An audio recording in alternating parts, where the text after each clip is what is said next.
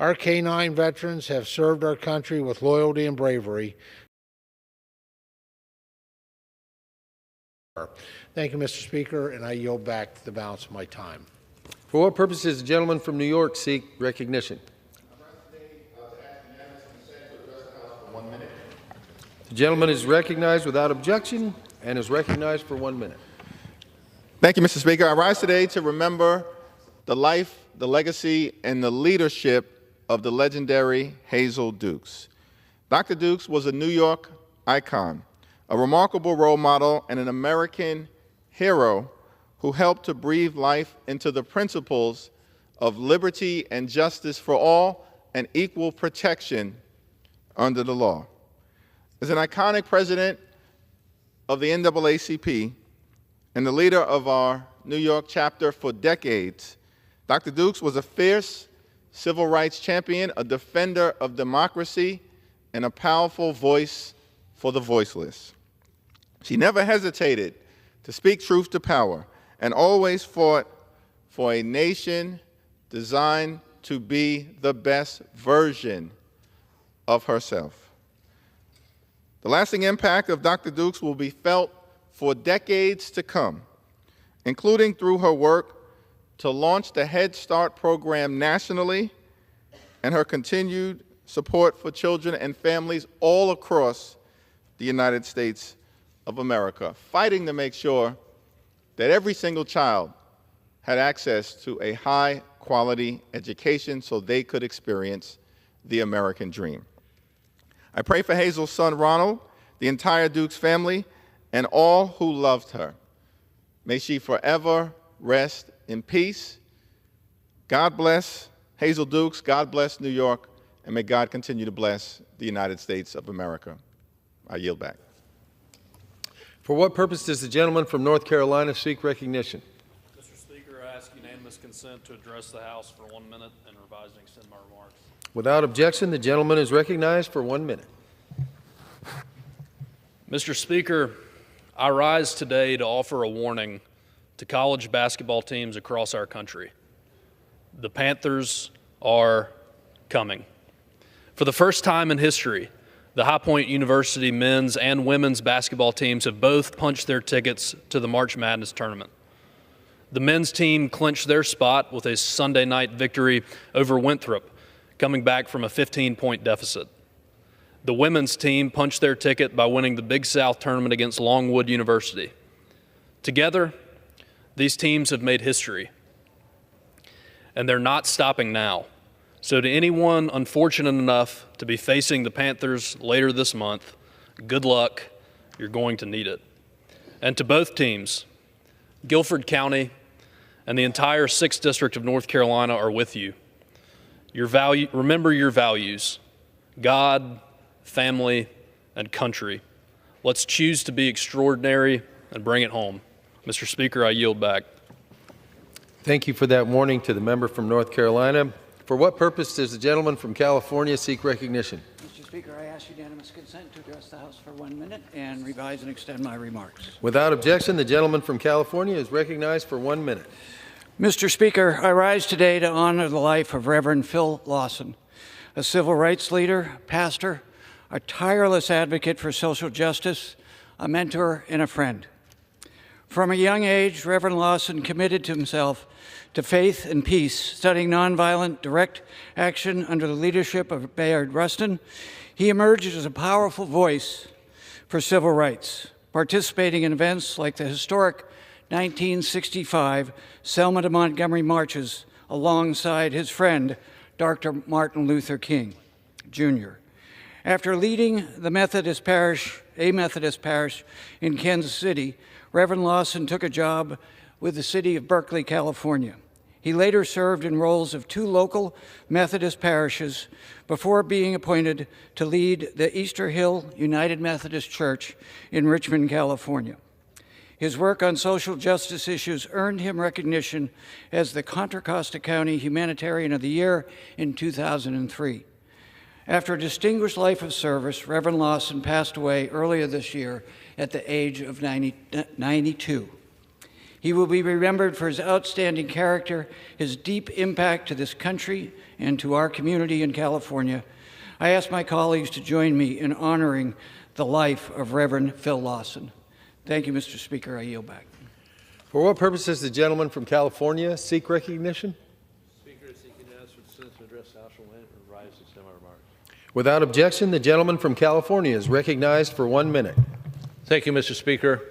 Per the continuing resolution, one of the good aspects is that is for California and nationally, for those that like California-grown food, is a portion that will be in there for, under the WIN Act, under Bureau of Reclamation, funding for water projects in California, mainly the Sites Reservoir. What you see here is the Shasta Reservoir and all that water going over that's actually going nowhere except for out to the Pacific Ocean. Sites Reservoir's existence will mean we'll have the ability to impound up to 1.5 million acre-feet of saved water that the whole state can use instead of being lost. We've lost so much water this year due to, I think, not great management of that resource. At least 800,000 acre-feet, many up to 2 million acre-feet have been lost just from Lake Shasta, down the river, out to the ocean. So this funding here will help build a good project that will help California's water supply go much farther than what we see happening right now. We see farms being cut to 35% of their allocation. We see people in the urban areas being cut to 42 gallons per day because we can't manage this water supply. Build the storage, manage the water better, and we'll get a lot more wins. I yield back. For what purpose does the gentlewoman from Maryland seek recognition? I ask unanimous consent to address the House for 1 moment and revise and extend my comments. The gentlewoman is recognized for 1 minute. Mr. Speaker, I rise today in defense of the National Park Service, whose payroll and costs may be cut up to 30% by the administration in the coming weeks. For over a century, the National Park Service has protected and preserved the stunning beauty of our country for all Americans. And these parks have further generated tens of billions of dollars for our local economies.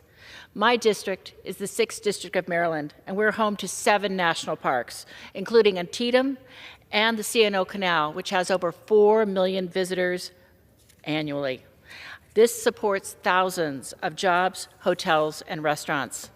Cuts to the National Park Service just don't hurt its employees, like my constituent Carrie Schmidt, who was laid off by the Catoctin Mountain Park 2 weeks ago. They also hurt the millions of small businesses who depend on our parks to keep the lights on. And equally important, our future generations, who, like my first grandbaby, 7-week-old Charlie, deserves to see the beauty and the grandeur of our geography. We must protect our parks and the dedicated public servants who take care of them. I yield back. For what purpose does the gentleman from Ohio seek recognition? Mr. Speaker, I ask unanimous consent to address the House for 1 minute to revise and extend my remarks. Without objection, the gentleman from Ohio is recognized for 1 minute. Thank you, Mr. Speaker. I rise today to commend President Trump for his position that the United States Steel Corporation must remain an American company. Steel is foundational to our nation's economic and national security. We must maintain a strong domestic steel industry. United States Steel was once the largest steel producer in the world, a symbol of global competitiveness, but over decades it was weakened by an onslaught of subsidized steel dumped from overseas. Instead of auctioning off critical manufacturing assets to the highest foreign bidder, President Trump is focused on policies to ensure our American steel industry stays resilient.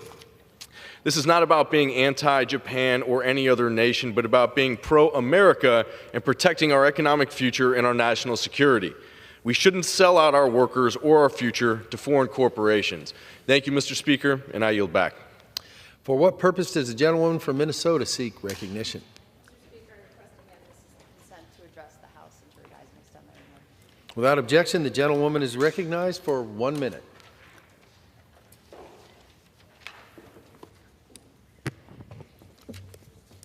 Mr. Speaker, today I rise to recognize Bob Christensen, a resident of a local nursing home in Bloomington, Minnesota. Bob is 85 years old.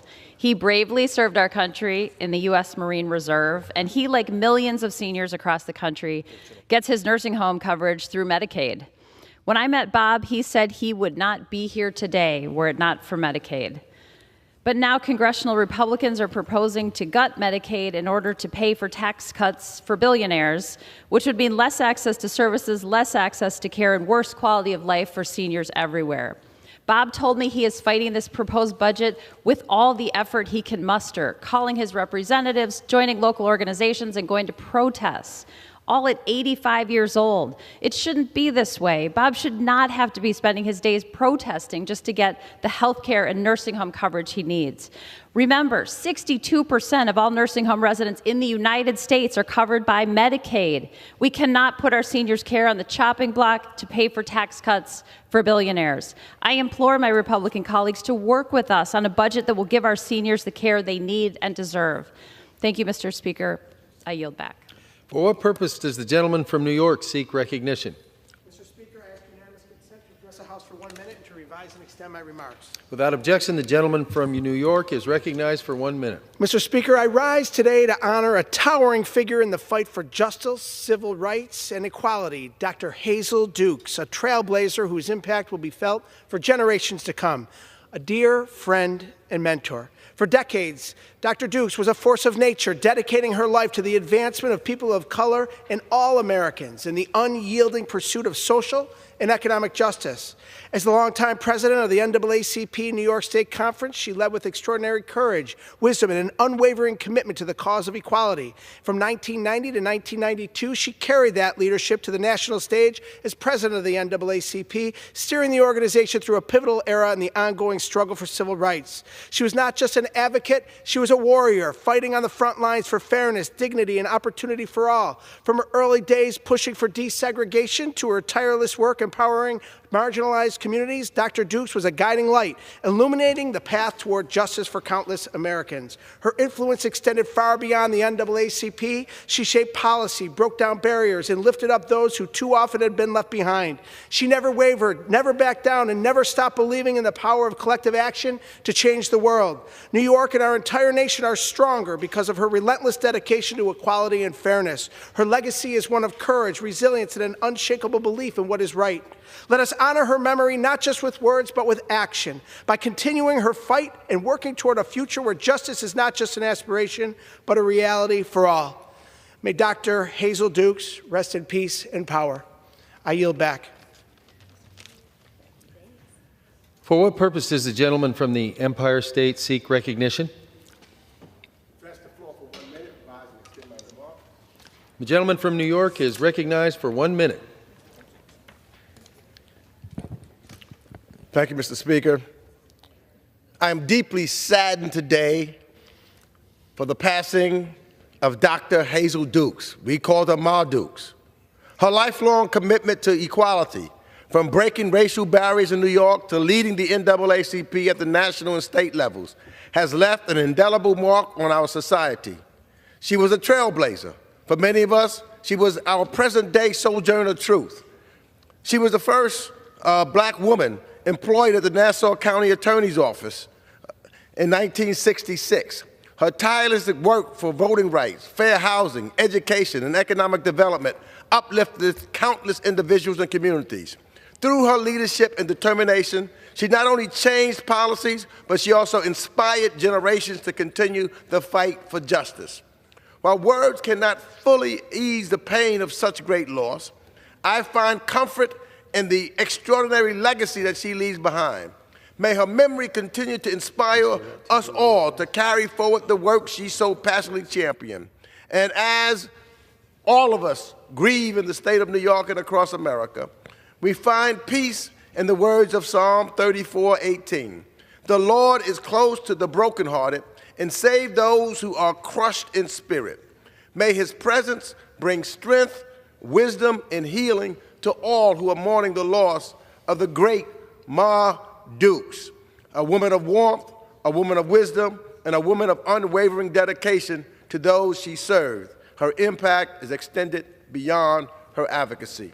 She was a mentor, a friend, and a guiding force to me and so many others. I yield back the balance of my time. For what purpose does the gentleman from New York seek recognition?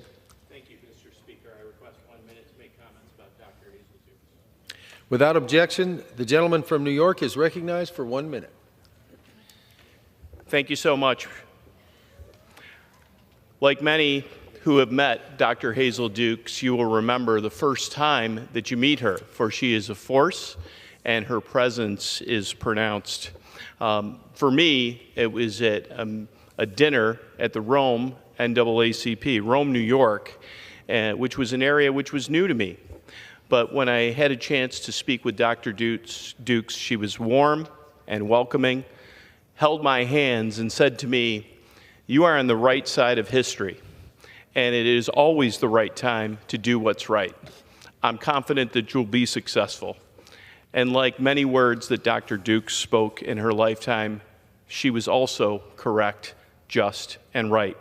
I thank her for her service, her faith in me, and her faith in the American dream and American values. Thank you, Mr. Speaker. I yield back.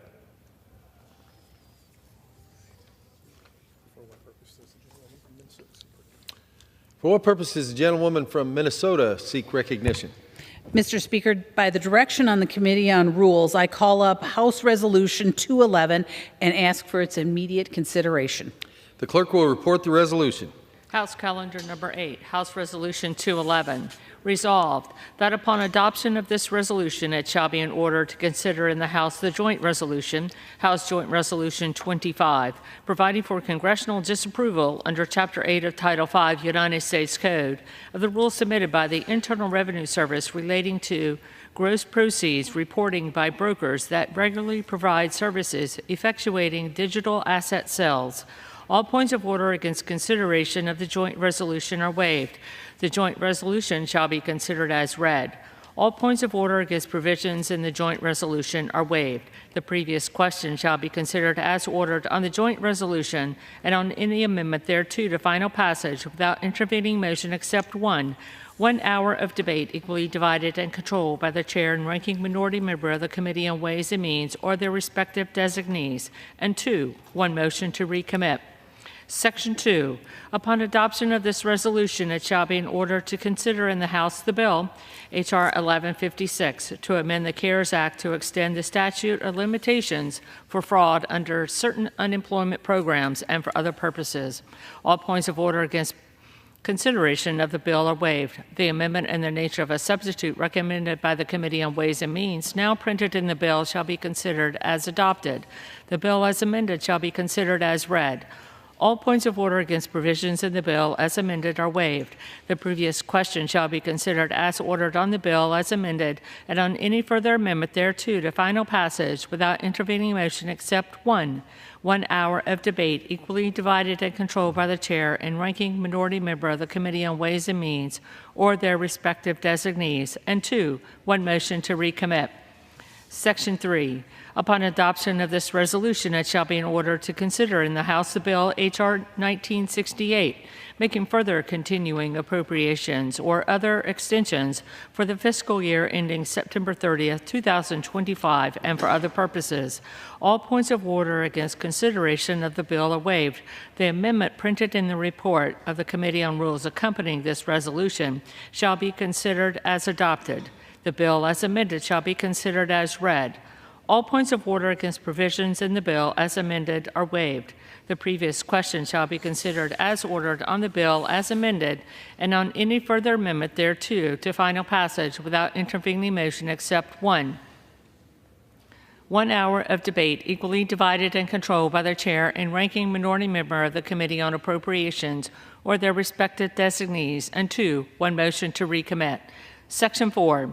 Each day for the remainder of the first session of the 119th Congress shall not constitute a calendar day for purposes of Section 202 of the National Emergency Act 50 U.S.C. 1622 with respect to a joint resolution terminating a national emergency declared by the President on February 1, 2025. The gentlewoman from Minnesota is recognized for 1 hour. Thank you, Mr. Speaker. For the purposes of debate only, I yield the customary 30 minutes to the gentleman from Massachusetts, pending which I yield myself such time as I may consume. The gentlewoman is recognized. During consideration of this resolution, all time yielded is for the purposes of debate only. I ask unanimous consent that all members have 5 legislative days to revise and extend their remarks. Without objection, so ordered. Thank you, Mr. Speaker. Mr. Speaker, we are here to debate the rule providing for consideration for H.J. Res. 25, H.R. 1156, and the continuing resolution. The rule provides for H.J. Res. 25 and H.R. 1156 to be considered under a closed rule. 1 hour of debate for each bill shall be equally divided and controlled by the chair and the ranking member of the Ways and Means Committee for their designees. The rule provides for a motion to recommit for both bills. The rule also provides for H.R. 1968 to be considered under a closed rule. 1 hour of debate shall be equally divided and controlled by the chair and ranking member of the Appropriations Committee or their designees. The rule provides for one motion to recommit for this bill. Mr. Speaker, House Republicans want to keep America open for business. I would like to believe nobody in this chamber wants a government shutdown. And the bill we are considering today would keep the government fully funded through September 30th. This will ensure that there are no disruptions to veterans' health care services and benefits or to Social Security, Medicare, or Medicaid. It invests in defense personnel with the largest pay raise for junior enlisted troops in over 40 years. And it includes funding for the Toxic Exposures Fund to treat veterans who have experienced service-related exposure to toxic substances. This bill fully funds the program that provides key nutrition assistance for mothers, infants, and children, and increases funding for the WIC program, and it increases funding for the FAA. There are no poison pills in this bill. It is a clean CR that fully funds the government. And a shutdown would mean small businesses cannot get their federal loans, national parks would close, and assistance programs for family would quickly run out. There's nothing controversial in here for my Democrat colleagues to vote against, but I am certain many of them will. You see, my colleagues on the other side of the aisle have taken to fear-mongering. They are okay with the chaos of a government shutdown because they cannot see past their blind hatred of President Trump. We are also here today to discuss legislation to repeal a misguided Biden rule that requires decentralization finance platforms to file a Form 1099-DA. This would include disclosing taxpayer information and transaction details these platforms currently do not collect. This rule demonstrates a lack of understanding about how decentralized currencies and their platforms they are traded on actually work. Misguided policies like this need to be repealed, and that is what the CRA will do. Finally, we're here to debate the Pandemic Unemployment Fraud Enforcement Act, which was introduced by the Ways and Means Chairman, Mr. Jason Smith, to extend the statute of limitations for prosecuting unemployment insurance fraud that took place under the CARES Act. Currently, the statute of limitations is 5 years, which means many of these would expire at the end of this month. Unfortunately, we saw a wide range of fraud and abuse take place in this federally funded unemployment insurance program, and more time is needed to root it all out. This bill, which extends the statute of limitations to 10 years, is a clear example of the House's commitment to removing waste, fraud, and abuse from the federal government. Anyone who is serious about protecting taxpayer dollars should agree that simply giving law enforcement the ability to continue to investigate and prosecute fraudsters is a common sense proposal. Thank you, Mr. Speaker, and I reserve. For what purpose does the gentleman from Massachusetts is recognized? Thank you very much, Mr. Speaker, and I thank the gentlewoman from Minnesota for yielding me the customary 30 minutes, and I yield myself such time as I may consume. The gentleman is recognized. Mr. Speaker, as we speak, prices are going up, inflation is up, groceries are up. I saw eggs for $10 recently. Used car prices are up, other than Teslas. Those seem much cheaper these days for some reason. Energy prices are up 25% in the gentlelady's home state of Minnesota. 25% energy price increases for her constituents thanks to Trump's tariffs that she is supporting by bringing this rule to the floor. Boy, I'm just glad she's not my representative. Meanwhile, Elon Musk was on Fox Business this morning. He's not talking about food prices or energy prices. He's talking about how he wants to, quote, eliminate entitlements. This is the guy that calls Social Security a Ponzi scheme, the guy that's laying off people at Social Security offices already. Maybe Elon doesn't know this, but Social Security is not an entitlement. It's a program that people have spent their entire life paying into. Shame on him. Maybe Elon needs to watch the news instead of going on it, because you know what else is going down, Mr. Speaker? Consumer confidence. People are waking up to the fact that Trump's trade war is going to hurt them in their pocketbooks. The stock market is going down. People in this country are starting to panic because their retirement accounts are dropping. Planes are going down. We've had several major accidents, several close calls, and we just learned that Elon Musk, the guy whose rocket just exploded in midair this weekend, wants to fire air traffic controllers. Make that make sense. And Republicans are doing nothing about any of it. Trump spent 2 minutes in his 2-hour lecture last week talking about lowering prices. 2 minutes. Now Republicans bring to the floor this CR, basically a blank check to Trump and Musk that says, keep doing what you're doing, we're all fine with it. No way, no way. My Republican friends want to pretend like this is a clean CR. It's 99 pages, for God's sake. A CR is pretty simple. The government gets funded at the same levels. Calling this CR clean is laughable.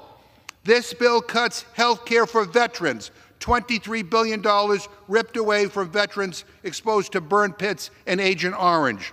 This bill defunds the police. I guess my Republican friends only care about the police when they need their votes, because this CR takes money away from the police. You know what's another word for taking money away? Defunding.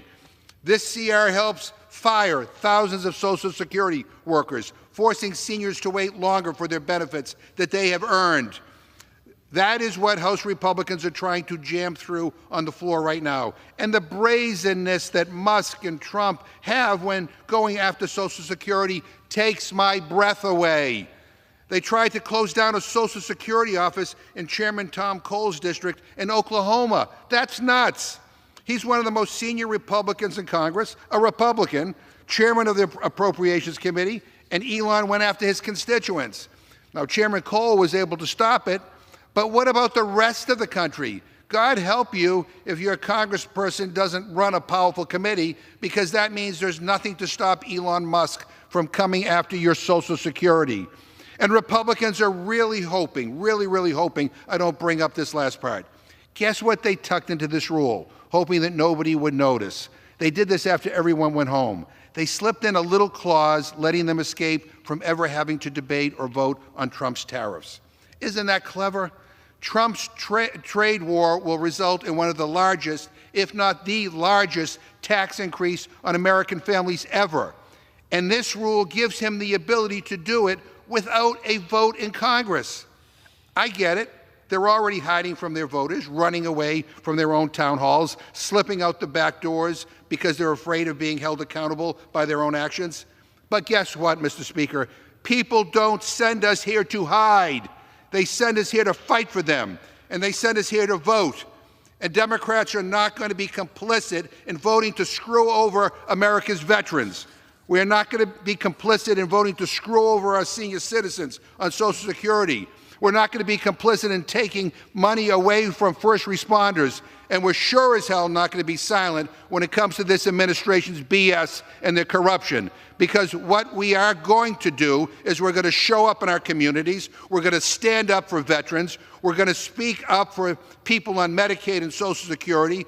And we're going to put up one hell of a fight when it comes to the middle class families who are counting on us to fight for them. I urge a no vote on the disgraceful rule, a no vote on the underlying legislation, and I reserve the balance of my time. Gentleman reserves. The gentlelady from Minnesota is recognized.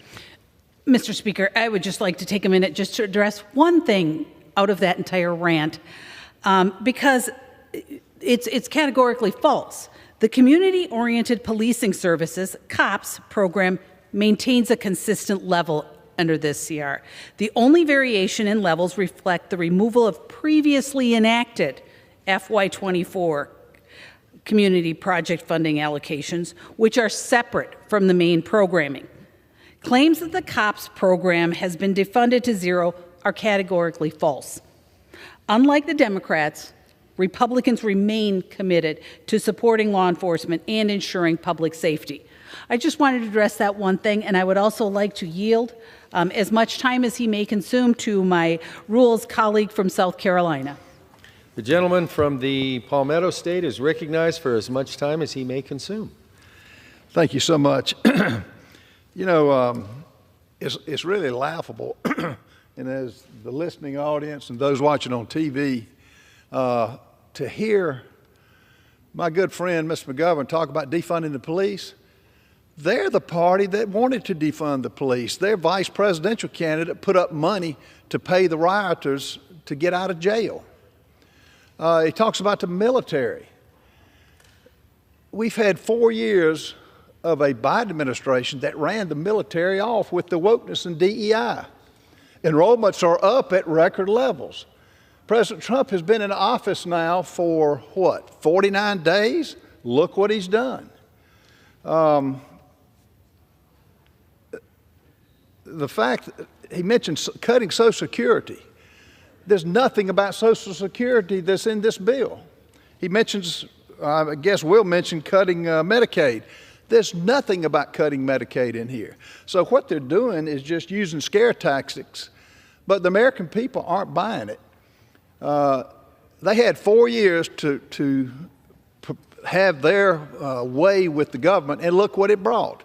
High taxes, high gas prices, high egg prices. Why? Why did the 77 million vote them out of office? Because of their policies. And President Trump in 49 days is bringing it back. If they get back in control, the main thing they will try to get a concession on is to defund.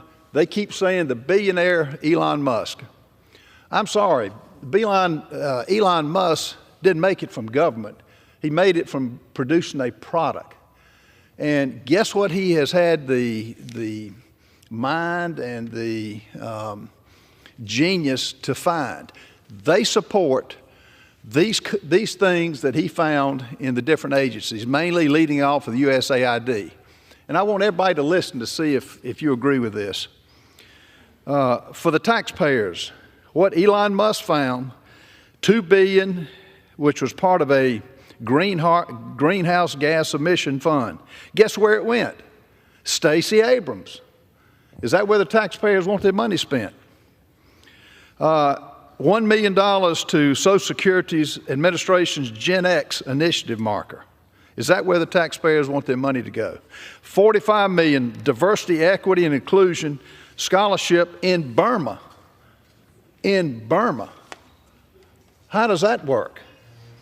182 million health and human services contracts, including 168,000 for an Anthony Fauci exhibit at the NIH. Folks, this would be funny if it wasn't so serious. 2.5 million to promote inclusion in Vietnam.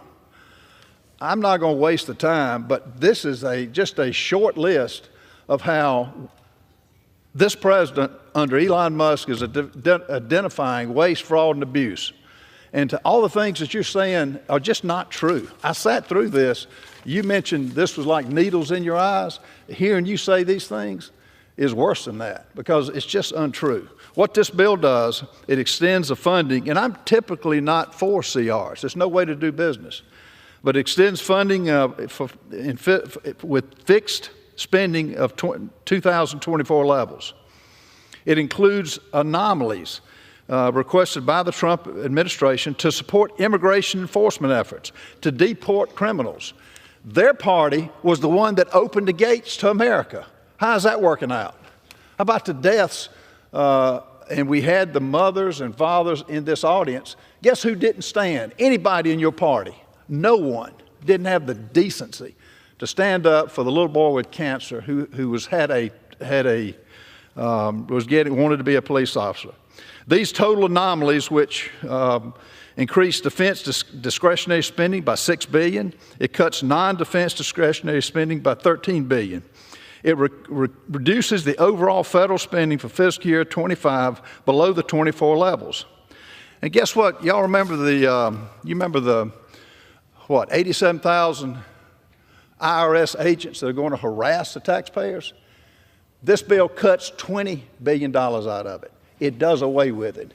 And this president is just getting started. I doubt we will have any support from the Democrat side, which I don't expect. This bill is going to pass, and the country is in better shape. You had your time 4 years ago. And how did that work out for the American people? Not too good. I fully support this bill, and Madam Chairman, I yield the balance of my time. Reserve. Gentlelady reserves. Members are reminded to address their remarks to the chair. The gentleman from Massachusetts is recognized. Mr. Speaker, the gentleman wants to talk about grocery prices. Read the room, man. Or better yet, visit a grocery store. Give me a break. Mr. Speaker, if we defeat the previous question, I will offer an amendment to the rule to bring up H.R. 1974, a short-term continuing resolution that keeps the government funded through April 11th. Mr. Speaker, I ask unanimous consent to insert the text of my amendment into the record, along with any extraneous material immediately prior to the vote on the previous question. And to discuss our proposal, I yield 2 minutes to the gentlewoman from Minnesota, Ms. McCollum.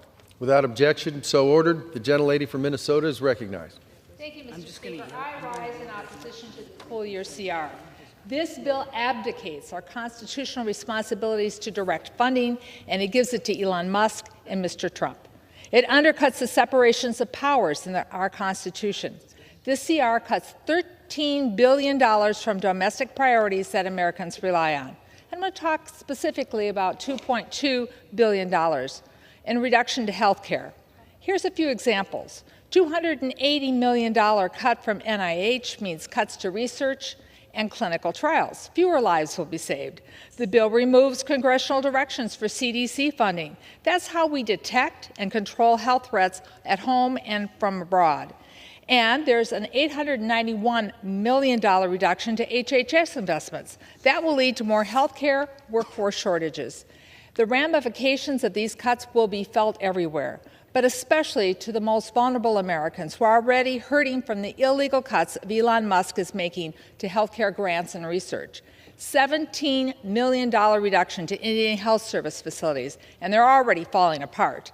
The bill shortchanges our veterans by failing to include $22 billion in advance funding for VA toxic exposure. That jeopardizes the health care of our veterans exposed to burn pits and Agent Orange. And the bill cuts DoD medical research by over $850 million.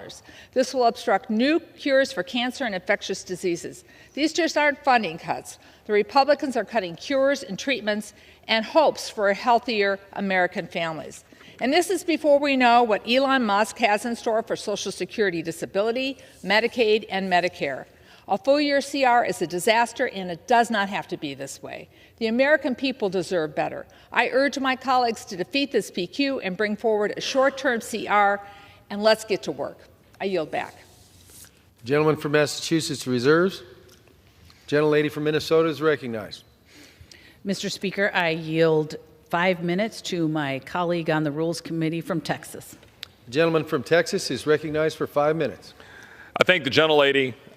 So here we are again, my colleagues on the other side of the aisle who constantly always talk about the need to support a CR to, quote, keep the lights on, now find themselves in the curious position of not wanting to have the lights on because they don't like what's happening. So they don't want the lights to be on because you've got people in the executive branch who have taken seriously the election mandate that was given to the President of the United States to end the absurdity of nonstop wasteful spending, the ridiculousness of expenditures like $32,000 for a transgender comic book in Peru. Like, that's the kind of stuff that make the American people's head explode. And there are dozens, hundreds of these examples. I could sit here and list. And the fact is, this stuff is getting exposed in real time. The American people are seeing it. And now my colleagues on the other side of the aisle are trying to run from it. That's why they don't like this bill. That's why they want to have a shutdown after all of these years of decrying the possibility of shutdown. You're seeing all of the news today talking about the possibility of a Schumer shutdown. You're talking about, there's news article after news article. The Hill, February 11th, Democrats step up talk about using shutdown as leverage against Donald Trump.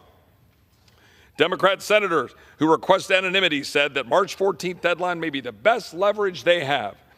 Democrats in Congress see potential shutdown as leverage to counter Trump. U.S. Congress, The Guardian, February 15th.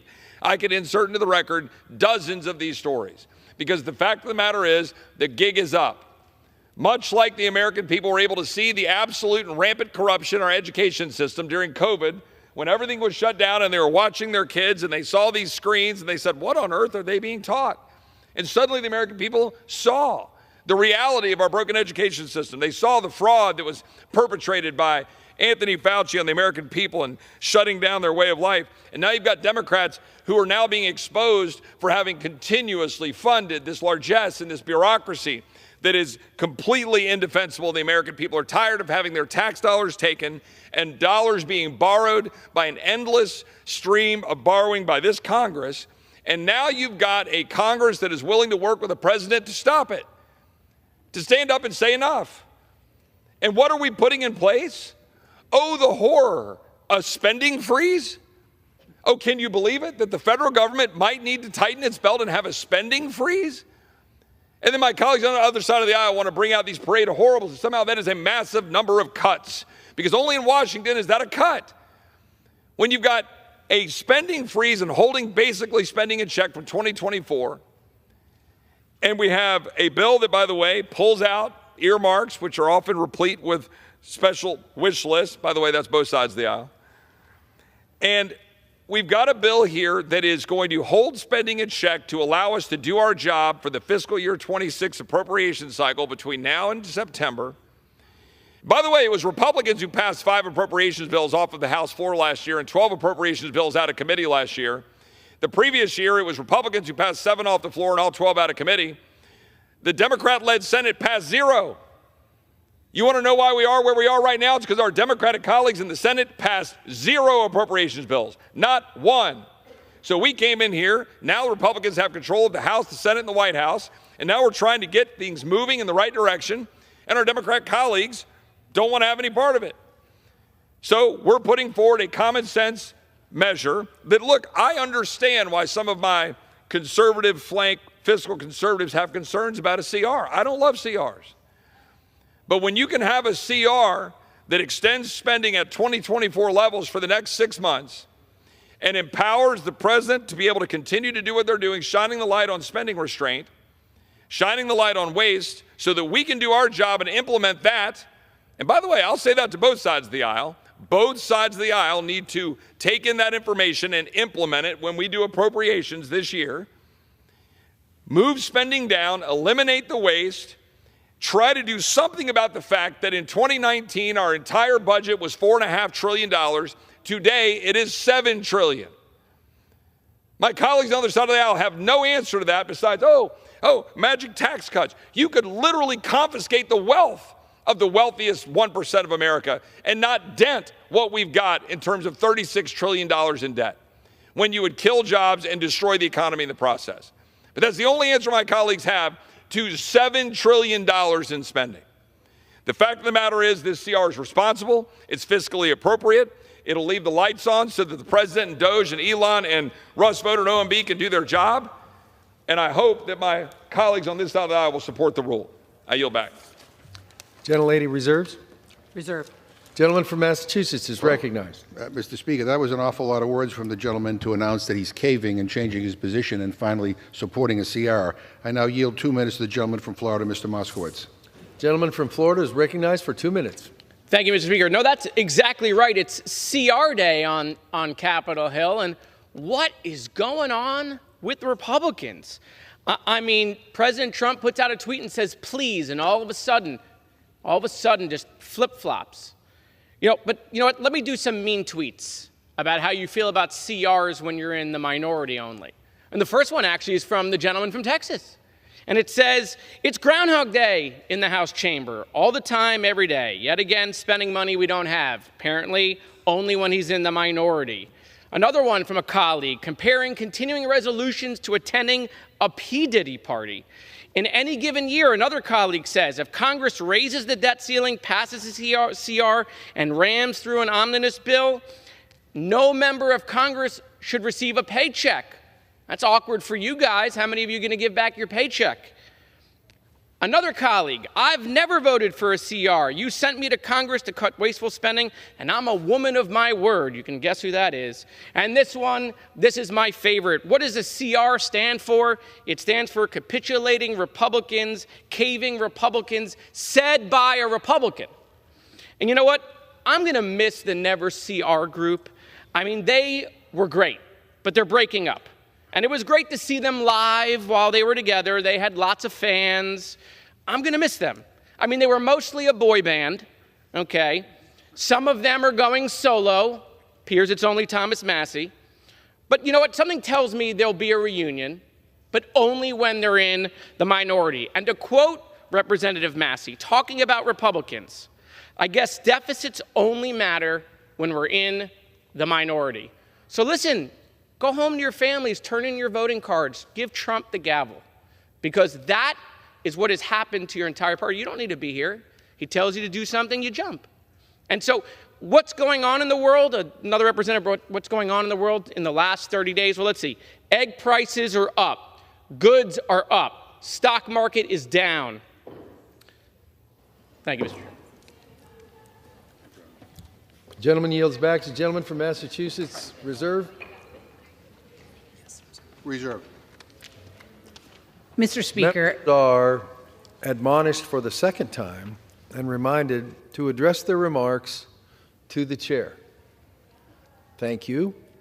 And thank you, Gentlelady Mr. from Speaker. Minnesota is recognized. Thank you, Mr. Speaker, for that reminder. I appreciate that. And Mr. Speaker, I would like to yield 2 minutes again from to my colleague from the Rules Committee from Texas. Gentleman from Texas is recognized for 2 minutes. Well, I appreciate the sudden religion my colleagues on the other side of the aisle have found on spending restraint and the need to cut spending. I look forward to all the proposals that my colleagues will put forward on reducing significant amounts of spending and waste, fraud, and abuse. And I'll look for that press conference they'll no doubt have sometime this week. I would also note that when we talk about continuing resolutions, what my colleague just failed to mention was the fact that literally every single Democrat voted for the CR that we just had in December. Like literally every single Democrat except for one who I think maybe took a present vote. The fact of the matter is, it has nothing to do with that. The fact of the matter is, for those of us who do not like CRs as a general principle, the fact is because Democrats literally wouldn't pass an appropriations bill out of the Senate, we're left doing the cleanup work of trying to figure out how to move forward while we have an administration that isn't at war with its own people. When the previous administration was blatantly disregarding the well-being of the American people, to have wide open borders, letting fentanyl and letting all manners of evil come into our country, leading to the death and destruction of the people that I represent, people like Jocelyn Nungare, who lost her life to the hands of Tren de Aragua, because Joe Biden decided it was more important to let millions of people into this country in violation of our laws, endangering the people. That's why our bill has additional funding for ICE, to make sure that we've got the beds to undo the damage that the Biden regime has carried out on the American people. Those are the actual facts. The fact of the matter is, no, you don't want to have a CR to continue the funding under Joe Biden, because Joe Biden was at war with the American people. Now we have a president and administration that is trying to do the job that they sent him there to do. Secure the border of the United States, hold back spending, eliminate waste, fraud, and abuse, get this economy going again, get the regulations out of the way of the American people, and do the job they want us to do. With that, I yield back. Gentlelady reserve.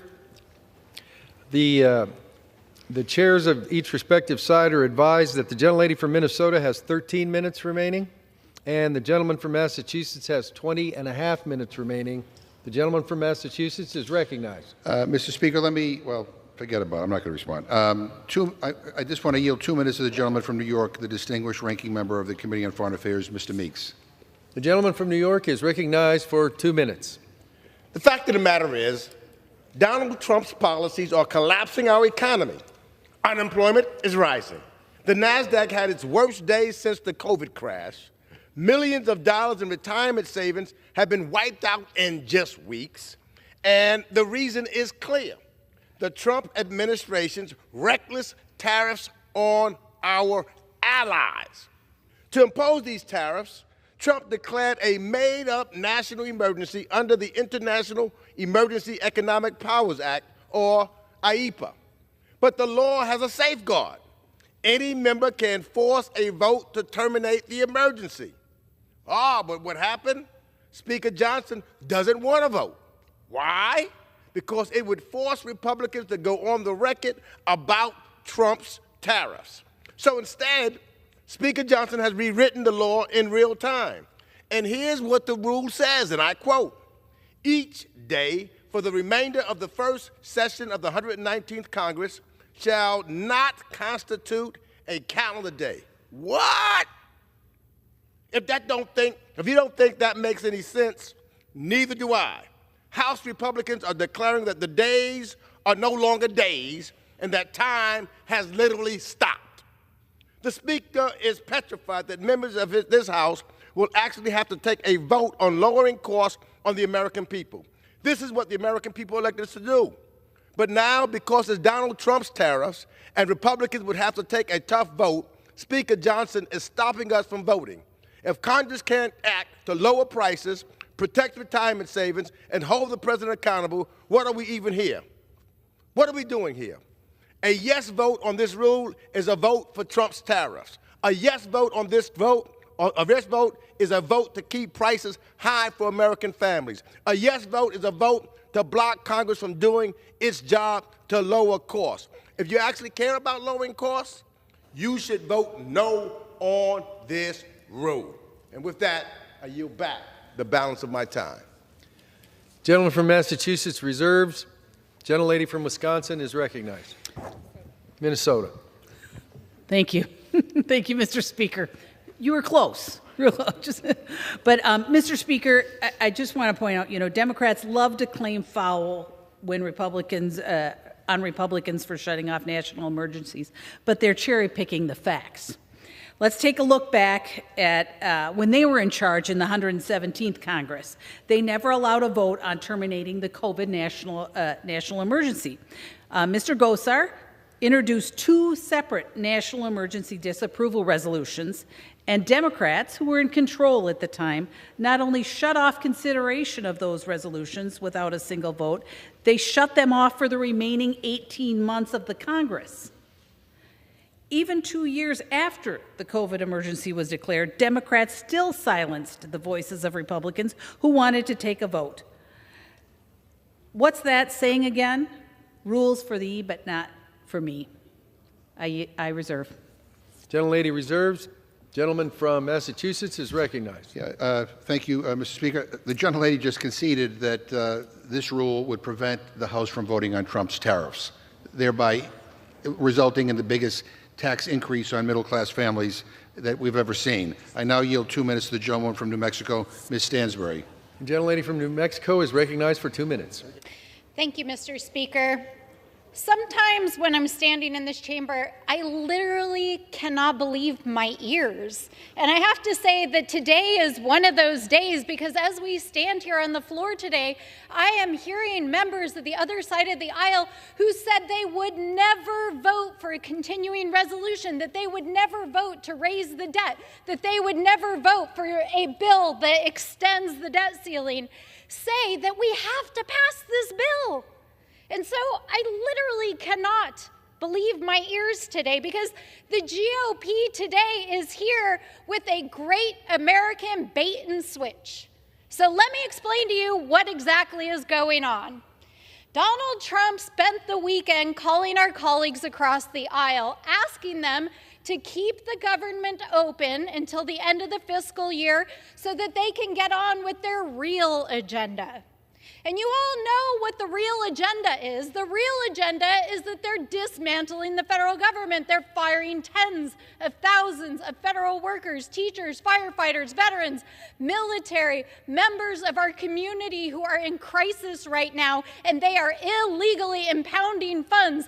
And meanwhile, my Republican colleagues who said they would never vote for anything like this are saying that they are going to vote for it because on the side, Donald Trump is winking at them and his people are telling them, don't worry, if you pass this bill, we're going to continue to do all of that illegal activity. And then we can get on to the real work, which is dismantling our basic programs that support our communities.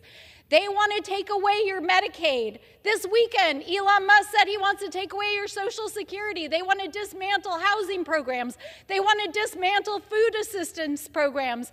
They are literally bait and switching the American people and abdicating their fundamental responsibility as representatives of the people, because the people have spoken, my friends, and there are no number of town halls that you can run away from to know that your people in your communities do not support your bait and switch. So I say to my GOP colleagues, do your jobs.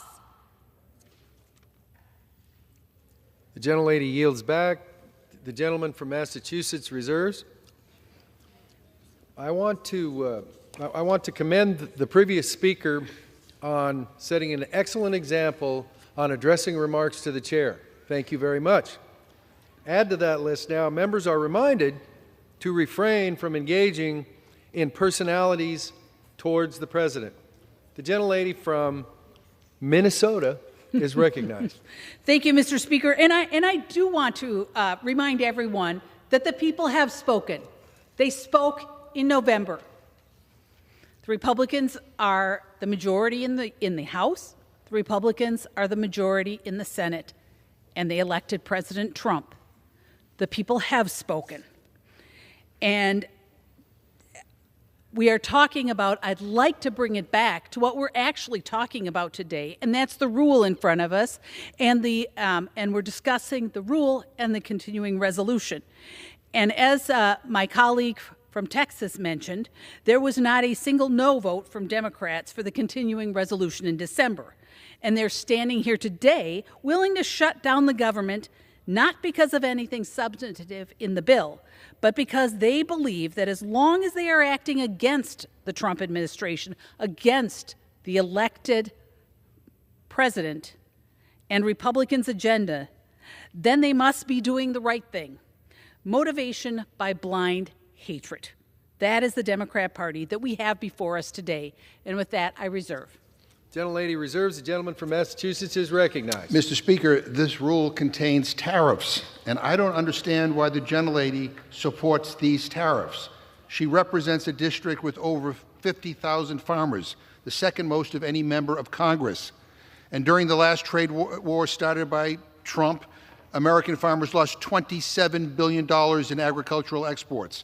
It's farmers in the gentlelady's district who are being harmed by these tariffs. So I don't understand why she supports them. I now yield 2 minutes to the gentleman from Florida, Mr. Frost. The gentleman from Florida is recognized for 2 minutes. Thank you. I appreciate it. I think it's interesting because any time my colleagues want to defend horrible moves by the Trump administration, whether trying to cut Medicare, cut Medicaid, they keep saying, the people have spoken, without realizing that the people are speaking.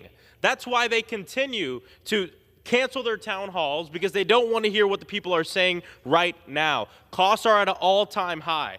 I came down here to tell people that if you're struggling to afford food, you can't pay your rent, the medical bills are stacking up, this bill will make your life worse. Why?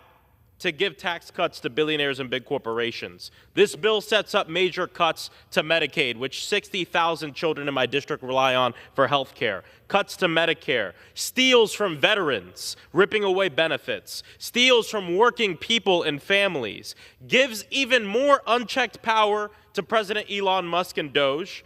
And recently Musk said that Social Security is a Ponzi scheme. So every vote in favor of this bill endorses those words. You vote for this, Go to your constituents and be loud and proud. Tell them that the program that they've paid into and worked on their entire life so they can retire with dignity is a Ponzi scheme. Oh, wait. Republicans have been told by their leadership to stop doing town halls. Why? Because the people are pissed off. They're scared. Many have been sold this BS lie that if we just give all the power to billionaires like Elon Musk, we'll all be okay. But I got breaking news for you. The billionaires have always had immense power in this country, and it hasn't worked out for us. I'm opposing today's rule so we can stop the House from voting on the Republican Party spending bill that works to cut Medicaid, Medicare, Social Security, veterans benefits, and school lunches, all in favor of the ultra-rich. I know what it's like to not be able to pay for housing, to go into debt just to survive. We're not in this because people have lived beyond their means, but because we've been denied the means to live. So vote no on this rule, and I yield back. Thank you. Gentleman from Massachusetts reserves. The gentlelady from Minnesota is recognized. Thank you, Mr. Speaker. And this is just another example of how talking points are written before they actually read the bill, because this is about a government shutdown, plain and simple. We have to have the rule to pass the CR so that we can avoid government shutdown. I reserve. Gentlelady reserves. The gentleman from Massachusetts is recognized. Yeah, Mr. Speaker, this is a rule to protect tariffs. I yield 1.5 minutes to the gentlewoman from Illinois, Ms. Ramirez. The gentlelady is recognized for 1.5 minutes. Thank you, Mr. Speaker. So this is about the rule so that we can get to this continuing resolution, or so-called continuing resolution. But let me tell you what continuing resolutions are. They give Congress time to negotiate budget bills in the interest of the American people. Let me be very clear. That is not what Republicans want to do here. They're proposing we skip budget negotiations and we give the Musk-Trump administration a slush fund. Their actions prove that they have more respect for their billionaire bosses than they do for the Constitution. They are more willing to hand over their power to Trump and Musk than they are to defend the power of the people, and they're more committed to enabling a bully than to stand up for their constituents. And that is what Trump and Musk are. They're bullies who use intimidation and retribution to get what they want. And Musk, or, Trump under Musk, as my colleague said, they want it all. They want to disregard the law. They want to dismantle the agencies that serve the American people, and they want to destroy the programs and the services that Americans rely on. Bottom line, Republicans are using a shutdown to bully us into giving Trump a blank check. No guardrails, folks, and 6 months to plunge us into further chaos. Yes, if we are in chaos, it's your fault. You control the House, you control the Senate, and you have your guy in the White House. So let me be honest, I will not be bullied. The full-year slush fund CR they call is the red line, and I call my colleagues to vote no on the rule and on the Republicans' slush fund CR. I yield back. Gentleman reserves. The gentlelady from Minnesota is recognized. Mr. Speaker, the House Appropriations Committee worked in good faith throughout the FY25 process, and it was the Democrats that weaponized this process, holding up negotiations on demands that were completely unrelated to funding. If my colleagues choose a Democrat shutdown simply because they hate Donald Trump and his administration, they are showing they have still learned nothing from the results of last year's elections. I reserve. Gentlelady reserves. Members are again reminded to refrain from engaging in personalities towards the president. The gentleman from Massachusetts is recognized. Mr. Speaker, we are opposed to the tariffs and a tax increase on American families. I yield 2 minutes to the gentlewoman from Pennsylvania, a distinguished member of the Rules Committee, Ms. Scanlon. The gentlewoman from Pennsylvania is recognized for 2 minutes. Thank you, Mr. Speaker. Today, House Republicans are trying to avert a funding crisis of their own making by passing a partisan Republican spending bill they drafted behind closed doors. It cuts $13 billion from programs like low-income housing, agricultural inspections, and election security. This bill would allow President Trump and Elon Musk to supercharge their attacks on essential federal programs and workers, including Social Security and the FAA, with no input from Congress. I want to highlight how this bill impacts our nation's veterans, particularly in light of the administration's recent actions. Due to the success of the PACT Act, more veterans than ever before have enrolled in VA care, and we should celebrate that success. Instead, this bill reneges on a commitment of $23 billion in health care funding for veterans who were exposed to burn pits and Agent Orange. It also fails to guarantee essential programs within the Veterans Health Administration. Programs like homelessness assistance, mental health care, rural health initiatives, opioid and substance abuse treatment, oncology services, and caregiver support are left undefined and therefore subject to cuts or elimination by DOJ or Trump. This isn't an oversight. Our Republican colleagues are supporting this bill because it allows Musk to eliminate more programs without congressional approval. Look, in just 6 weeks, over 6,000 veterans have been fired from the VA and other federal programs. Veterans comprise 30% of our federal workforce. They're among the hardest working, most patriotic employees in our country.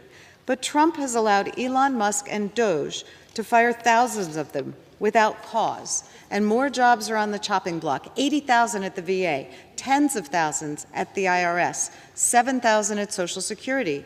When DOJ destroys federal programs, it's not just cutting essential services for American families, it's also firing veterans. Between deep VA cuts, eliminating funding for veterans' health care, and job cuts that disproportionately hit veterans, it appears that the Trump White House has declared war on veterans. Our veterans and their families deserve better than this. I urge my colleagues to reject this travesty of a bill and instead pass the clean CR offered by the ranking member on appropriations. I yield back. Gentleman from Massachusetts reserves. The gentlelady from Minnesota is recognized. Reserve. Gentlelady reserves. The gentleman No from speakers? Massachusetts is recognized. No speakers? Okay. Mr. Speaker, I yield 3 minutes to the gentlewoman from the District of Columbia, Ms. Holmes Norton. The gentlelady from the District of Columbia is recognized for 3 minutes.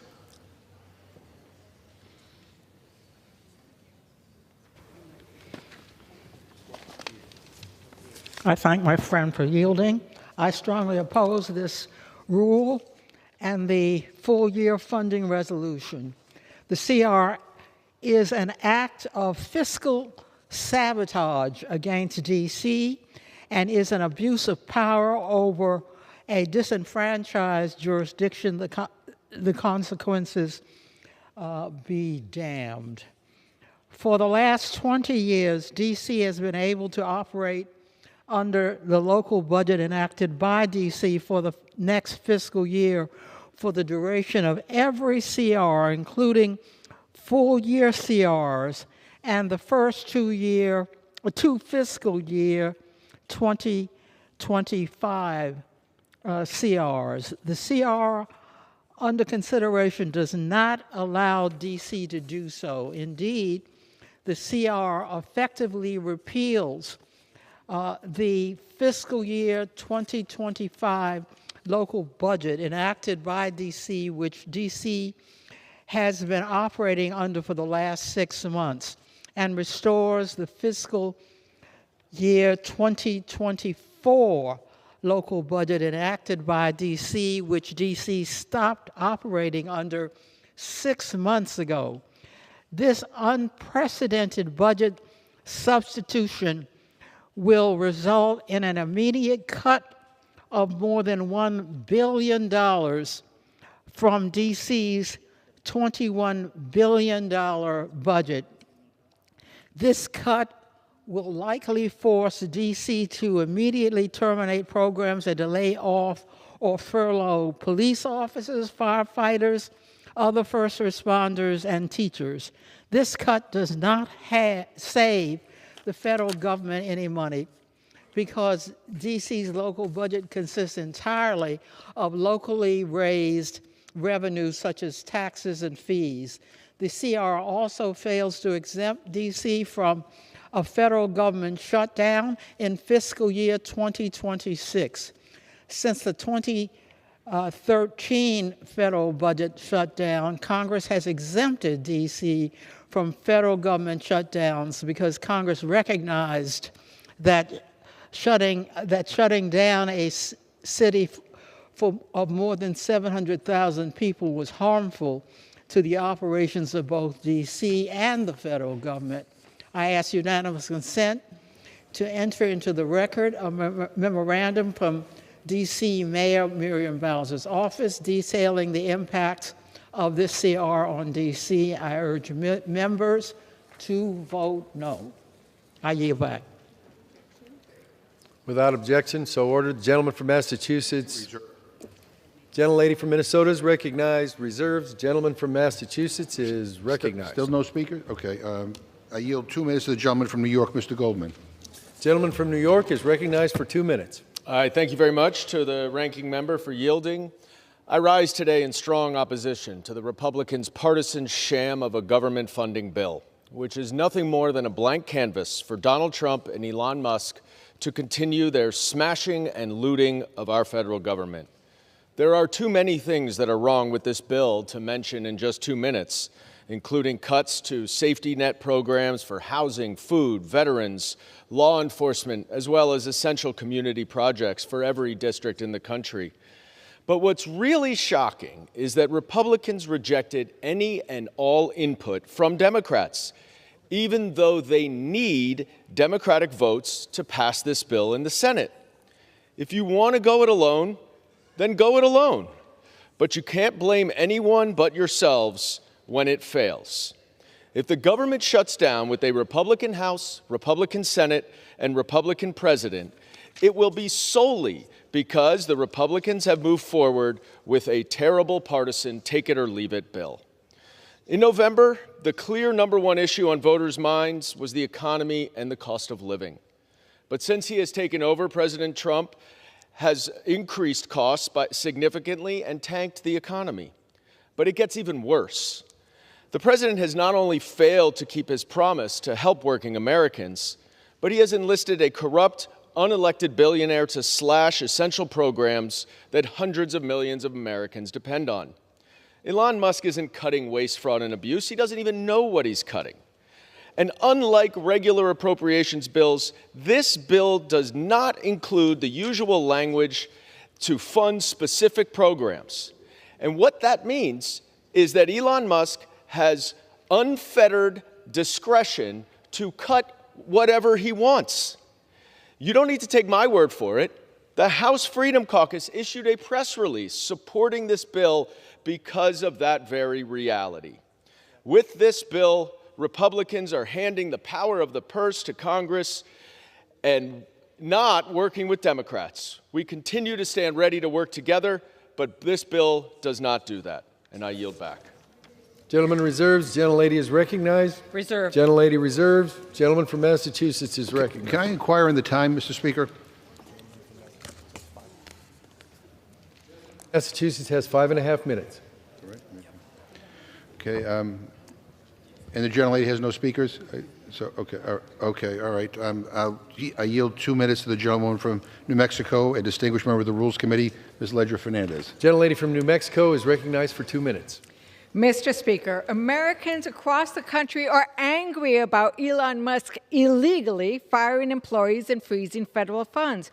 Rather than stand up to Musk, Republicans are giving him the power to shut down the government programs Musk doesn't like.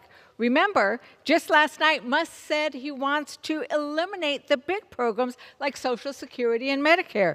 Musk also wants to fire thousands of VA employees. This bill cuts $22.8 billion for veterans care. It cuts housing. It cuts programs that protect our food supply so we can bring down the cost of eggs. This rule also endorses Trump's tariffs under the guise of a national emergency. Yesterday, Trump's tariffs caused the markets to plummet, taking Americans' retirement savings with them. That's the real national emergency. A vote for this rule is a vote for Trump's tariffs. Is that why Republicans are hiding from their constituents? Because they're backing unpopular tariffs that will cost the average family $2,000 a year? Or maybe they're hiding because this funding bill cuts $15 billion from community projects. We're losing first responder and water infrastructure projects in New Mexico. Republicans are also defunding the police in Hazleton, Pennsylvania, in Representative Bresnahan's district. And how about eliminating the water project in Lehigh County in Representative McKenzie's district? Just to name a few of the many projects that are being gutted in Republican and Democratic districts alike. This is not a clean CR. It's as dirty as it gets. I yield back. Gentleman from Massachusetts reserves. Gentlelady from Minnesota is recognized. Mr. Speaker, I am prepared to close. Gentlelady reserves. The gentlelady has 10 minutes left remaining, and the gentleman from Massachusetts has 3.5 minutes remaining. The gentleman from Massachusetts is recognized. Mr. Speaker, I'm proud to yield 1.5 minutes to the gentleman from California, the Speaker Emerita, Ms. Pelosi. The Speaker Emeritus from California is recognized for 1.5 minutes. Thank you very much, Mr. Speaker. I thank the gentleman for yielding and for his extraordinary leadership. Mr. Speaker, today Republicans will vote to pass a continuing resolution that hollows out our nation's commitment to the health, education, economic security of America's working families.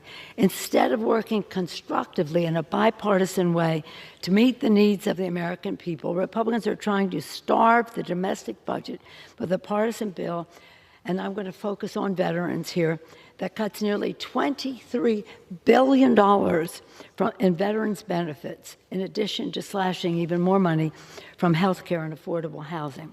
Indeed, the Republican CR is a betrayal of our nation, America's veterans, with devastating cuts to initiatives that care for our veterans exposed to burn pits, Agent Orange, and other toxic substances. Our nation's sacred promise is just as the military says, on the battlefield we leave no soldier behind, and when they come home, we leave no veteran behind. With this bill, Republicans have broken that promise. I urge my colleagues to vote no on this betrayal of our veterans and urge my colleagues, Republican colleagues, to join Democrats at the negotiating table to get us serious about the people's business. Vote no. I yield back. Thank you, Mr. Chairman. Gentleman from Massachusetts reserves. Gentlelady from Minnesota is recognized. Reserve. Gentlelady from Minnesota reserves. The gentleman from Massachusetts is recognized. Is the gentlelady prepared to close, Mr. Speaker? Okay. I'm That's- sorry. that's a yes. We haven't heard a speaker in a long time. I just wasn't sure. Okay. All right. Thank you. I yield Gentleman myself from the remaining Massachusetts time. is recognized. Thank you. Mr. Speaker, if you vote for this rule, you own the tariffs.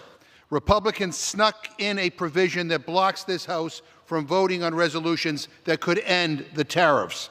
They know these tariffs will cost families an extra $1,200 a year, and they're scared to vote for them. So instead of letting Congress do its job, they're shutting down the debate. They're hiding, and they're shielding themselves from any accountability. And do you know who's going to feel the pain, Mr. Speaker? It's working families, it's small businesses who are already struggling with high costs. It's farmers who are already the victim of retaliatory tariffs. Meanwhile, the stock market was in a free fall yesterday, and today it's going down again. Retirement accounts have taken a huge hit. Ontario is already hitting us with a 25% electricity surcharge, hurting families in Minnesota. In fact, I saw a breaking news story this morning that Trump's now escalating his trade war by doubling tariffs on Canadian steel and aluminum. So he and his enablers are pushing forward, full steam ahead, into a possible recession with no regard for the chaos he's causing in this country. That's why House Democrats, led by Ranking Member Meeks, introduced resolutions to end Trump's devastating tariffs. According to the National Emergencies Act, these resolutions should be fast-tracked for a vote on the House floor. Republicans are using this rule to shut them down. And I'd love to hear them explain to their constituents why they're standing by while prices are skyrocketing. But Republicans are scared of their constituents too, hiding in their offices instead of holding town halls. So let me be perfectly clear. If your representative votes for this rule, they're voting to ratify the Trump tariffs. They're hoping you won't notice while they let our economy burn. That's not leadership, that's cowardice. And a vote against this CR is not a vote to shut down the government. We have offered a one-month CR to fund the government while appropriators finish the budget process. Instead of giving up on it Gentleman's and time handing has the blank expired. check to Trump and Musk, vote no on this. Gentleman yields back. And the gentlewoman from Minnesota is recognized.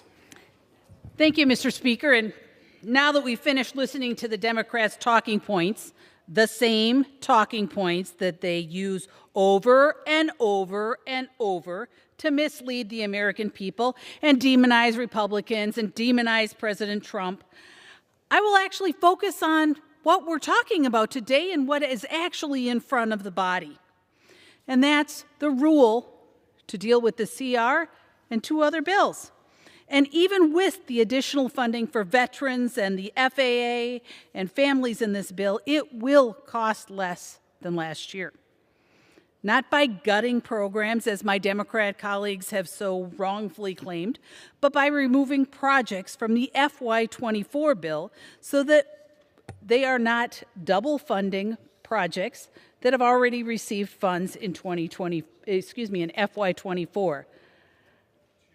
My Democrat colleagues must be confused because I certainly would not want to be accused of calling them liars. This bill upholds the responsibility of our veterans and ensures full funding for the health care services and benefits. It includes the largest pay raise for junior enlisted troops in over 40 years. It supports federal wildland firefighters. It increases funding for air traffic controller priorities.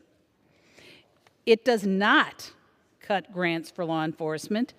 It does not cut spending on family assistance programs.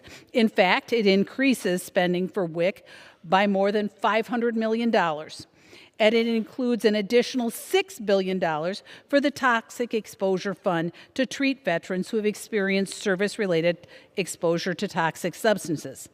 This bill can increase spending on these critical needs by making sure that we are not double funding existing programs. It is really that simple. Avoiding government shutdown ensures that the administration can continue to identify waste, fraud, and abuse. It also allows ICE to continue deporting criminal migrants. This clean CR will allow us to focus on one big, beautiful reconciliation bill. Furthermore, this rule provides a way for us to continue to remove waste, fraud, and abuse right now by extending the time to prosecute those who committed unemployment insurance fraud during the COVID CARES programming. I would ask my Democrat colleagues to spare us the speeches about President Trump and the Department of Government Efficiency trimming some of the bloated bureaucracy from our federal departments. They are about to vote against a continuing resolution in the hopes of shutting our government down and sending every single federal employee home without a paycheck. Maybe my Democrat colleagues just don't think DOGE is going far enough. The truth is that there are more than 25,000 federal employees in the state of Massachusetts whose paycheck will be put on an indefinite hold if the government shuts down. And that's what my Democrat colleagues are going to vote for. My Democrat colleagues keep complaining how unfair this CR is to the D.C. residents, but there are over 160,000 federal employees in the District of Columbia, which quite frankly is more than there should be, but you are going to make every one of their paychecks go away if you succeed in shutting the government down. I thank my colleagues, Mr. Carey and Mr. Cole and Mr. Smith, for introducing these thoughtful pieces of legislation, and I encourage every single one of my colleagues to vote for this nonpartisan continuing resolution to keep our government fully funded and hold fraudsters accountable. A no vote, and I'll make it very clear, a no vote on this rule is actually a no vote to shut down government. With that, Mr. Speaker, I support the rule and the underlying legislation and yield back the balance of my time. The gentlewoman yields back. The question. On the resolution. Gentlewoman moved the previous question. The question is on ordering the previous question on the resolution. Those in favor say aye. Those opposed, no. In the opinion of the chair, the ayes have it. Mr. Speaker, I ask for the yeas and nays, please. The yeas and nays are requested. Those favoring the vote for yeas and nays will rise. A sufficient number having risen, the yeas and nays are ordered. Members will record their votes by electronic device. Pursuant to Clause 9 of Rule 20, the chair will reduce to 5 minutes the minimum time for any electronic vote on the question of adoption of a resolution if ordered. This is a 15-minute vote.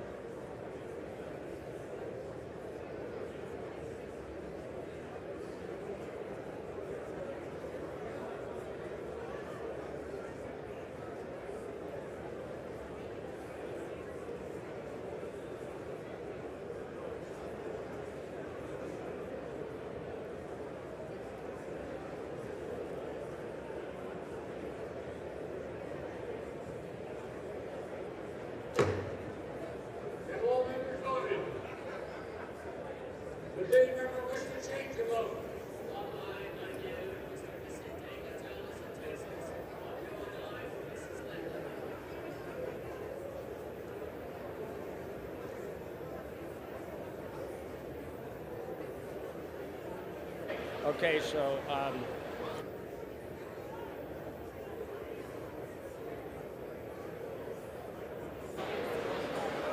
okay. On this vote, the yeas are 216, the nays 212. The previous question is not ordered. I thought so. The question is on the adoption of the resolution. Those in favor say aye. Those opposed, no. In the opinion of the chairs, the ayes have it. Mr. Speaker. For what purpose does the gentleman from Massachusetts seek recognition? I ask for a recorded vote. A recorded vote is requested. Those favoring a recorded vote will rise. A sufficient number having risen, a recorded vote is ordered. Members will record their votes by electronic device. This is a 5-minute vote.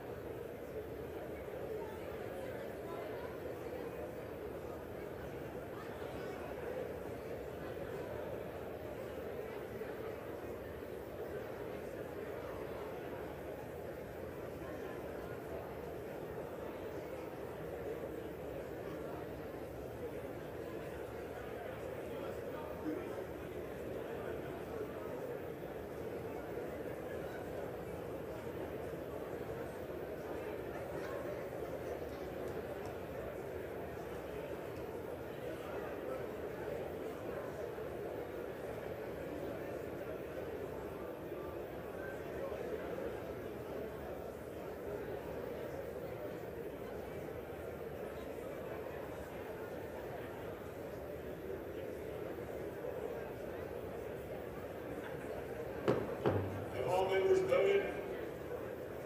Does any member wish to change their vote?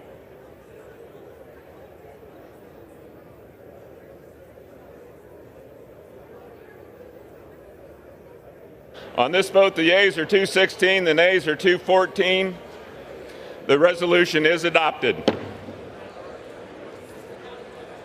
Without objection, a motion to reconsider is laid on the table. I always have to get it.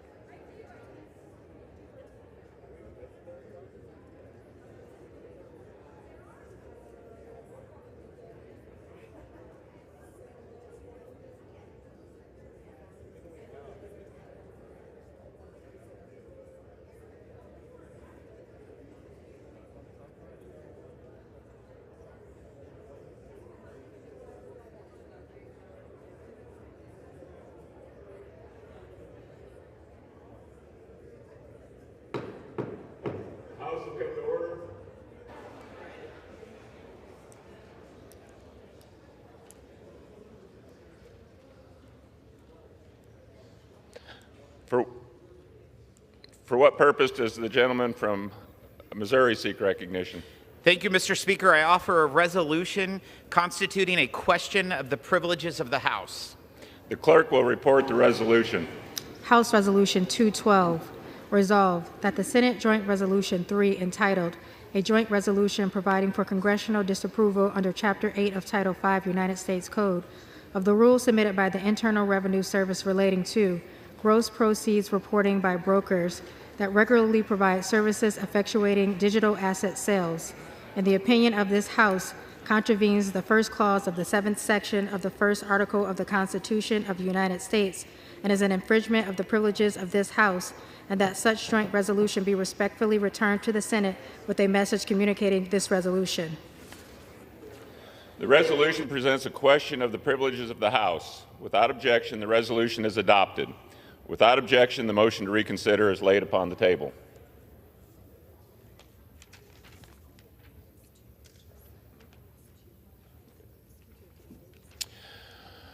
For what purpose does the gentleman from Missouri seek recognition? Mr. Speaker, pursuant to House Resolution 211, I call up the bill H.R. 1156, the Pandemic Unemployment Fraud Enforcement Act, and ask for its immediate consideration in the House. The clerk will report the title of the bill. Union Calendar Number 2, H.R. 1156, a bill to amend the CARES Act to extend the statute of limitations for fraud under certain unemployment programs and for other purposes. Pursuant to House Resolution 211, the amendment in the nature of substitute recommended by the Committee on Ways and Means printed in the bill is adopted, and the bill as amended is considered read.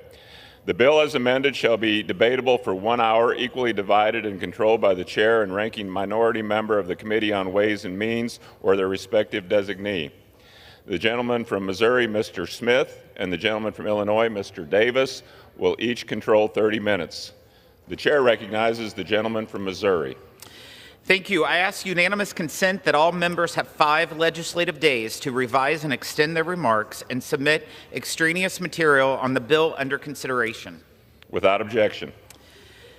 Thank you, Mr. Speaker. I yield myself such time as I may consume. The gentleman is recognized. Thank you, Mr. Speaker. The American people supported President Trump in November because he pledged to eliminate waste and fraud in government.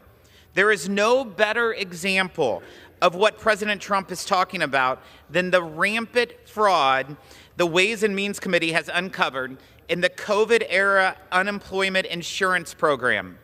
This money was supposed to help workers and their families through a crisis. Instead, it was stolen. It was stolen by fraudsters and criminals. According to government estimates, between 100 and 135 billion of UI benefits were stolen during the pandemic. Outside estimates range as high as 400 billion. That's higher than the economy of my home state of Missouri and about 20 other states. It is the greatest theft of tax dollars in U.S. history. So far, the government has only recovered about $5 billion. As we stand here, there are over 157,000 open UI fraud hotline complaints and more than 1,600 ongoing fraud investigations. This is a must-pass bill. The statute of limitations for these investigations start to run out in 16 days on March 27th. If we don't extend it, the criminals who stole money from the pockets of taxpayers and continue to do so to this day will get away.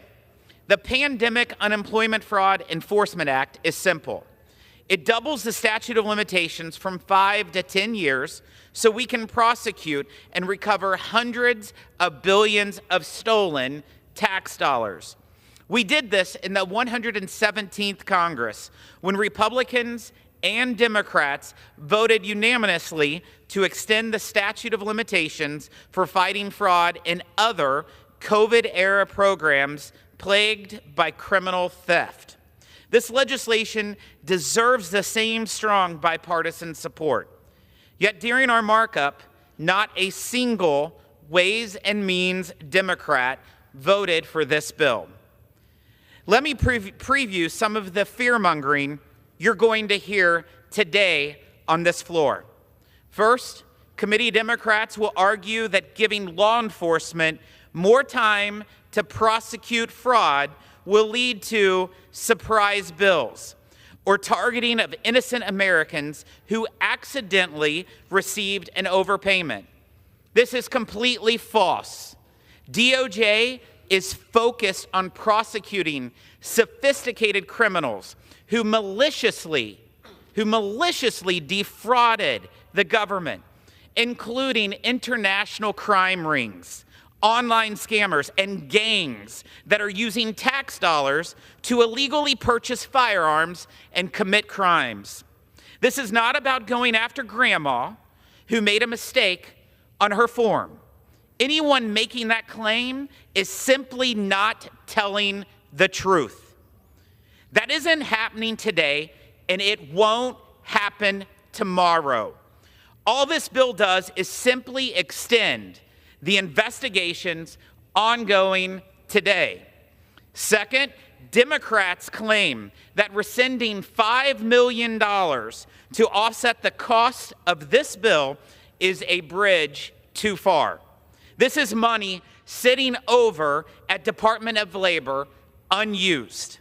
With over 1,600 open investigations, Democrats should be more concerned about what their constituents and American taxpayers have to lose if this doesn't get done. Third, you will hear complaints about items completely unrelated to this bill, like DOJ, or the streamlining of the federal government to make it work better for the American taxpayer. I understand that my colleagues on the other side may want to use their floor time to discuss those issues, but that is not what the bill in front of us is all about. It is simply about continuing ongoing efforts to recoup tens of billions criminally taken from the American taxpayer. A no vote is a vote to allow these criminals to keep the money they stole from taxpayers. It's a vote to surrender to fraudsters. And it's a vote that says to Americans, we don't care about your hard-earned taxpayer dollars. I urge all of my colleagues to support this legislation, and I reserve the balance of my time. The gentleman from Missouri reserves. The gentleman from Illinois, Mr. Davis, is recognized. Thank you, Mr. Speaker. Mr. Speaker, I yield myself such time as I may consume. The gentleman is recognized. Mr. Speaker, I rise to reluctantly oppose H.R. 1156 that would extend the statute of limitations for pandemic unemployment insurance fraud for 5 years. During the pandemic, criminal actors and fraud rings took advantage of overwhelmed state unemployment offices and unqualified contractors to steal billions of dollars from American taxpayers.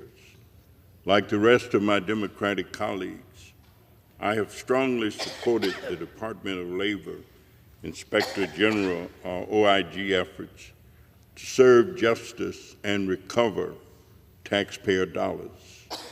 We opposed Republican cuts to the OIG budget that slowed their work.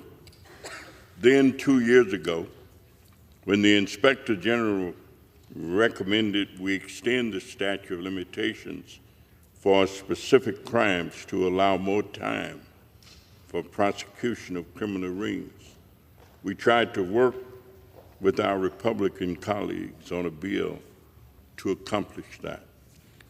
Why then am I opposing this bill today? Just before this bill was introduced, President Trump illegally fired the very Inspector General who recommended this extension of the statute of limitations and who led the OIG's work to prosecute criminal rings, securing 1,400 convictions and over $1 billion in court-ordered restitution. President Trump also illegally fired 16 other nonpartisan inspectors general, the same officials we depend on to fight fraud and hold agencies accountable. And since that time, we've seen Elon Musk and his dog team sweep through federal agencies, firing experts, demanding access to American citizens' most sensitive identity and financial information, and levying unfounded accusations of fraud, federal program beneficiaries, even at Social Security recipients. 1 in 4 Americans received pandemic unemployment benefits. Many of them unknowingly received modest overpayments, often because of state or contractor errors.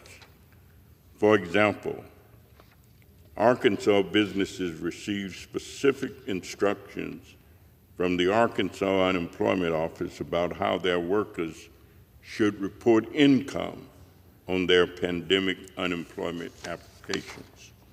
Unfortunately, this guidance was incorrect, resulting in overpayments.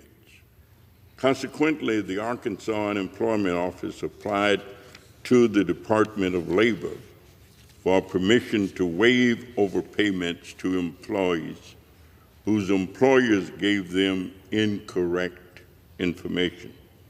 These workers did nothing wrong, but still today, the Dodge team falsely claimed these workers defrauded the government and filed criminal charges 10 years after they spent the funds on rent, food to survive, and the pandemic.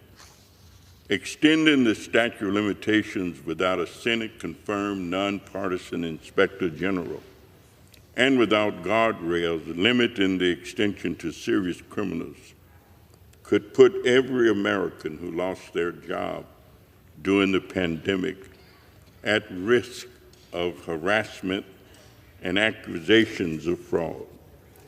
Given the false accusations of rampant fraud by federal program beneficiaries, coupled with administration's stopping enforcement against criminal activity by certain foreign adversaries, any extension of the statute of limitation need guardrails in the law to protect workers who were unemployed during the pandemic. I filed an amendment to limit the extension to cases with an expected recovery of at least $100,000, which is standard practice at the Office of Inspector General right now. I am deeply disappointed that my amendment that would simply codify current practice was not made in order so that I could support the bill. This bill will also cut the Department of Labor's limited budget to support state fraud prevention, including criminal identity verification tools. As unemployment surges across the country due to the Dodge firing of federal employees and contractors, due to the Trump administration's illegal cuts to nonprofits and theft of federal funding, and due to the Trump trade wars, states will need all the help they can get to pay benefits accurately and to protect against the same bad actors that targeted us during the pandemic. Given the failure of this Republican bill to protect the tens of millions of unemployed workers during the pandemic from the Dodge witch hunt, I urge my colleagues to oppose this bill until language is included that ensures that the prosecution focus remains on criminal rings and large-scale fraud rather than overpayments due to state or individual error. And I reserve the balance of my time. The gentleman from Illinois reserves. The gentleman from Missouri is recognized. I yield as much time as he may consume to the gentleman from Illinois, Mr. LaHood, the chairman of the Work and Welfare Subcommittee. The gentleman is recognized. Thank you, Mr. Speaker. Thank you, Chairman Smith, for your leadership on this very important topic. I rise in strong support of H.R. 1156, the Pandemic Unemployment Fraud Enforcement Act. This bill extends the statute of limitations for CARES Act unemployment fraud from 5 to 10 years to provide law enforcement agencies with more time to go after the fraudsters and international criminal organizations. Nearly 5 years after the CARES Act was signed into law, we are facing the expiration of the statute of limitations for holding criminals accountable. Congress must act quickly. We cannot retroactively change criminal liability for federal crimes. As chairman of the Work and Welfare Subcommittee, we have done considerable oversight to investigate the size and scope of unemployment fraud throughout the pandemic. GAO estimates between 100 and 135 billion with a B was lost to fraud, yet only 5 billion has been recovered. This February, our subcommittee held a hearing with fraud experts from across the country. One of our witnesses said that as much as 70% of the fraudulent unemployment benefits went to Russian mobsters, Chinese hackers, and Nigerian scammers. A recent DOJ case involved a Pennsylvania man obtaining $59 million in public benefits and laundering the proceeds to China. As a member of the House Select Committee on China, cases like this are deeply concerning to me and confirm our worst fears regarding the attacks on our institutions by hostile nations such as China and the CCP. Witnesses also told us that fraud is continuing to happen. Fraudsters are now targeting the disaster unemployment benefit using stolen identities of California fire victims. The Pandemic Unemployment Fraud Enforcement Act is a common sense bill that doubles the statute of limitations so we can recover hundreds of billions of stolen taxpayer dollars. Prosecuting bad actors has a ripple effect that will deter crime and prevent additional losses to the government and American taxpayers. The DOJ has more than 1,600 open cases, uncharged COVID-19 criminal matters, and the Department of Labor Inspector General has yet to investigate 157,000 UI fraud hotline complaints. This bill is simple. Once the statute of limitation expires, these cases will go cold and criminals will go unpunished. Let me be clear. A vote against this bill is a vote to surrender to fraudsters and criminals. Don't let the criminals and fraudsters win. I urge my colleagues to support this bill, and I yield back.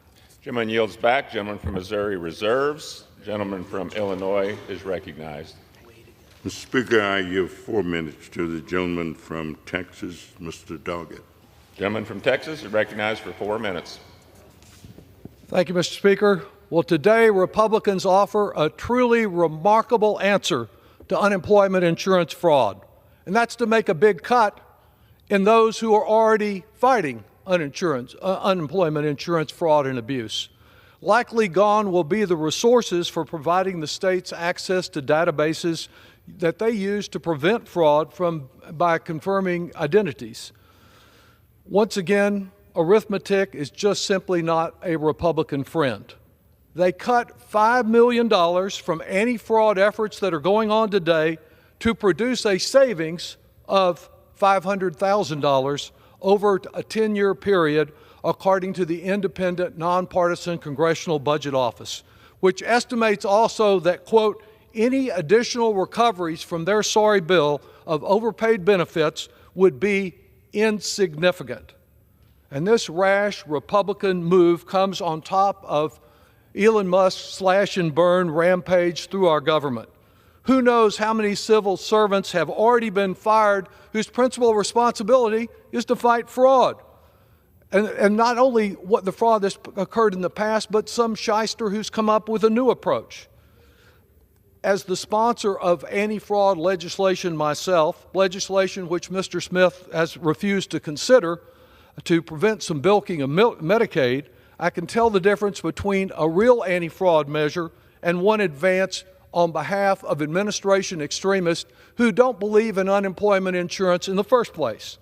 This bill's true objective is to penalize working Americans who, through no fault of their own, both lost their jobs during the pandemic and then received mistaken amounts of overpayment thereafter. Now, years later, instead of accepting responsibility for the failure of the first Trump administration to improperly making those overpayments, done first by the Trump administration itself, and in failing to establish safeguards so that there would not be overpayments, Republicans instead are shifting the blame from Trump's wrong to workers, to wrongs that the workers did not commit in the first place. This bill is just another part of the Trump-Musk fake war on waste, fraud, and abuse. Big claims, big claims. No proof of genuine savings. Really all about wrecking programs like unemployment insurance that the extremist Project 2025 said they wanted to eliminate, even though they don't actually help taxpayers. One thing we can be sure of is that with Trump, we have no accountability, no transparency, and no watchdogs. That's why he moved quickly to fire at least 17 inspectors generals in different agencies, including the Department of Labor Inspector General Larry Turner. At the very time he was fired, Mr. Turner received no cause for being fired, of course, because the real cause was they didn't want a watchdog there. He was about fighting fraud. He was prosecuting large, sophisticated criminal rings responsible for stealing hundreds of millions of dollars in other ways. Make no mistake, if they had really wanted to target those who are taking this money unfairly and in a criminal way, they would have taken Mr. Davis' amendment to prioritize those who are doing the most damage. I believe that Trump, Musk, and their House Republican enablers here today are much more interested in brash declarations than in genuine savings.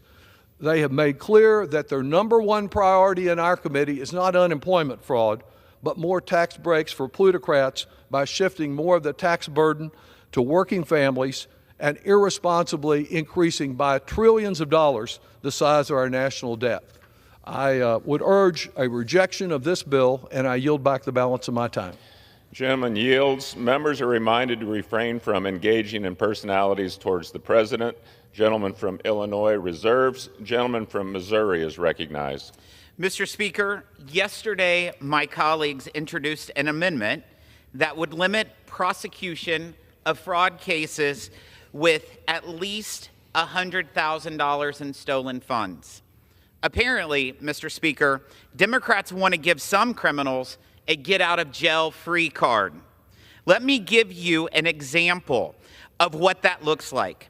A woman from Rockford, Iowa, was sentenced to more than a year in prison for receiving $45,000 in unemployment benefits from 8 different states using stolen identities and laundering the proceeds through cryptocurrency. I ask for unanimous consent to submit for the record a September 20th, 22 release from the United States Attorney's Office, Northern District of Iowa, quote, Iowa woman sentenced to federal prison for fraud and money laundering. Without objection. A criminal, Mr. Speaker, is a criminal, no matter how much they steal from the American taxpayers. H.R. 1156 is a must-pass bill for anyone interested in enforcing the rule of law. I yield as much time as she may consume to the gentle lady from New York, Ms. Malliotakis. Gentlelady from New York is recognized. Thank you, Mr. Speaker. Thank you, Mr. Chairman. It's unconscionable to me that our colleagues on the other side are actually continuing to fight to protect fraudsters, going so far as to even say that if they just stole $500,000, that they should not be prosecuted. But we, House Republicans, we're fighting for transparency. We're fighting to protect taxpayers. We're exposing the waste, the fraud, and the abuse, including an estimated $100 to $135 billion in pandemic unemployment fraud. Money that was paid for by the hardworking taxpayers of this country to help people who are going through a tough time during the COVID pandemic. Sadly, my state of New York ranks near the top of the list with an estimated $11 billion in fraudulent unemployment payment benefits. The precious taxpayer dollars went to fraudsters, many overseas, including China, Russia, and Nigeria. They even went to dead people and inmates in prison.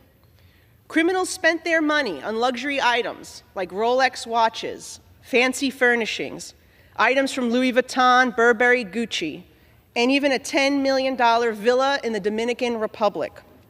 One spent $3.5 million on a mansion in New Jersey, a chartered private jet, Porsches, Ferraris, Bentleys, BMWs, and Mercedes-Benz. Another received over $1.5 million over a span of 10 months. Meanwhile, my district office in Staten Island and Brooklyn had to help dozens of constituents who had their identities stolen and could not get unemployment benefits they desperately needed. This is about fixing something that went badly wrong, to not just recoup taxpayers' money, but to ensure it doesn't happen again. This bill will help crack down on this type of fraud, and would extend the statute of limitations that law enforcement needs to pursue criminal charges or civil actions. And it also incentivizes states to help us crack down and recover these fraudulent payments. And it puts checks and balances to stop future unemployment insurance payments from going to incarcerated and deceased people. To date, only $5 billion or less, about 4% of this massive fraud, has been recovered. This statute of limitations for prosecuting fraud in COVID-19 era pandemic era unemployment insurance will expire on March 27th. And there's roughly 1,000 open cases investigating the fraud, and we must allow law enforcement to do their work. And so I gladly support this bill because I'm on the side of the hardworking, tax-paying American who has had to foot this bill, while my colleagues on the other side of the aisle continue to defend and protect the criminals and the fraudsters. Thank you, and I yield back. The gentlelady from New York yields. Gentleman from Missouri reserves. Gentleman from Illinois, Mr. Davis, is recognized. Mr. Speaker, I yield 2 minutes to the gentlelady from Alabama, Representative Sewell. Gentlelady from Alabama is recognized for 2 minutes. Mr. Speaker, I rise in opposition to this bill. This partisan charge bill targets innocent workers who lost their jobs during the pandemic, received unemployment benefits, spent them in good faith to pay for necessities, and had no idea that their states made mistakes in paying their benefits. Sadly, my Republican colleagues are using this bill to throw millions of Americans' lives and livelihoods into instability. This financial attack on my constituents required them to then reimburse the federal government for a mistake that they did not make, upending their ability to pay their rent, leaving families homeless, upending their ability to purchase school supplies or make a car payment, resulting in the loss of transportation that gets them to their jobs. For people living on the margins of poverty, they don't have a financial cushion to fall back on when a surprise bill like this one is thrown into their family. It will cause major disarray. This bill is not about addressing fraud. Republicans are simply using this opportunity to wage war on individuals themselves who did no wrong. I encourage my colleagues to vote against this bill, and I yield back the balance of my time. Thank you. Gentleman from Illinois reserves. The gentleman from Missouri. Thank you. I yield as much time as he may consume to the gentleman from Kansas, Mr. Estes. Gentleman from Kansas is recognized. Well, thank you, Chairman Smith, for yielding, and I want to thank you for introducing this common sense piece of legislation. Mr. Speaker, I rise today in strong support of the Pandemic Unemployment Fraud Enforcement Act. But before I get into my planned remarks, I want to fact check some of the colleagues on the other side of the aisle attacking President Trump, claiming that laid off federal workers are being prevented from receiving unemployment. We've been in touch with the Department of Labor, and they've published documented guidelines describing filing and eligibility requirements that make it clear federal workers are eligible for unemployment. The biggest risk to federal workers is not being able to claim their benefits at all because fraudsters got there first. There have been multiple data breaches at agencies across the government, including the Office of Personnel Management, exposing the personal information of millions of federal workers. Democrats should be supporting this bill to catch fraudsters that are still out there using stolen identities to file illegitimate claims. My colleagues on the other side of the aisle have insisted, despite their pushback on Trump's administration's actions, they want to cut waste, fraud, and abuse. Well, today they can prove it. The bill we're debating is really pretty simple. We know that during the COVID-19 pandemic, many Americans benefited from unemployment insurance, but fraudsters took advantage of an overwhelmed system, resulting in more than $100 billion in sham UI payments, including $466 million of UI fraud in my home state of Kansas. But the statute of limitations is fast approaching on March 27th, and if Congress doesn't act, these scammers are off the hook. Our legislation today extends the statute of limitations from 5 to 10 years.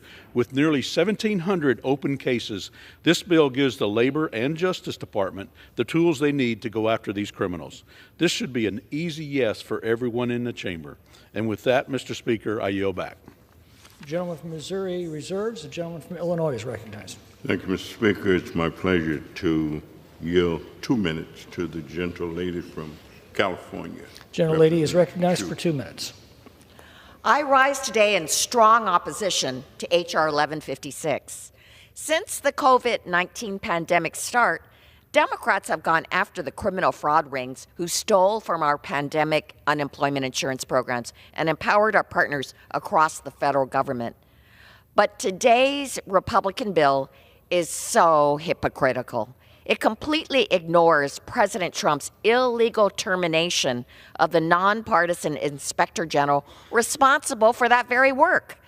Before he was fired, it was Inspector General Larry Turner's leadership investigating UI fraud that resulted in over 2,000 individuals charged, 1,400 convictions, and more than $1 billion in taxpayer dollars recovered.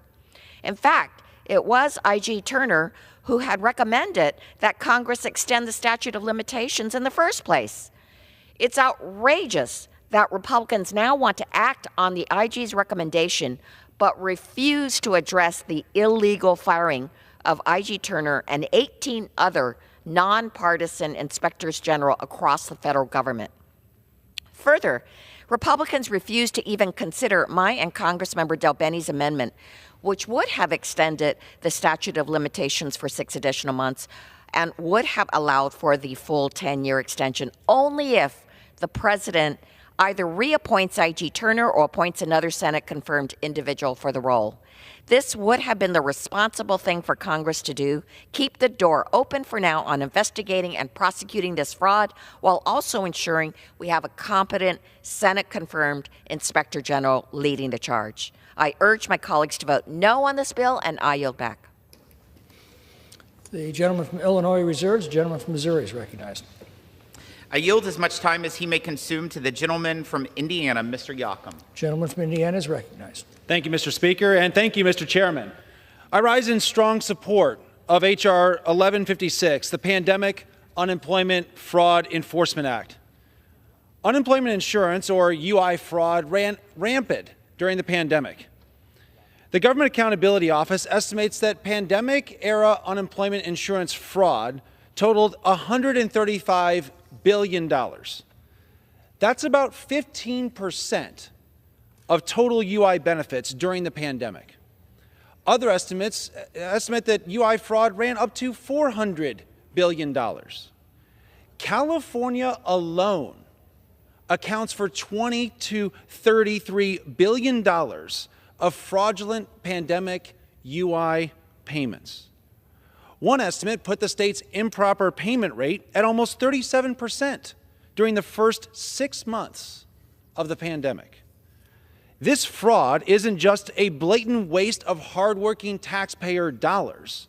It completely undermines Americans' faith in the system and our management of taxpayer-funded programs. The Hoosiers that I represent expect more from their government, as they should. Despite these egregious levels of fraud, we've only recovered $5 billion of it, or less than 4% of fraudulent payments. As of January, the Department of Justice had over 1,600 open, uncharged criminal matters relating to COVID-19 fraud. Additionally, the Department of Labor has approximately 157,000 open UI fraud complaints assigned to its hotline office. Unfortunately, the statute of limitations for prosecuting these fraudsters expires at the end of March. This bill would extend that deadline for another 5 years so that we can continue to hold these criminals accountable and recover the stolen funds. One of our most important responsibilities as members of Congress is to be good stewards of taxpayer money. It would be irresponsible not to take every possible step to recover these fraudulent funds. This is a common sense bill, and I am proud to be a co-sponsor of it. I urge its support. Thank you, Chairman Smith, for your leadership on this bill. And Mr. Speaker, I yield back. Gentleman from Missouri reserves. The gentleman from Illinois is recognized. Speaker, I reserve. Gentleman reserves. Gentleman from Missouri. Thank you, Mr. Speaker. I yield as much time as he may consume. The gentleman from Florida, Mr. Bean. Gentleman from Florida is recognized. Thank you, Mr. Speaker, and thank you, Chairman Smith, for yielding. Mr. Speaker, the COVID pandemic is over, and so have many of our problems that have disappeared with it, but the mushroom cloud of fraud still lingers in the air. The COVID-19 pandemic didn't just reveal cracks in the U.S. relief programs. It turned them into sinkholes. Due to a lack of guardrails, fraudsters stole hundreds of billions of taxpayer dollars from numerous pandemic-era programs, $135 billion. That's how much was stolen from the American people in unemployment insurance programs alone. As of today, only a paltry $5 billion has been recovered. Meanwhile, the statute of limitations is set to expire March 27. Mr. Speaker, letting cheats get away with stealing taxpayer money would truly be a tragedy. To the fraudsters, con man, and outright thieves, I've got a message to you from the American people. We want our money back, and this bill is going to help us get it. That's why, Mr. Speaker, I am proud today to rise in favor of my colleague from Missouri, Ways and Means Committee Chairman Jason Smith's bill, H.R. 1156, the Pandemic Unemployment Fraud Enforcement Act. This must-pass bill will extend the statute of limitations for criminal prosecution and civil enforcement actions from 5 to 10 years so the Justice Department can deliver justice and go after these fraudsters and recover our money. The only answer, Mr. Speaker, is to vote yes. Let's go get them. I yield back. Gentleman from Missouri reserves. The gentleman from Illinois is recognized. Mr. Speaker, I continue to reserve. Gentleman reserves. The gentleman from Missouri. I yield as much time as he may consume to the gentleman from Texas, Mr. Moran. Gentleman from Texas is recognized. Thank you, Mr. Speaker. I rise today in support of H.R. 1156, the Pandemic Unemployment Fraud Enforcement Act, introduced by our chairman, Jason Smith. It is clear by the day that the COVID pandemic gave rise to widespread financial fraud. A prime example of that is the fraudulent unemployment insurance claims that were filed, which total between $100 and $150 billion, most of which happened as a result of organized crime. Incredibly, to date, less than 4% of these stolen funds have been recovered. And if we do nothing before March 27th, the statute of limitations to bring these criminal cases against these fraudsters will come to an end, and the rest of these taxpayer funds will be lost forever. We cannot allow this to happen, and we must make best efforts to recover these stolen funds. Mr. Speaker, make no mistake, the Pandemic Unemployment Fraud Enforcement Act is supported by both red and blue states across the country. the National Association of State Workforce Agencies, a nonpartisan association representing all states, endorsed extending the statute of limitations so that criminal prosecutions and civil enforcement actions could continue uninterrupted. I ask for unanimous consent to submit for the record a letter from the National Association of State Workforce Agencies dated February 11th, 2025, supporting passage of H.R. 1156. Mr. Speaker, this bill gives states the time they need to go after criminals who commit acts of malice and intentional fraud against American taxpayers. As a proud co-sponsor of this legislation, I strongly urge my colleagues to stand in support of the American taxpayer and stand in support of passage of this important piece of legislation. Mr. Speaker, I yield back. The gentleman from Missouri reserves. The gentleman from Illinois is recognized. I continue, Mr. Speaker, to reserve. Gentleman reserves. Gentleman from Missouri. Thank you. I yield as much time as he may consume to the gentleman from North Carolina, Mr. Edwards. The gentleman from North Carolina is recognized. Thank you, Mr. Speaker, and thank you, Chairman Smith, for your leadership on this important piece of legislation. During the pandemic, Congress created 3 new unemployment benefits and issued $675 billion in benefits to folks who lost their job because of the pandemic. Since then, the Government Accountability Office estimates up to $135 billion in fraud nationwide, with some of the more egregious states like California and New York reporting $18 billion and $11 billion respectively in fraud alone. Despite such rampant fraud, only $5 billion, less than 4%, has been recovered. Without H.R. 1156, the statute of limitations to recover fraud will expire in just 2 weeks. Simply put, we cannot let criminals who defrauded the federal government retain over $100 billion of improper payments. That money rightfully belongs to the American people and must be recovered. I strongly urge us to support this bill, and with that, I yield back. Gentleman reserves. Gentleman from Illinois is recognized. Continue to reserve. Gentleman reserves. Gentleman from Missouri. I yield as much time as he may consume to the gentleman from California, Mr. Kiley. Gentleman from California is recognized. Thank you, Mr. Speaker. And Mr. Chair, I'm quite astonished. I had every expectation I'd be coming to the floor for what would be a bill with overwhelming bipartisan support.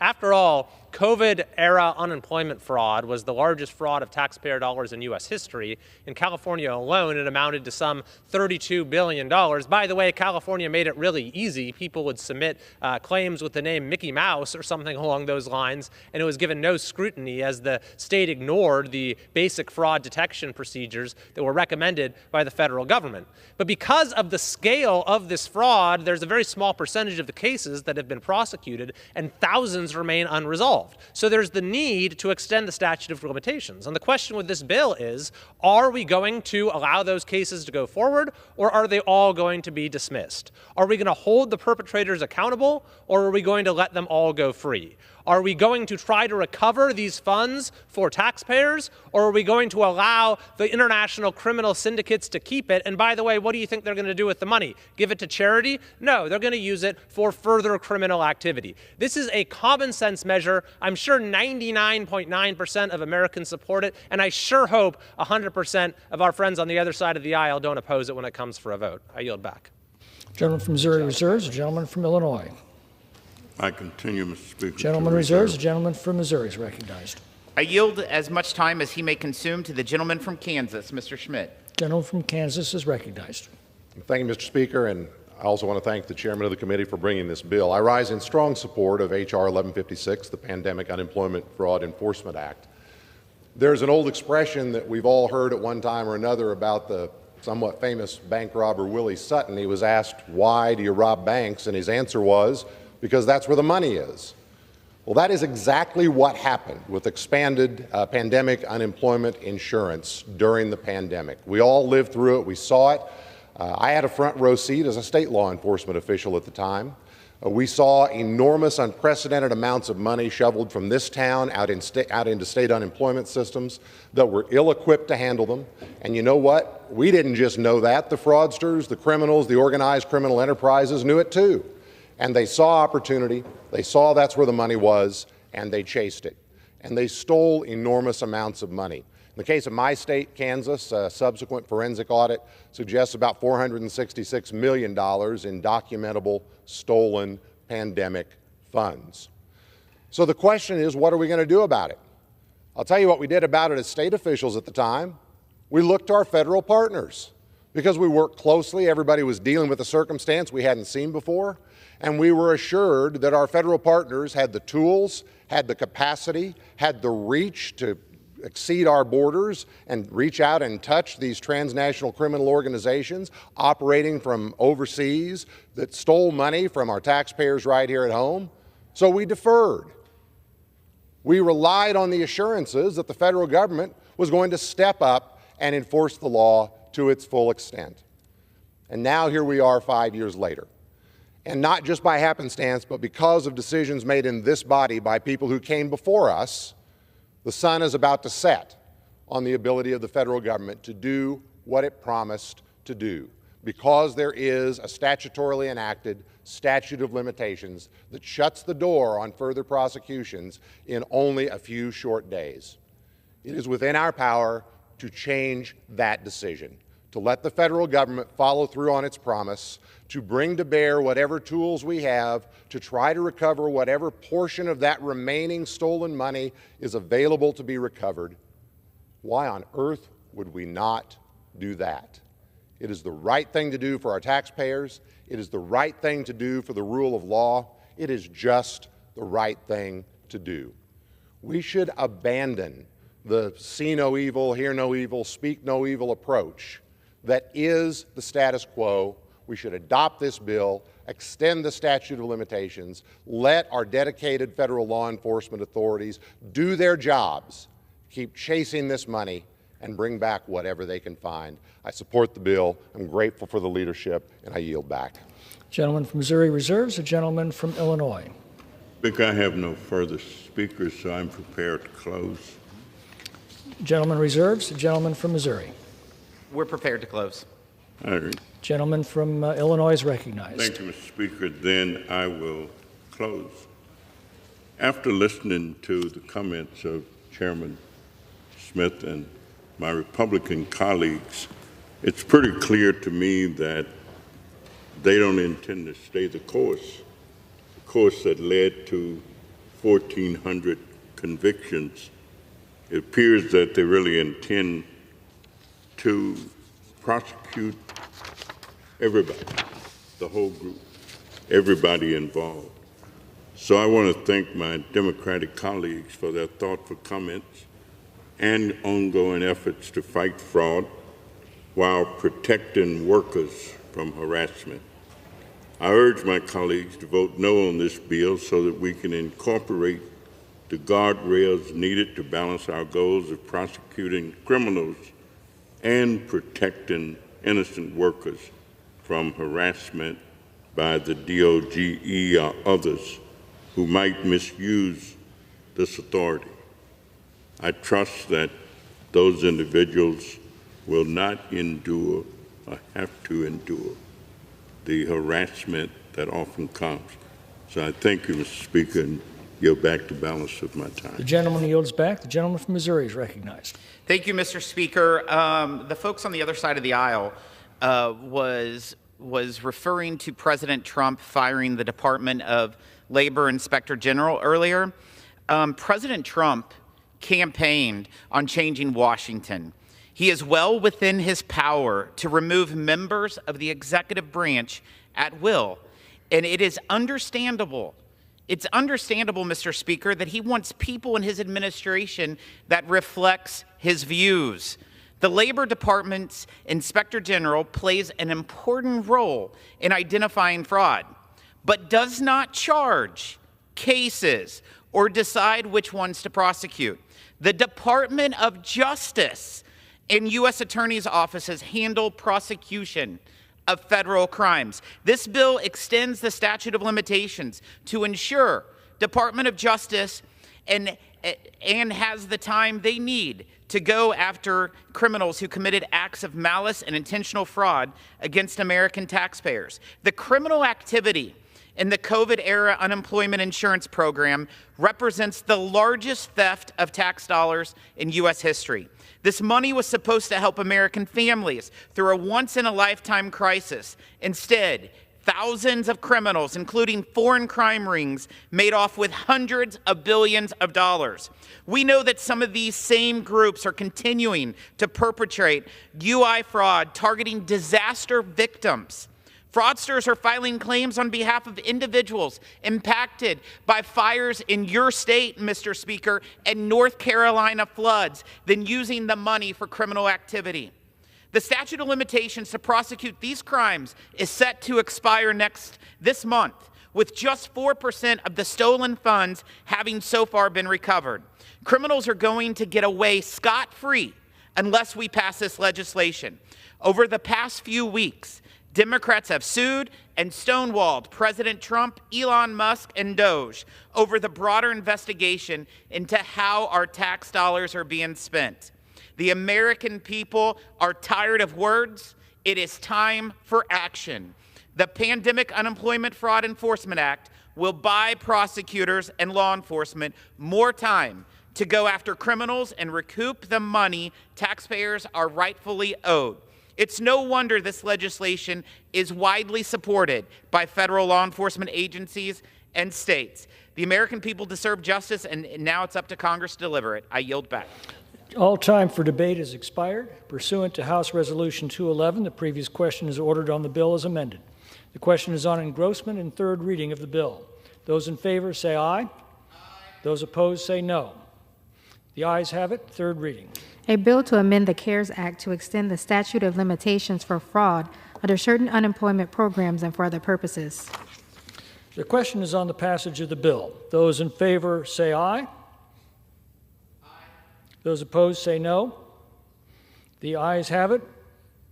And without objection, the bill is passed, and without objection, the motion to reconsider is laid. For what purposes does the gentleman from Illinois seek recognition? Yeas and nays. The yeas and nays are requested. Those favoring a vote by the yeas and nays will rise. A sufficient number having risen, the yeas and nays are ordered. Pursuant to Clause 8 of Rule 20, further proceedings on this question will be postponed.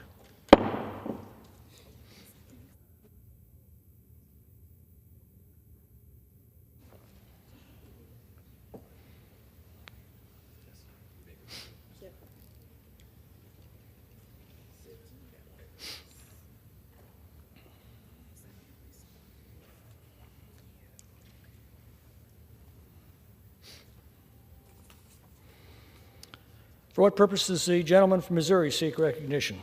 Mr. Speaker, pursuant to House Resolution 211, I call up the bill H.J. Res. 25, disapproving the rule submitted by the Internal Revenue Service related to gross proceeds reporting by brokers that regularly provide services effectuating digital asset sales, and ask for its immediate consideration in the House. The clerk will report the title of the joint resolution. Union Calendar Number 3, House Joint Resolution 25, Joint Resolution providing for congressional disapproval under Chapter 8 of Title 5 United States Code of the rules submitted by the Internal Revenue Service relating to gross proceeds reporting by brokers that regularly provide services effectuating digital asset sales. Pursuant to House Resolution 211, the joint resolution is considered read. The joint resolution shall be debatable for 1 hour, equally divided and controlled by the chair and ranking minority member of the Committee on Ways and Means or their respective designees. The gentleman from Missouri, Mr. Smith, and the gentleman from Illinois, Mr. Davis, will each control 30 minutes. Chair recognizes the gentleman from Missouri. I ask unanimous consent that all members have 5 legislative days to revise and extend their remarks and submit extraneous material on the bill under consideration. Without objection. Mr. Speaker, I yield myself such time as I may consume. The gentleman is recognized. Thank you, Mr. Speaker. I rise today in support of a Congressional Review Act resolution repealing the last-minute, unfair, and unworkable Biden IRS rule that places a bureaucratic burden on the Americans who own cryptocurrency and the platforms that allow them to own it. Congress gave the IRS clear instructions in the 2021 infrastructure law regarding digital asset reporting. The IRS was given an inch and took a mile, writing a rule that is overly broad and downright sloppy in the process. The rule subjects decentralized finance platforms or DeFi exchanges to the same reporting requirement as a centralized bank or traditional securities broker. Under President Biden, the IRS traded congressional intent for a politically motivated mandate. The Biden administration made no secret of its opposition to digital assets and America's leadership in this booming industry. Bureaucrats weaponized every tool in the toolbox, including finalizing this rule at the 11th hour, crippling the digital asset industry and threatening American leadership and innovation in the process. Approximately 1 in 4 Americans own cryptocurrency. This rule puts a huge burden on these regular folks and could discourage participation in the digital asset market altogether. While workers lose, foreign countries win. Since only American companies and taxpayers have to comply with the burdensome rules, only American companies and taxpayers will need to spend billions of dollars to change their business models and report billions of pieces of taxpayer data. America risks losing our edge to foreign companies as a result. The rule disincentivizes the very innovation that has powered American leadership in the digital asset industry. In a global economic competition with China, this rule chips away at a source of American economic strength. There are real questions if the rule can ever even be administered. DeFi exchanges are not the same as centralized crypto exchanges or traditional banks or brokers. DeFi platforms do not and cannot even collect the information from users needed to implement this rule. Their software never controls the digital assets.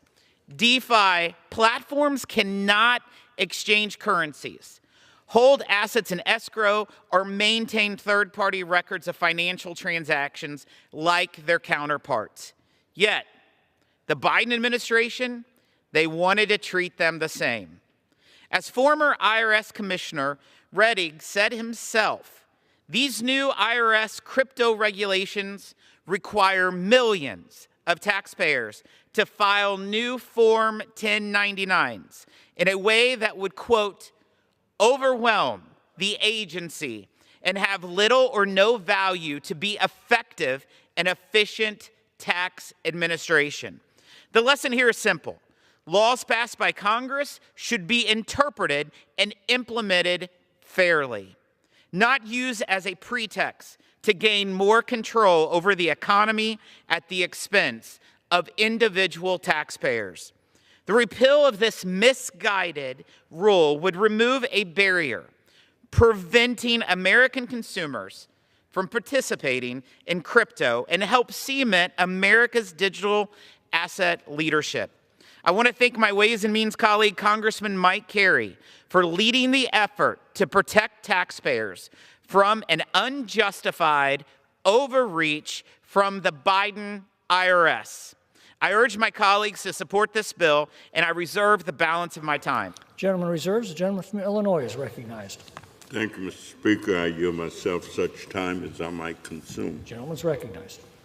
Mr. Speaker, back in 2021, when we passed the bipartisan infrastructure law, Congress felt it was necessary to pay for what we spent. That's a novel concept around here these days, I know. As part of the offsets to that truly bipartisan bill, we made some changes around tax reporting for the sale of cryptocurrency. Under the tax system, taxpayers are required to pay tax when they sell an asset, such as stock or securities, at a gain. I know that some of my colleagues on the other side of the aisle bristle at that notion, but that's how our income tax works.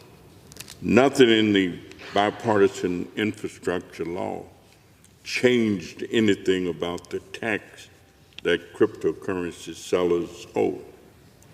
Instead, we created a reporting requirement related to the sales of these assets.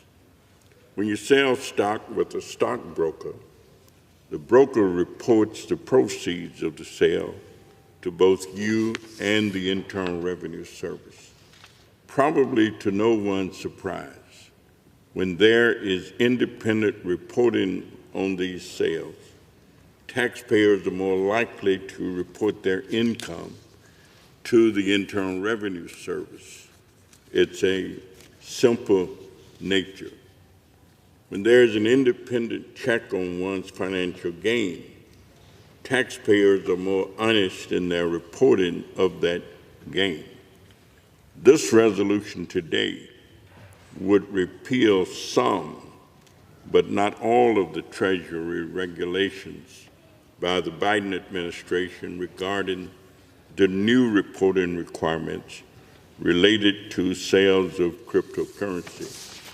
Although cryptocurrency is exchanged on both centralized and decentralized platforms, the bill today only repeals the regulation related to decentralized exchanges.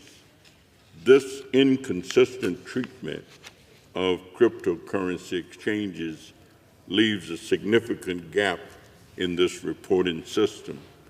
If this CRA, well, we've done it, passes, taxpayers who would rather avoid paying taxes on the gains of their cryptocurrency sale can now move to a decentralized exchange, knowing that the transaction will not be subject to reporting. In fact, the Joint Committee on Taxation estimates that this bill will cost the federal government $4 billion in tax revenue. That is, this bill is expected to cost $4 billion in tax cheating. It is clear to me that this bill weakens the Internal Revenue Service's ability to detect and reduce cheating. Further, I'm deeply troubled by the potential of this bill to bolster nefarious criminal activity. Decentralized exchanges are far less regulated than other exchanges. They are known for being a method of laundering the sales of fentanyl and human trafficking. My colleagues on the other side of the aisle yesterday at the Rules Committee suggested that nothing is stopping Congress from coming back and modifying the rules to ensure tax compliance. Unfortunately, given that my Republican colleagues have repeatedly promoted tax cheating by the wealthy, by their repeated efforts to cut funding for IRS enforcement, this claim that they would take action to ensure tax compliance in the deregulated crypto world rings hollow. In short, this is an unpaid for $4 billion giveaway to wealthy crypto traders with the potential for side effects that are much worse. And for that reason, I do not support this joint resolution and reserve the balance of my time. Gentleman reserves. The gentleman from Missouri is recognized. Thank you, Mr. Speaker. I yield as much time as he may consume to the gentleman from Ohio, Mr. Carey. Gentleman from Ohio is recognized. First, I'd like to thank Chairman Smith for his work on bringing this legislation to the floor.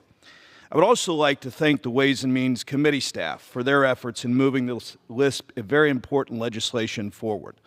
This common sense, bipartisan resolution would overturn the IRS digital asset sale and exchange rule, otherwise known as the DeFi broker rule.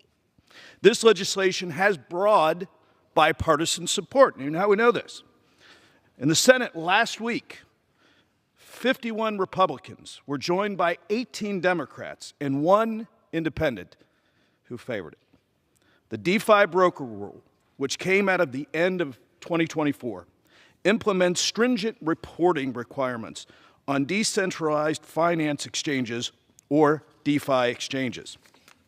DeFi exchanges were subject to the same reporting requirements as traditional brokers and centralized exchanges, despite the fact that DeFi exchanges don't have the ability to collect any information that the IRS requires from individuals using their platforms. This goes well beyond the scope of the Infrastructure and Investment and Jobs Act instructions to the IRS and Treasury regarding establishing rules for digital asset exchanges. Through this rule, the IRS effectively imposed consumer and technology-related regulatory policies through the tax code in absence of an explicit delegation of legislative authority. The DeFi broker rule invades the privacy of tens of millions of Americans, hinders the development of an important new industry in the United States, and would overwhelm the IRS with over 8 billion new information returns on Form 1099-DA. DA stands for digital asset.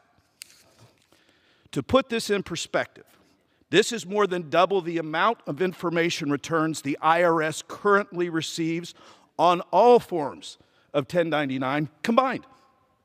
This rule will push American companies, jobs, and tax revenue overseas into foreign countries because American cryptocurrency owners would seek DeFi platforms outside the United States. It establishes what we passed this. It is essential that we pass this legislation today to avoid this nightmare from the IRS and for the American taxpayers, while ensuring that the United States is in a position to lead the world in innovation with the digital asset and cryptocurrency sector. That is why I am proud to have introduced House Joint Resolution 25, and I encourage my colleagues on both sides to vote yes on this important legislation. With that, I yield back. Gentleman from Missouri reserves. The gentleman from Illinois is recognized. Sure. I yield such time as he might consume to Mr. Doggett. Gentleman from Texas is recognized. Well, thank you very much. Brokers who sell stocks and mutual funds have long been required to file a report in January of each year on Form 1099. They send it to their customers. They send it to the Internal Revenue Service. Many honest taxpayers out there right now have been collecting their 1099s from a bank or a securities broker to attach when they pay their taxes. Well-established crypto exchanges like Coinbase and Binance are this year required to do the same thing. So why is it that Republicans are coming here today and saying, we want these decentralized finance crypto exchanges to be exempt from what everyone else in the financial service industry does? Well, the answer is 2 words. The answer is the same answer as to why it is we're about to see approved a new spending bill tonight. It's the same answer as to why Republicans are insistent on a reconciliation bill that will add literally trillions of dollars to our national debt as they boast about being fiscal conservatives who are cutting health care in this country. It's the same answer as to why Republicans can't find their tongue when Elon Musk goes rampaging through our civil service. The president is responsible for dismissing more veterans than any president in the history of the United States. It's the same answer that exists when the same rampage is undermining Social Security and the ability of the Social Security system to pay those checks that have been the lifeline for so many individuals who are seniors or individuals with disability? The answer, in short, is Donald Trump.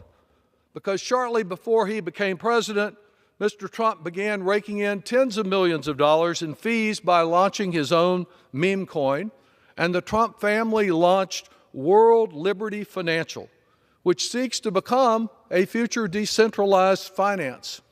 As usual, the Trumps don't want to play by the rules that apply to mere commoners. King Trump, as he has self-described himself, plays by different rules for the royalty. And of course, disclosure and transparency are absolute anathema to this administration, for whom lies are the currency of the realm. Getting a special interest exemption from a pesky 1099 disclosure makes tax evasion and money laundering so much easier for the wealthy Republican donors who've been using these decentralized exchanges. And this bill to exempt crypto fraud is consistent with the decision of Trump's SEC last week, sudden decision to halt prosecuting fraud against a Chinese businessman who just coincidentally invested $75 million in the Trump family's World Liberty Financial. In this administration, friends don't prosecute friends, or certainly not friendly investors.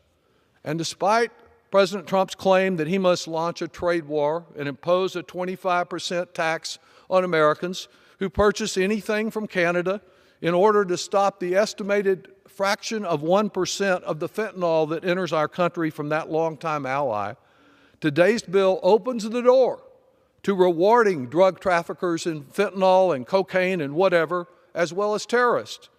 You need not take my word for it. We can turn to a Republican, Senator Bill Cassidy of Louisiana, who said, quote, "Cryptocurrency has played an increasingly prominent role in the global fentanyl trade, both in terms of manufacturing and trafficking of fentanyl and in launching drug cartels and criminal proceeds. This is particularly true," he says, "of the so-called decentralized crypto exchanges for which this bill provides a totally unjustified special treatment." And according to the Nonpartisan Fact Coalition, cryptocurrency is becoming attractive to hostile actors like Hamas, who seek ways to sidestep sanctions. The risks are especially severe with decentralized finance platforms, which are enabled to operate outside the traditional regulatory oversight that applies to others.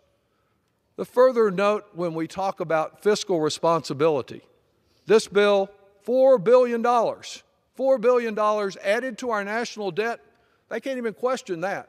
It's like the $8 billion in one of the gifts they gave to the oil industry last week. So $4 billion here and $8 billion there, and $4 trillion or so with the Republican tax bill to provide more tax breaks to people like Elon Musk and the people that were there on the front row of the president's inauguration. It adds up. And those Republicans who've been telling us we have a great national security problem with our national debt are so concerned about it that they're going to add trillions of dollars more, and $4 billion is nothing to ignore, which this bill does and does not pay for. We should reject this new Trump special interest legislation that will just result in more corruption in this administration, a loophole that would be exploited by wealthy tax cheats, drug traffickers, and terrorist financiers, and for which there is absolutely no reasonable justification. I yield back the balance of my time. The gentleman from Illinois reserves. Members are reminded to refrain from engaging in personalities toward the president. Gentleman from Missouri is recognized. I yield as much time as he may consume to the gentleman from Ohio, Mr. Miller. Gentleman from Ohio is recognized. Thank you, Mr. Speaker, and thank you, Chairman Smith. The IRS's DeFi broker rule is a misguided and overreaching attempt to impose financial reporting requirements, which represents a fundamental misunderstanding of digital assets and its underlying technology. DeFi protocols are not brokers. They don't facilitate transactions like traditional financial institutions, nor can they collect and report user information. DeFi protocols provide infrastructure. Expecting them to track and report user activity is both impractical and misaligned with their core function of what they do.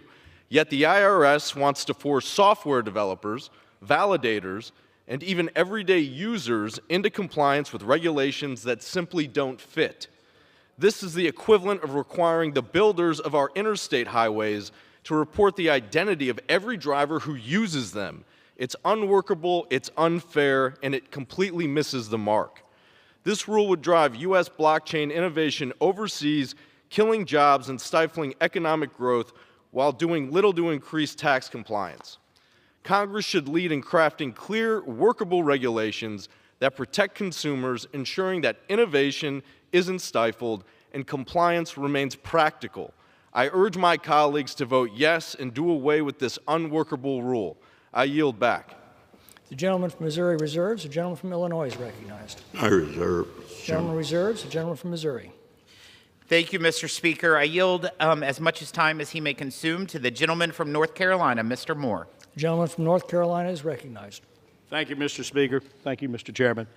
I rise today in strong support of House Joint Resolution 25, which overturns the Biden administration's misguided attempt to impose unworkable reporting requirements on the digital asset industry. In November, the American people sent a very clear message. They were tired of the far-left policies of the Biden administration. They gave President Trump a mandate to turn our country around. Despite this clear mandate and warnings from committees, the Biden administration pressed forward with partisan midnight rulemaking. Last December, the Internal Revenue Service finalized a rule that would require decentralized platforms to facilitate digital asset transactions to report user data to the IRS. User data. While the Biden administration claimed this rule was about improving tax compliance, in reality it goes far beyond what Congress ever intended. This rule would place impossible burdens on software developers, threaten American leadership in digital asset innovation, and ultimately drive entrepreneurs and investors overseas. We cannot continue the Biden-era policies that crush innovation and put American companies at a disadvantage. That's why I support House Joint Resolution 25, which repeals this harmful IRS rule and allows Congress to develop a targeted, common-sense framework that protects both consumer privacy and American innovation. This resolution is backed by over 117 industry leaders, including the Blockchain Association, Coinbase, and the Crypto Council for Innovation. Empowering innovation, not stifling it, is key to keeping America competitive. Mr. Speaker, I urge my colleagues to stand with American entrepreneurs and innovators by supporting House Joint Resolution 25. Thank you, and I yield back. Gentleman from Missouri reserves. The gentleman from Illinois is recognized. Mr. Speaker, I have no further requests.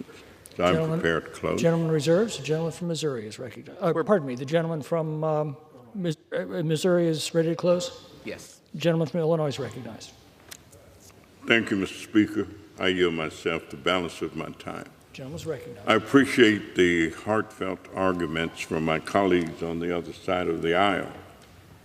But at the end of the day, it's hard for me to overcome the fact that this bill would add $4 billion to the deficit solely due to taxpayer noncompliance.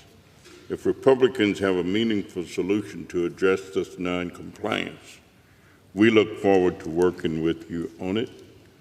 But embracing tax cheating by completely throwing these rules out is simply not the answer. And for that reason, I do not support this joint resolution and yield back the balance of my time. The gentleman yields back. The gentleman from Missouri is recognized. Thank you, Mr. Speaker. Earlier this afternoon, we reminded the other chamber that the Constitution says all revenue measures must originate in the House of Representatives. The Senate must have been just so excited about this bipartisan CRA that they couldn't wait another minute. But that's okay. Whether it's the CRA or the budget, guess they will just have to vote again. Mr. Speaker, the repeal of the Biden IRS rule is a victory for common sense. The federal government shouldn't demand decentralized finance platforms used by ordinary Americans to buy and sell cryptocurrency to fill out forms when those platforms don't collect the information needed for the form. Neither the American people nor the IRS are equipped to handle the demands of this unworkable rule. These platforms are not like banks. They're not like security brokers, yet this rule treats them as if they are. In order to justify the burden placed on ordinary people, Mr. Speaker, the Biden IRS stretched and twisted congressional intent to enact regulations designed to cripple the digital asset industry. I urge all of my colleagues to vote for this bill and help dismantle the politically motivated regulations from the last administration. I yield back the balance of my time. All time for debate has expired. Pursuant to House Resolution 211, the previous question is ordered on the joint resolution. The question is on the engrossment and third reading of the joint resolution. Those in favor, say aye. Aye. Those opposed, no. The ayes have it. Third reading. Joint resolution providing for congressional disapproval under Chapter 8 of Title 5 United States Code of the rules submitted by the Internal Revenue Service relating to gross proceeds reporting by brokers that regularly provide services effectuating digital asset sales. The question is on passage of the joint resolution. Those in favor will say aye. Aye. Those opposed, no. The ayes have it. The joint resolution is passed. Mr. Speaker. First, the gentleman, right? I request the yeas and nays. The yeas and nays are requested. Those favoring a vote by the yeas and nays will rise. A sufficient number having risen, the yeas and nays are ordered. Pursuant to Clause 8 of Rule 20, further proceedings on this question will be postponed.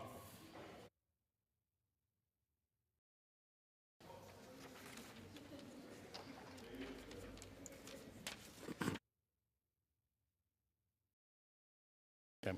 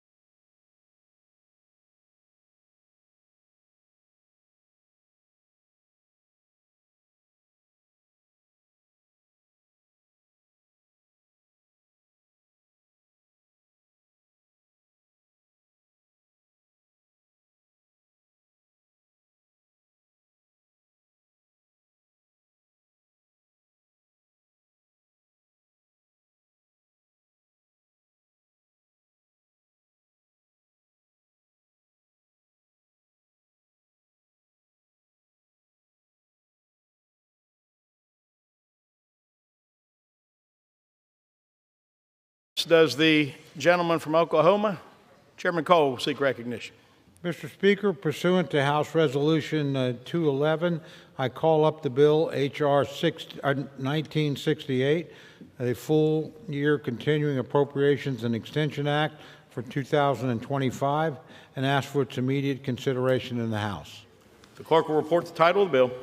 H.R. 1968, a bill making further continuing appropriations and other extensions for the fiscal year ending September 30th, 2025, and for other purposes. Pursuant to House Resolution 211, the amendment printed in House Report 11915 is adopted, and the bill as amended is considered read. The bill as amended shall be debatable for 1 hour, equally divided and controlled by the chair and ranking minority member of the Committee on Appropriations or their respective designees. The gentleman from Oklahoma, Mr. Cole, and the gentlewoman from Connecticut, Ms. DeLauro, each control 30 minutes. The chair recognizes the gentleman from Oklahoma. Mr. Speaker, I ask unanimous consent that all members have 5 legislative days to revise and extend their remarks and include extraneous material on the measure under consideration. Without objection. Thank you, Mr. Speaker. Mr. Speaker, I yield myself such time as I may consume.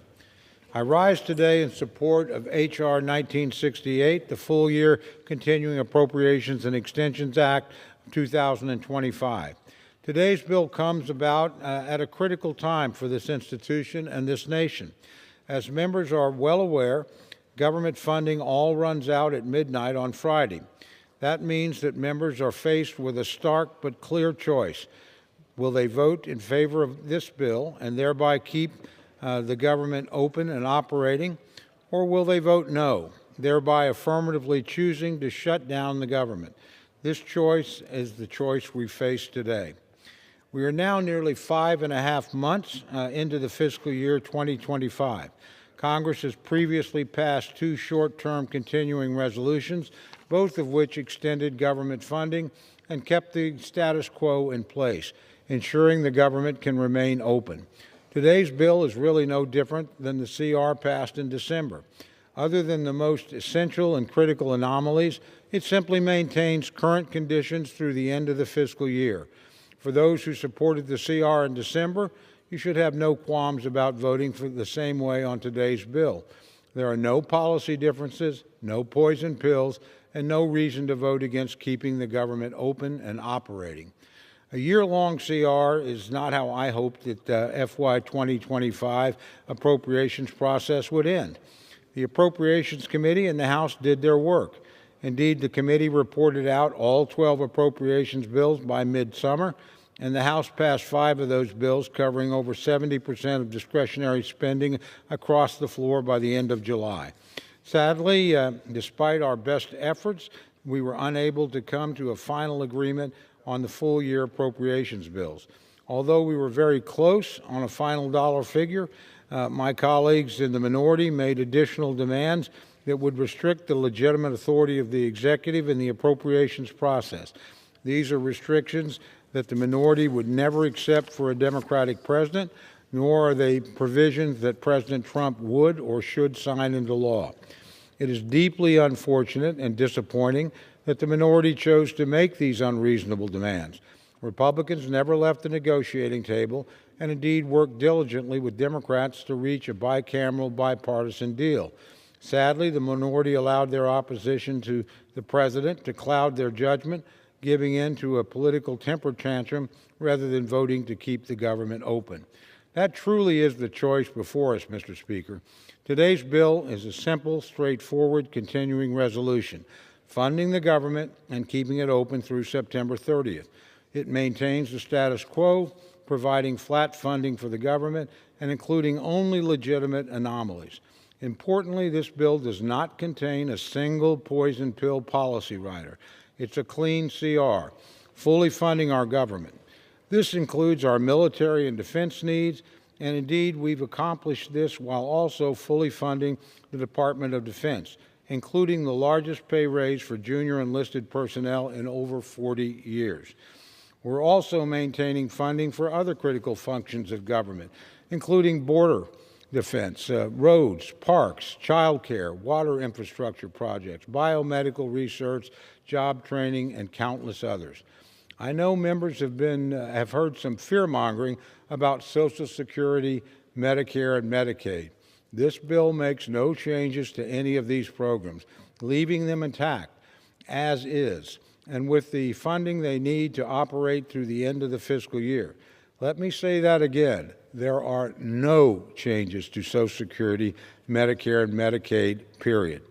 Mr. Speaker, the outcome of the fiscal year 2025 appropriations process is not what I wanted, but at the end of the day, it is significantly better than the alternative, a government shutdown. The choice is clear. Either members will vote for this bill and for keeping the government open, or they will vote to shut the government down. I know which option my constituents expect, and I know which I will choose. I urge all my colleagues to do the same, vote for this bill, vote to keep the government open and operating. Thank you, Mr. Speaker, and I reserve the balance of my time. Gentleman yields. The gentleman reserved. The gentlelady from Connecticut, Ms. Doyle, is recognized to debate the bill. Mr. Speaker, I yield myself such time as I may consume. Lady is recognized. Mr. Speaker, I am opposed to this one-year continuing resolution. It is not a simple stopgap that keeps the lights on, the doors open. This is Republican leadership handing over the keys of the government and a blank check to Elon Musk and to President Trump.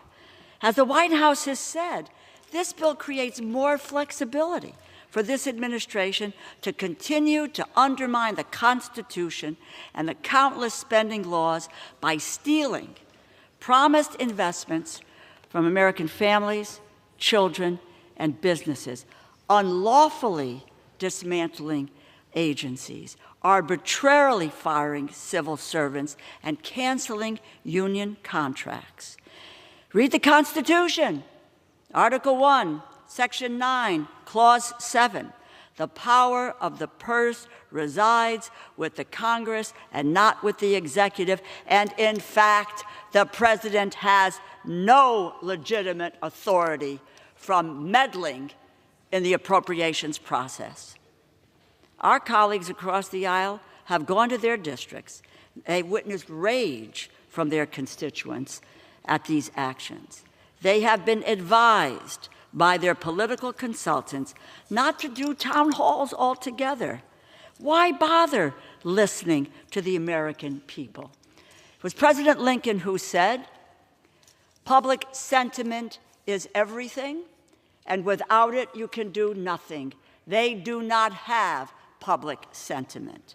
So now what we should do? The answer should not be cutting non-defense programs by $15 billion and defense by $3 billion as compared to the Fiscal Responsibility Act agreement in 2025. They are in violation of the Fiscal Responsibility Act. There is an agreement with Senator Schumer, Speaker Johnson. We all voted for it here. But this is a violation, cuts non-defense $15 billion and defense by $3 billion. Why do they want to shortchange defense investments by $3 billion? I ask them. Not only is it bad for our military, there is a reason the Department of Defense has never operated for an entire year under a continuing resolution. And above all, it transfers more power to the administration to shut off and repurpose funding as they see fit. The will of the Congress and the people ignored. Elon Musk and President Trump would be able to fire thousands of employees. Yes, we do not oversee Social Security. That's in the purview of the Ways and Means Committee. However, we do have control over the administration of Social Security. And the President and Elon Musk would be able to fire thousands of employees at the Social Security Administration. Just witness, they're talking about 7,000 positions gone. What does that result in? Office closures, longer wait times, unacceptable backlogs for Americans trying to access their earned benefits. In effect, you remove the staff and the personnel, thereby crippling the agency to be able to do its job and, yes, to provide benefits. And it's nice if you can individually negotiate with the administration on your own to keep your Social Security office open. 47 are on the docket to get closed. If one stays open, why not all 47? The Army Corps of Engineers construction projects would be cut by $1.4 billion, 44%. And President Trump, not the Congress, would determine who gets the funding, what city, state, locality, and how much money that is there. Instead of helping address housing costs, the bill cuts rent subsidies by over $700 million. It leaves landlords to foot the bill or to evict. We will evict more than 32,000 households. This bill breaks promises to veterans.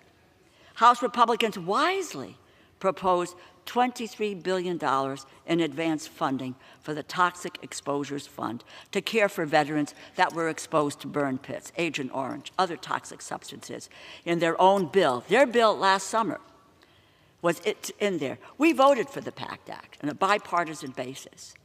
But that $23 billion in advance funding has now disappeared. It is gone. We do advanced funding here. We do it with veterans programs, others. We do it with the Indian Health Service. We do it for public broadcasting. Why do we not want to do it for veterans' care and their health care and their treatment? Why? If I were a veteran And they said no to my advanced program, and we do advanced funding. So issues like veterans' medical care doesn't get caught up in the political whims of this organization, of this body. Veterans today have to understand that that $23 billion for them is not there. There is uncertainty about that. And there's no emergency funding in this bill for disaster relief. It abandons American families who've had their lives turned upside down by extreme weather. You know, the funding for the disaster relief runs out in the spring. What about Kentucky that just had a winter storm in February? Families will not be able to get back on their feet and recover. Neither will businesses who have been shut down because of a disaster, a natural disaster. You know, the decisions about investments that we make cannot be entrusted in one single office holder. This Congress must decide, do we have the authority to control spending as we were granted and is laid out in Article 1 of the Constitution? Why? Why would we want to relinquish this, to give this administration, which is already doing massive harm, dismantling agencies, firing people, telling them today they're no longer needed, the chaos and confusion that has been caused by Elon Musk and President Trump? Why would we want to turn over our authority to appropriate bills? I implore my colleagues, join me. Stand up for our constituents against an unelected billionaire, Elon Musk, who was stealing taxpayers' dollars from American families, children, and businesses. Oppose this giveaway to the administration. Pass a short-term CR, which I introduced yesterday, which would take us to April 11th to continue negotiations and pass regular bills. Let us finish the regular bills that we agree on.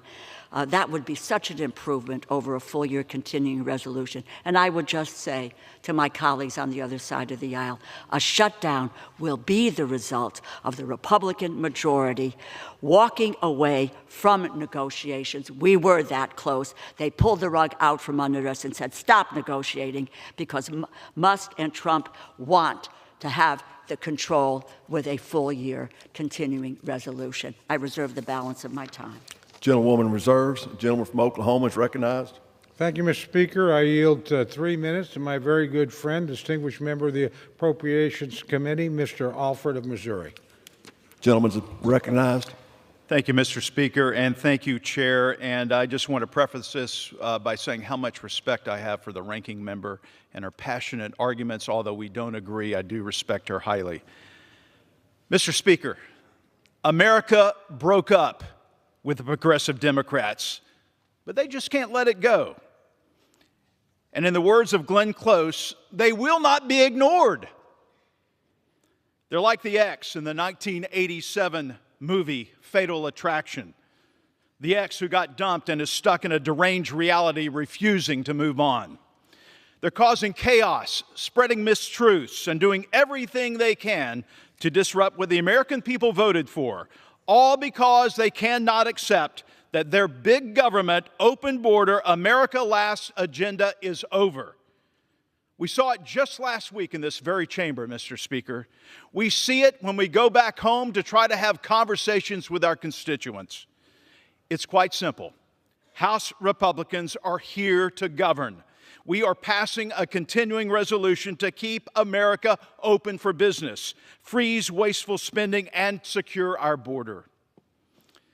This continuing resolution gives President Trump the time and power to continue draining the swamp and undoing the damage the radical left did to our country for the past 4 long years. And what is the far left doing? Throwing a tantrum. A childish, petulant tantrum full of fear-mongering and gaslighting of the American people, rooting for a shutdown just so that they can point fingers. Well, let me tell you something, Mr. Speaker. It's not going to work. We're not falling for it. We're not playing this game. This will be a Schumer shutdown when it gets to the Senate, if that happens. The American people chose secure borders, a secure economy, secure neighborhoods, and an America First agenda. The progressive Democrats just can't accept it. But guess what, Mr. Speaker? This breakup is final. Republicans are moving on. We will pass this CR. We will keep America running. I urge progressive Democrats to join the rest of the nation.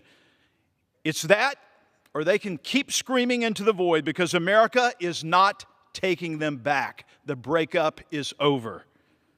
So leave the rabbit in the backyard alone. With that, Mr. Speaker, I yield back. Gentleman yields. Gentlewoman is recognized. Speaker, I yield 1 minute to the gentleman from New York, the distinguished Democratic leader, Mr. Jeffries. Gentleman is recognized. I thank the distinguished gentlelady for her tremendous leadership and for yielding. I don't really understand the fatal attraction reference, because if anyone is dealing with fatal attraction, it's between President Trump and House Republicans. As soon as he says jump, your only answer is how high. It doesn't matter whether you are hurting the American people. That's why House Republicans are marching the country on a track toward the largest Medicaid cut in American history. You hurt children, hurt families, hurt Americans with disabilities, hurt seniors, close nursing homes and close hospitals. When Donald Trump says jump, extreme MAGA Republicans say how high. That's the fatal attraction. That's hurting the people of the United States of America. And by the way, the core promise that you made last year was about lowering costs. All you talked about was how you were going to lower the high cost of living. Democrats believe that America is too expensive. Housing costs are too high. Grocery costs are too high. Child care costs are too high. Utility costs are too high. And insurance costs are too high. America is too expensive. We believe that that, in fact, is the case. But Republicans have done nothing to lower the high cost of living. No bill, no executive order, no administrative action. That's the broken promise. We were told by President Trump that costs were going to go down on day one. Grocery prices haven't gone down, they've gone up. Inflation is up. You know what's going down? The stock market. Because President Trump and House Republicans are crashing the economy in real time and marching us to a possible Republican recession. That's what's confronting the American people. And so now we have this partisan, reckless spending bill that we're being asked to consider on the floor today. Bipartisan negotiations were underway. Rosa DeLauro was at the table, working to reach an agreement consistent with the Fiscal Responsibility Act that was passed by Republicans and Democrats and then signed into law in 2023. But when Donald Trump says jump, extreme MAGA Republicans say how high. And he ordered the Republicans to leave the negotiating table to try to jam this far-right extremist bill down the throats of the American people. There are so many challenges with this bill, too many to detail. But let me just articulate a few. The House Republican, highly partisan, shutdown threatening bill is an attack on veterans, it's an attack on families, it's an attack on seniors. It cuts funding for veterans, including billions of dollars in funds that will be cut from veterans in desperate need of health care for people who serve this country, who are suffering from painful exposure to toxic substances, Agent Orange and burn pits.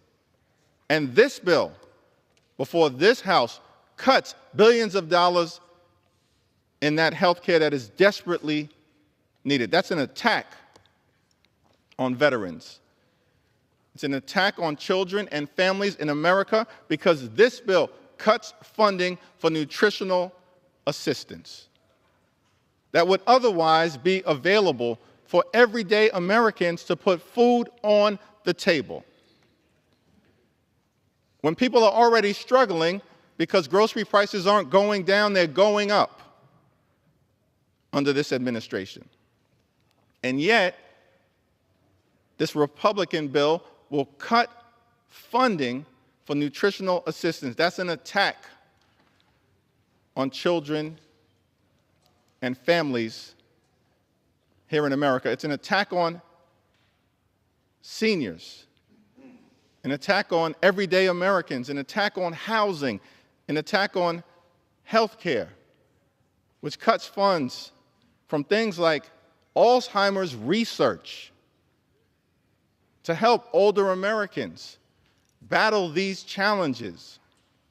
That's what this extreme Republican bill is all about. It will hurt families, hurt seniors, and hurt veterans. The second problem, equally troublesome, is that this bill does nothing to protect Social Security, Medicare, and Medicaid. We've been very clear. As Democrats, we look forward in this Congress to protecting these vitally important priorities for the American people. Why is the bill silent on these priorities? Because you are trying to set in motion a chainsaw to Social Security, a chainsaw to Medicare, and a chainsaw to Medicaid. Your other boss yesterday confirmed that when he said that these entitlement programs, as he called them, they're not entitlement programs, they are earned benefits. When you start to use the language of entitlement programs, it's because you're trying to set in motion an assault on Social Security and an assault on Medicare. It's saying the quiet part out loud. We know you're going after Social Security and Medicare because you've been firing thousands of people from the Social Security Administration. You want to collapse the system. And this bill does nothing to stop that. All it does is facilitate the collapsing of Social Security by dismantling the Social Security Administration. And of course, we know what's going on with your assault on Medicaid, $880 billion. Assaulting the health care of the American people. We've been very clear. We'll work together to protect Social Security, protect Medicare, protect Medicaid. You have no interest in doing that because you want to take a chainsaw to these priorities. And by the way, it has nothing to do with waste, fraud, and abuse. As Democrats, we've been very clear. We want to build a federal government, make sure that we have a federal government that's effective, that's efficient, and that's equitable, delivering services all across the country in a manner that spends taxpayer dollars wisely. But that's not what this effort is all about. This bill will unleash fury on the American people. It will facilitate the ongoing effort that is currently underway. The average Social Security recipient in this country receives $65 a day. They have to survive on $65 a day. But you want to take a chainsaw to Social Security. When Elon Musk and his tens of billions of dollars of government contracts essentially makes at least $8 million a day from the taxpayers. If you want to uncover waste, fraud, or abuse, start there. Don't start with the $65 a day that Social Security recipients receive from their earned benefits, from their hard work throughout their entire lives. Start there. Elon Musk is $8 billion a day feeding at the trough of the American taxpayer. This has nothing to do, this bill right here, with waste, fraud, and abuse. It's all part of a broader scheme to pass massive tax cuts for billionaire donors, the wealthy, the well-off, and the well-connected, and then to stick working-class Americans with the bill. This entire scheme. And as Democrats, we want no part of it because we're fighting hard to make life better for everyday Americans, to make sure that when you work hard and play by the rules in the United States of America, you should be able to provide a comfortable living for yourself and for your family. Educate your children, purchase a home, have access to health care. Go on vacation every now and then. One day retire with grace and with dignity. That's the American dream. As House Democrats, we're fighting to preserve. This Republican shutdown bill does nothing to enhance the American dream. It undermines it. Which is why we are strongly opposed to this effort, part of a power grab from those who are unelected, unaccountable, unhinged, and then working at the direction of this administration, which again has done nothing to improve the economy, nothing to lower costs, nothing to make life better for everyday Americans. And this reckless Republican bill will make things worse. I was in Selma over the weekend. We had an opportunity to once again cross the Edmund Pettus Bridge. Think about the fact that John Lewis and Amelia Boykin Robinson and Hosea Williams and so many others, as they stood on that bridge, knew that there was trouble on the other side. But even though there was trouble on the other side, they believed that their cause was righteous, and it was. It was a just one. It was designed to make America the best version of herself. And we stand here today, standing on their shoulders, continuing that effort. How do we make sure that the American dream is alive and well for everyone, in every corner of America, throughout every community? And that's what House Democrats will continue to fight for. That's why we oppose this bill, this effort to hurt families and veterans and seniors and children and everyday Americans. And so we're going to continue to show up. We're going to continue to stand up. We're going to continue to speak up for what is right. We oppose this bill. We oppose this partisan effort to hurt the American people.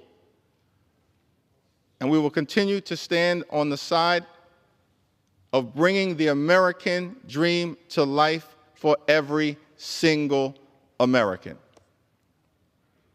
I yield back. Gentleman yields. Oklahoma. Gentleman from Oklahoma is recognized. Thank you, Mr. Speaker. I yield myself such time as I may consume. I have great respect for the Democratic leader and certainly great respect and personal friendship for a distinguished ranking member of the Appropriations Committee. But I don't know what bill the leader read, but it certainly wasn't this bill. We've heard a lot of time about Social Security. There's nothing in this bill on Social Security, not a single thing. We heard a lot about Medicare. We don't deal with Medicare on the Appropriations Committee. It's not in here. We heard a lot about Medicaid. It's not in here either. If it'll be dealt with, it'll be dealt with in a reconciliation bill, but not this bill.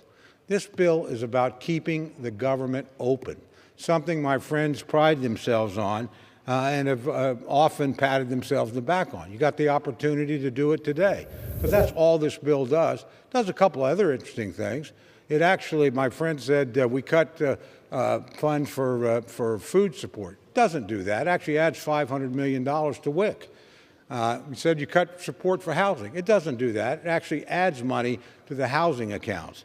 If you actually go through the bill, the charges made simply don't have much to do with what's in this bill. The simple reality is we're either going to keep the government open or we're going to shut it down. If you want to keep the government open, keep working on these problems, you vote yes. If you want to shut the government down, throw the country into chaos, you vote no.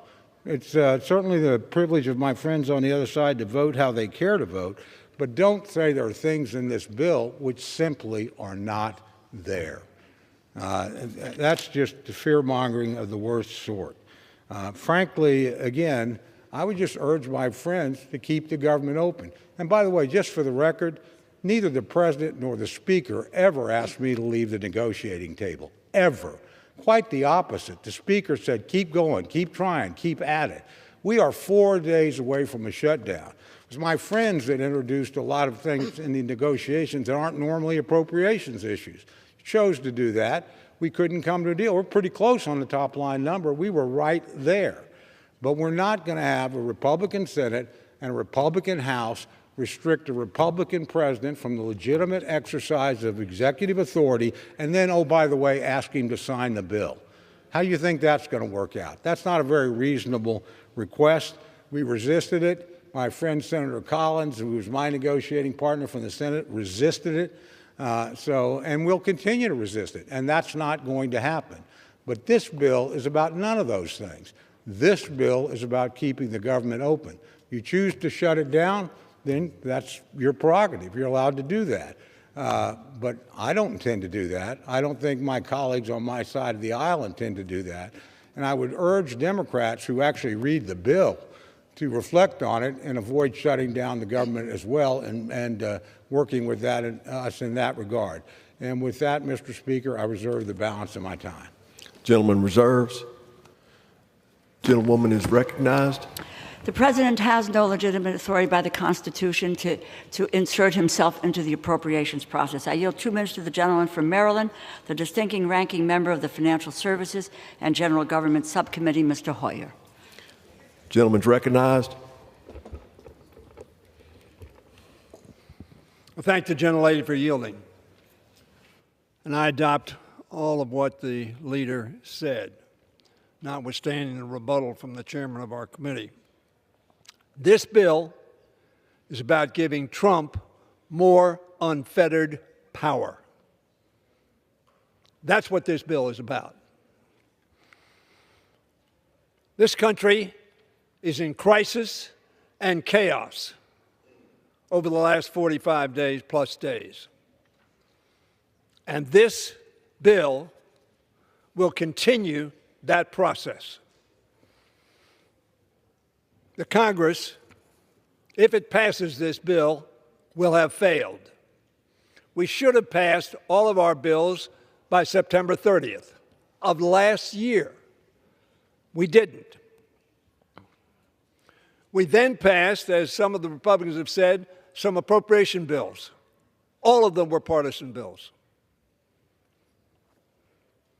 This is a partisan bill. In a Congress that is that close, you would think that we would come together and work together. But one of our members said, if Trump says, pat our heads and jump up and down, that's what we'll do. Welcome to the pat our heads and jump up and down, CR. A CR is failure. The majority puts forth its partisan CR that helps this administration dismantle vital services for the American people, outlined by our leader, rejecting any guardrails on these illegal and unconstitutional actions by Mr. Musk and Mr. Trump. That chainsaw that they want to take to federal employees and the federal government. This bill requires the District of Columbia, for instance, to take a $1.1 billion cut, not out of federal funds, out of their own funds that they tax their people. It defunds the police. I wish I had more time to say how bad this bill is. Vote no. Oklahoma is recognized. Distinguished Republican Majority Leader, my good friend Steve Scalise of Louisiana. Gentleman is recognized from Louisiana. Thank you, Mr. Speaker, and I thank my friend from Oklahoma, the chairman of the House Appropriations Committee, Mr. Cole, for his leadership at helping negotiate a really important bill to keep government funded. As has been duly noted along the way, over these past year, roughly 6 months, this House, the last majority in the last Congress, passed over 70% of the government funding bills, Mr. Speaker. We passed them to the Senate, and back then, Chuck Schumer and the Democrats were in charge, and they chose not to pass a single House appropriations bill, not one. The House, under Republican majority, not always with help from the other side, but we still got it done on our own, passed over 70% of the government funding bills, and then eventually got to a point where we had to let the Senate try to get something done, which unfortunately they didn't, and then we got to the verge of a shutdown, and we said we are not going to let that happen, and we had a short-term funding bill. And here we are again, we're on the eve of another potential shutdown, and this Republican majority said we're not going to let that happen. In fact, this Republican president, Donald Trump, said we're not going to let that happen either. It would be irresponsible to have a government shutdown. And maybe it's because Donald Trump said he's for it that then the Democrat leadership decided they were going to be against it. And when did they decide they were going to be against this bill? Before the bill was even written. Before it was filed, they came out against it and started saying things that were in the bill when it wasn't even written, Mr. Speaker. You heard them talking about cuts to Medicare, cuts to veterans. The bill wasn't even written, and they were already making up stories to try to figure out how to vote no and shut the government down. That's sadly where this Democrat Party has gotten. The Democrat Party of today is a leaderless, rudderless ship. They don't have an agenda. You saw it at the State of the Union, Mr. Speaker, when you saw President Trump not only laying out his agenda that 77 million people, a majority of Americans, went to the polls to elect. The mandate that President Trump got, not just with a majority of Americans and a majority of the Electoral College, but all seven out of 7 swing states all voted for President Trump because they wanted that agenda implemented. And what irritates the Democrats the most? The fact that President Trump is following through on the promises that he made, actually doing the things he said he would do. He's securing the border. That was the #1 issue all across this country. No matter which state you went to, people wanted a secure border, and he's following through on it. And yet the Democrat Party is criticizing him for doing that part of his job. Rooting out waste, fraud, and abuse in government, something that should be bipartisan. In fact, it used to be bipartisan to root out waste, fraud, and abuse, but now because Donald Trump is doing it, the Democrat Party of today up here in Washington is so consumed with hatred that they oppose even rooting out waste, fraud, and abuse. That has been not only highlighted up here, but people around the country are talking about getting rid of that waste once they've seen it. A lot of this was a veil that was pulled down where people couldn't even find out what was going on because the payment systems were being hidden by the Biden administration. We couldn't even find out about a lot of that spending that we were anecdotally hearing about. But finally, you saw it on full display. And it was so embarrassing that some of those employees have left. Fortunately, a lot of that taxpayer money that was being wasted is now being saved. And the money is being recouped so that we can shore up programs that work vitally for people. The President talked about Social Security, a program that we help protect.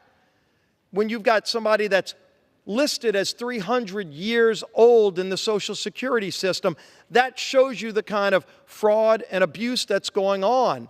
And the fact that President Trump is willing to confront that and take it on so that people actually paid into the program their whole lives can get the benefits they deserve.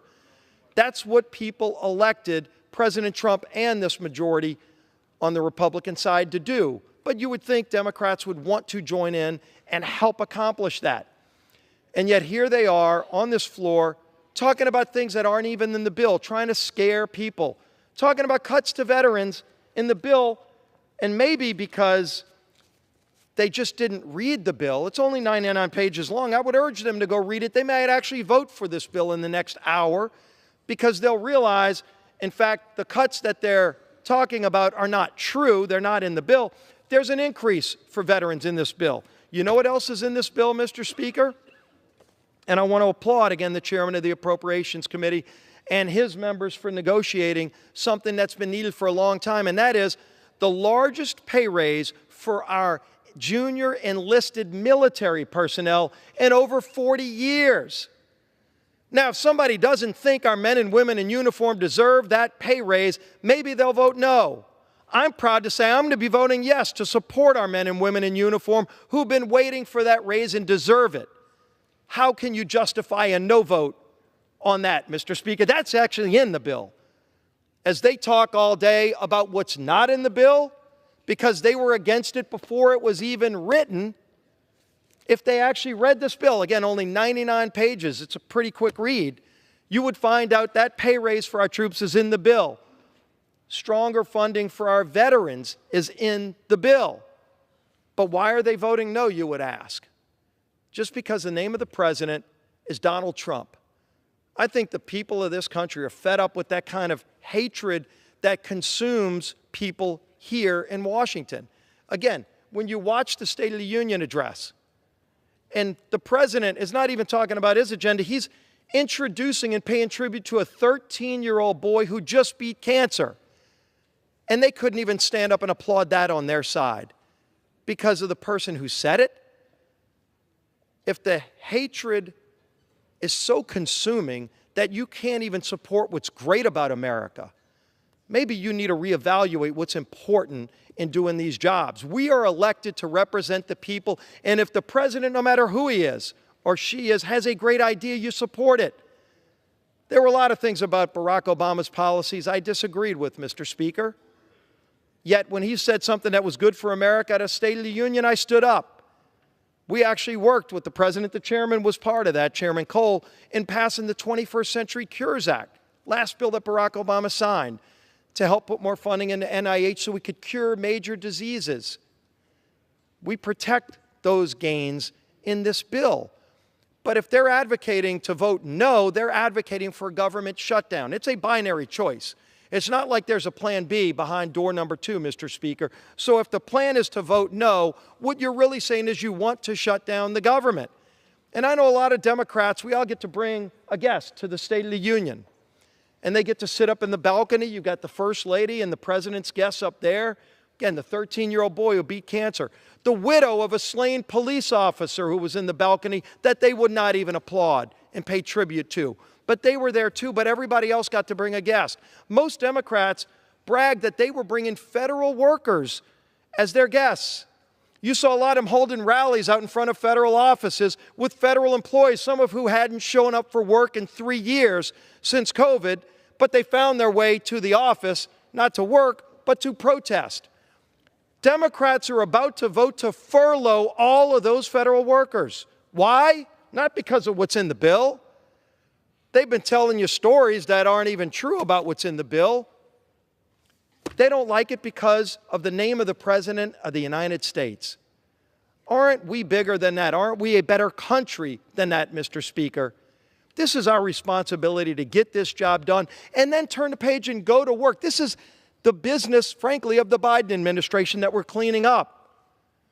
And we all ought to join together and finish that and then come together and start a real appropriations process where we move not just 70% of the bills in the House and 0 in the Senate. And Senator Thune, to his credit, as the new majority leader, has vowed to actually work on a true appropriations process so we're not working at the midnight hour on CRs, but where we can actually have a full functioning appropriations process, something we haven't seen in this town in a long time. We have to first take care of yesterday's business before we can start on tomorrow's appropriations process. And so it's critical that we get this job done, not to vote to lay off and furlough all the federal workers, the TSA agents. You won't even be able to go to the airport or your favorite federal park if they got their way. Let's actually get our work done so we can start a 12-bill appropriations process that moves through the Senate, too, where you can actually have a negotiation between two sides of the aisle. Again, something we haven't seen in a long time, but is long past due. It's a new day in America. And I applaud President Trump. And we had Vice President J.D. Vance this morning come and talk about the importance of passing this bill, too, because they want to fix the problems of this nation. They want to fulfill the promises that were made during the campaign and follow through on the mandate that was given to President Trump, Vice President Vance, and this Republican majority in the House and Senate by 77 million people to turn this country around. Let's get back to being the greatest country in the history of the world. We can do it. We can come together and solve big problems. But we solve big problems by first taking care of the basics of government, and that's to keep the government open. Let's pass this CR. Let's see a big vote to do it, too. I welcome both sides of the aisle. My friends on the other side, they can criticize a bill they've never read that wasn't even filed, but once they look at this bill, I think you might even see some of them vote yes as well. Let's get our work done, and let's move on to the next challenges that the American people expect us to deliver on for them. With that, Mr. Speaker, I yield back. Gentleman yields. Gentlelady is recognized. The President did make a promise to drive down the cost of living. Instead, he's driven up prices. With that, I want to recognize and yield 2 minutes to the gentlewoman from Massachusetts, the distinguished Democratic whip, Ms. Clark. Gentlewoman is recognized. Thank you, and I thank the gentlelady from Connecticut for yielding. Republicans made a promise to the American people. We're going to build a stronger economy, we're going to lower costs, and we're going to have safer communities. But for 7 weeks, we have seen nothing but ideas and bills that break that promise. We all want government to run more efficiently, to be better for people who depend on it. But stealing money from the Veterans Administration, from schools, from law enforcement, from children's health care, and giving it to a tax cut to the wealthiest man on earth and his billionaire friends, that's not finding efficiencies. That's not taking on waste and fraud in government. It's destroying working families. The GOP are crushing the American people under the weight of their own political ambition. Rents are going up. Housing is in a crisis. This bill today, they propose to evict 32,000 families from their home. 32,000. Those are veterans. Those are kids. Those are seniors. Those are domestic violence survivors. Eggs at my grocery store on Sunday were $8.49 a dozen. In this bill, you propose to take $27 million away from the inspectors who go out to our chicken farms who are fighting and trying to stop bird flu that is causing the spike in eggs. What kind of insanity is that? And then if we look at the budget overall, we've got health care spiking, and you want to cut Medicaid. That's the answer? Seniors' cost of living is out of control. And you're saying, let's run up the cost of prescription drugs. And as Elon told us directly this week, coming next, you want to eliminate Social Security. Give me more time. So if you feel this is the mandate that you have, you can do that on your own. Time's expired.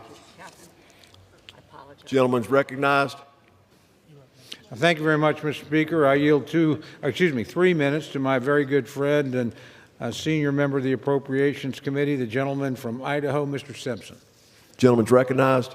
I thank the chairman for yielding. And first, let me say I appreciate the work the chairman has done over the last several months, trying to get our regular appropriation bills done and then trying to get this CR finished when it became apparent we weren't going to be able to negotiate a top line yet. Something that we will continue to work on. But there's a lot of things that have been said on this floor that I have to say just aren't true. Not a different interpretation of the facts. They're just not true. There's nothing in here that cuts Social Security. There's nothing in here that cuts Medicare. There's nothing in here that cuts Medicaid. But yet I keep hearing that. That's the talking points that were created before this bill was actually written. It is difficult to write a year-long CR. First time I can remember it being done. It's almost harder writing that than it is writing the regular appropriation bills because we have to put anomalies in it. Things that have to be done as we move on with the regular funding.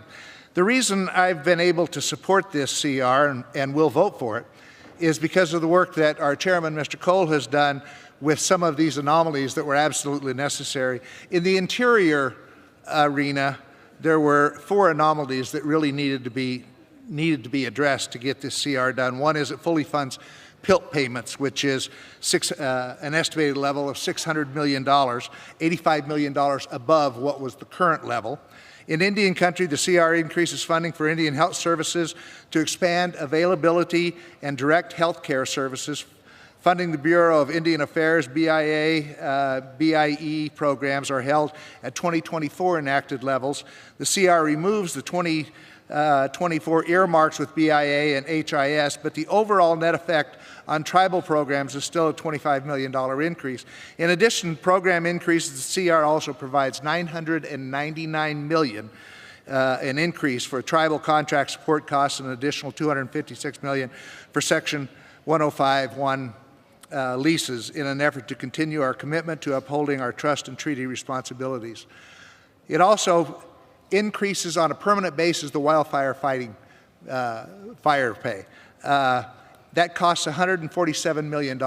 It actually saves us $20 million, $27 million, rather than just extending the one-year extension of the wildfire pay. And I think when we've seen those great jobs that wildfire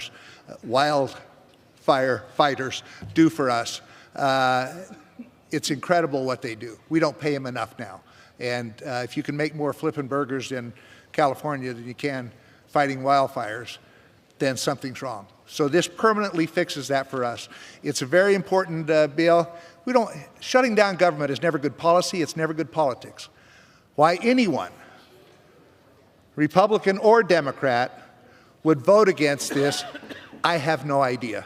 This is a good bill. I hope we all vote for it.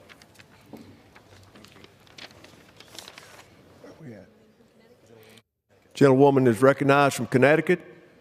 I yield 2 minutes to the gentlewoman from Ohio, the distinguished ranking member of the Energy and Water Subcommittee, Ms. Kaptur. Gentlewoman is recognized for 2 minutes.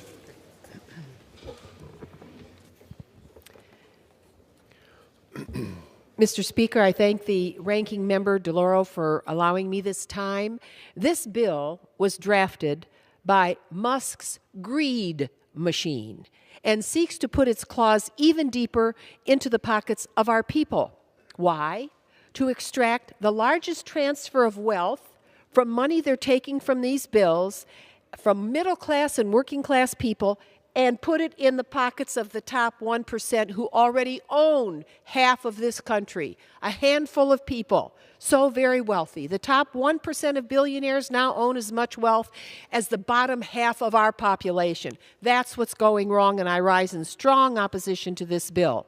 Elon Musk and his Doge boys don't need Medicaid, Social Security, veterans benefits. Our Constitution assigns our legislative branch the responsibility to direct federal spending, not unelected billionaires and the 1%. In our subcommittee area of energy and water development, this Musk bill would stifle American prosperity by cutting nearly half of the Army Corps' budget. Musk and Trump don't know anything about public works and how essential the Army Corps is to our daily life in every district in this country and to economic growth.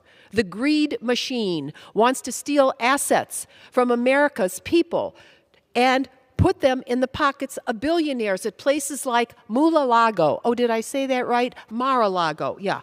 Okay.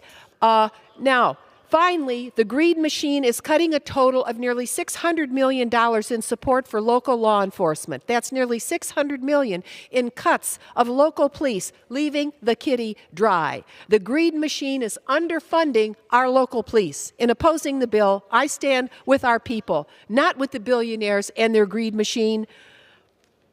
Think about it. Why rob Main Street to dole out even bigger tax breaks and more contracts for the Mula-Lago crowd and billionaires whose crew haven't got a clue what working life is like for American men and women? It's overtime for them to pay their fair share. Vote no on this horrendous bill, and I yield back. Time's expired. Gentleman's recognized from Oklahoma. Thank you very much, Mr. Speaker. Mr. Speaker, I yield 2 minutes to my very good friend, distinguished gentleman from Florida and member of the Appropriations Committee, Mr. Rutherford. Mr. Rutherford, recognized. Thank you, Mr. Chairman. I appreciate you yielding, and I really appreciate all the hard work that got us here today. Mr. Speaker, I have to tell you, as I sat here on this floor listening to the conversation, it reminded me of an old saying that my father had for many, many years. I heard this, that a lie can travel around the world 3 times before the truth can get up and put its pants on. Well, that was before the internet. So now, after what I've heard today, I would say it's probably more like 100 times a lie can travel around the world before the truth can get up and put its pants on. And I happen to know that House Republicans have been working diligently to fully fund the core federal government services so that President Trump and his administration can continue to identify the waste, fraud, and abuse of American tax dollars, protect our border, and support Americans, including our veterans, contrary to what you heard, our military families, first responders, of which I'm a former, and our seniors. Most importantly, by passing H.R. 1986, this continuing resolution, we are ensuring that a costly government shutdown does not fall upon the American public. It's our constitutional obligation in Congress to fund the federal government, and House Republicans are acting on that duty. Unfortunately, my colleagues on the other side of the aisle are not. House Democrat leadership came out in opposition to this bill and spread egregious falsehoods about what this bill does and does not do before it was even printed. You've heard that before. Let's be clear, this bill will not hurt law enforcement by slashing cops' grants, nor will it zero out the Toxic Exposure Fund for veterans. Instead, it's a clean bill that will extend funding and certainty for the American people. This bill would maintain government operations while responsibly cutting spending. Expired. Gentleman, additional 30 seconds. Gentleman is recognized. Thank you, Mr. Chairman. Protect Social Security, Medicaid, and Medicare recipients from unnecessary disruption and the confusion that comes along with a government shutdown. Promote public safety, renew our commitment to supporting law enforcement officers, raise pay for our junior enlisted troops by the largest amount in 40 years, fund important nutritional assistance for mothers, infants, and children, and the list goes on. White House Democrats seem dead set on shutting down the government over their disdain for the commander-in-chief, no matter the cost to their own communities, and I am committed to passing this bill, and I urge my colleagues to do the same. I yield back. Gentlewoman is recognized. I yield 2 minutes to the gentlewoman from Minnesota, the distinguished ranking member of the Defense Subcommittee, Ms. McCollum. Gentlewoman is recognized. Mr. Speaker, I rise in strong opposition to this full-year continuing resolution. Let's call the CR what it is. It's a Republican majority abdicating our constitutional responsibilities. Republicans have turned over congressional power to direct funding to Elon Musk and President Trump. The Republican appropriations process for fiscal year 2025 has been a disaster. Republicans have had 18 months to write, pass, and negotiate these spending bills. They failed. The Republican leadership never wanted to negotiate with Democrats with their slim majority in the House. Would have required. So here we are stuck with a full-year CR, something that's never happened in the history of this nation. It's a complete failure to govern. Making things worse, the CR cuts $13 billion from domestic priorities that Americans rely on. I'll mention a few, like life-saving medical research at the NIH. Rent assistance for low-income working families are cut. Republicans failed to include $22 billion in advanced appropriation funding for the VA Toxics Exposure Fund. This jeopardizes the health of our veterans exposed to burn pits and, yes, Agent Orange. Community projects submitted by our constituents for police and first responders have also been eliminated by this bill. The Defense Department, the bill reduces DoD medical research by about 50%. It will obstruct the search for new cures for cancer and infectious diseases. Republicans also underfunded military training exercises, which will mean the readiness for our troops will be put at risk. They cut DoD technology research and development funding, which helps us keep our edge over our adversaries. Simply put, this CR is a disaster, and it did not have to be this way. The American people deserve better, and I urge my colleagues to vote no on this Republican failure. Gentlewoman from Connecticut reserves. Gentleman from Oklahoma is recognized. Thank you very much, Mr. Speaker. I yield 2 minutes to my very good friend and fellow member from Oklahoma, distinguished member of the Appropriations Committee, Ms. Weiss. Gentlelady is recognized. Thank you, Mr. Speaker. I rise today to urge my colleagues to support H.R. 1968, a clean continuing resolution which funds government through September 30, 2025. I think my colleagues on the other side of the aisle are confused about what is in this bill and what is not. They keep talking about impacts to mandatory spending, Social Security, Medicare, Medicaid. That is not in this bill. Just because you keep repeating the same dishonest talking points doesn't make it true. This legislation continues funding and prevents a government shutdown, which would have a devastating impact on my home state of Oklahoma and communities across the country. We must keep government open so we can continue the America First agenda, which is focused on securing our border, unleashing American energy, safeguarding our nation, and rooting out waste, fraud, and abuse. This legislation fully supports our vets and service members. It does not cut 1 cent from the toxic exposure funds or eliminate COPS grants. Continuing resolutions are not ideal, but we cannot allow for the distractions of a government shutdown, which is why I support this bill. I urge my colleagues to vote yes, and with that, Mr. Speaker, I yield. Gentleman from Oklahoma reserves. The gentlelady from Connecticut is recognized. I yield 2 minutes to the gentlewoman from Florida, the distinguished ranking member of the Military Construction and Veterans Affairs Subcommittee, Ms. Wasserman Schultz. Gentlelady is recognized. Thank you, Mr. Speaker. I rise to oppose this cruel betrayal of America's veterans, seniors, and working families. This one-year CR doesn't make rent or health care bills more affordable, which is what keeps my constituents up at night. Instead, it actually cuts housing aid that could force 32,000 veterans, domestic violence survivors, seniors, and people with disabilities into homelessness.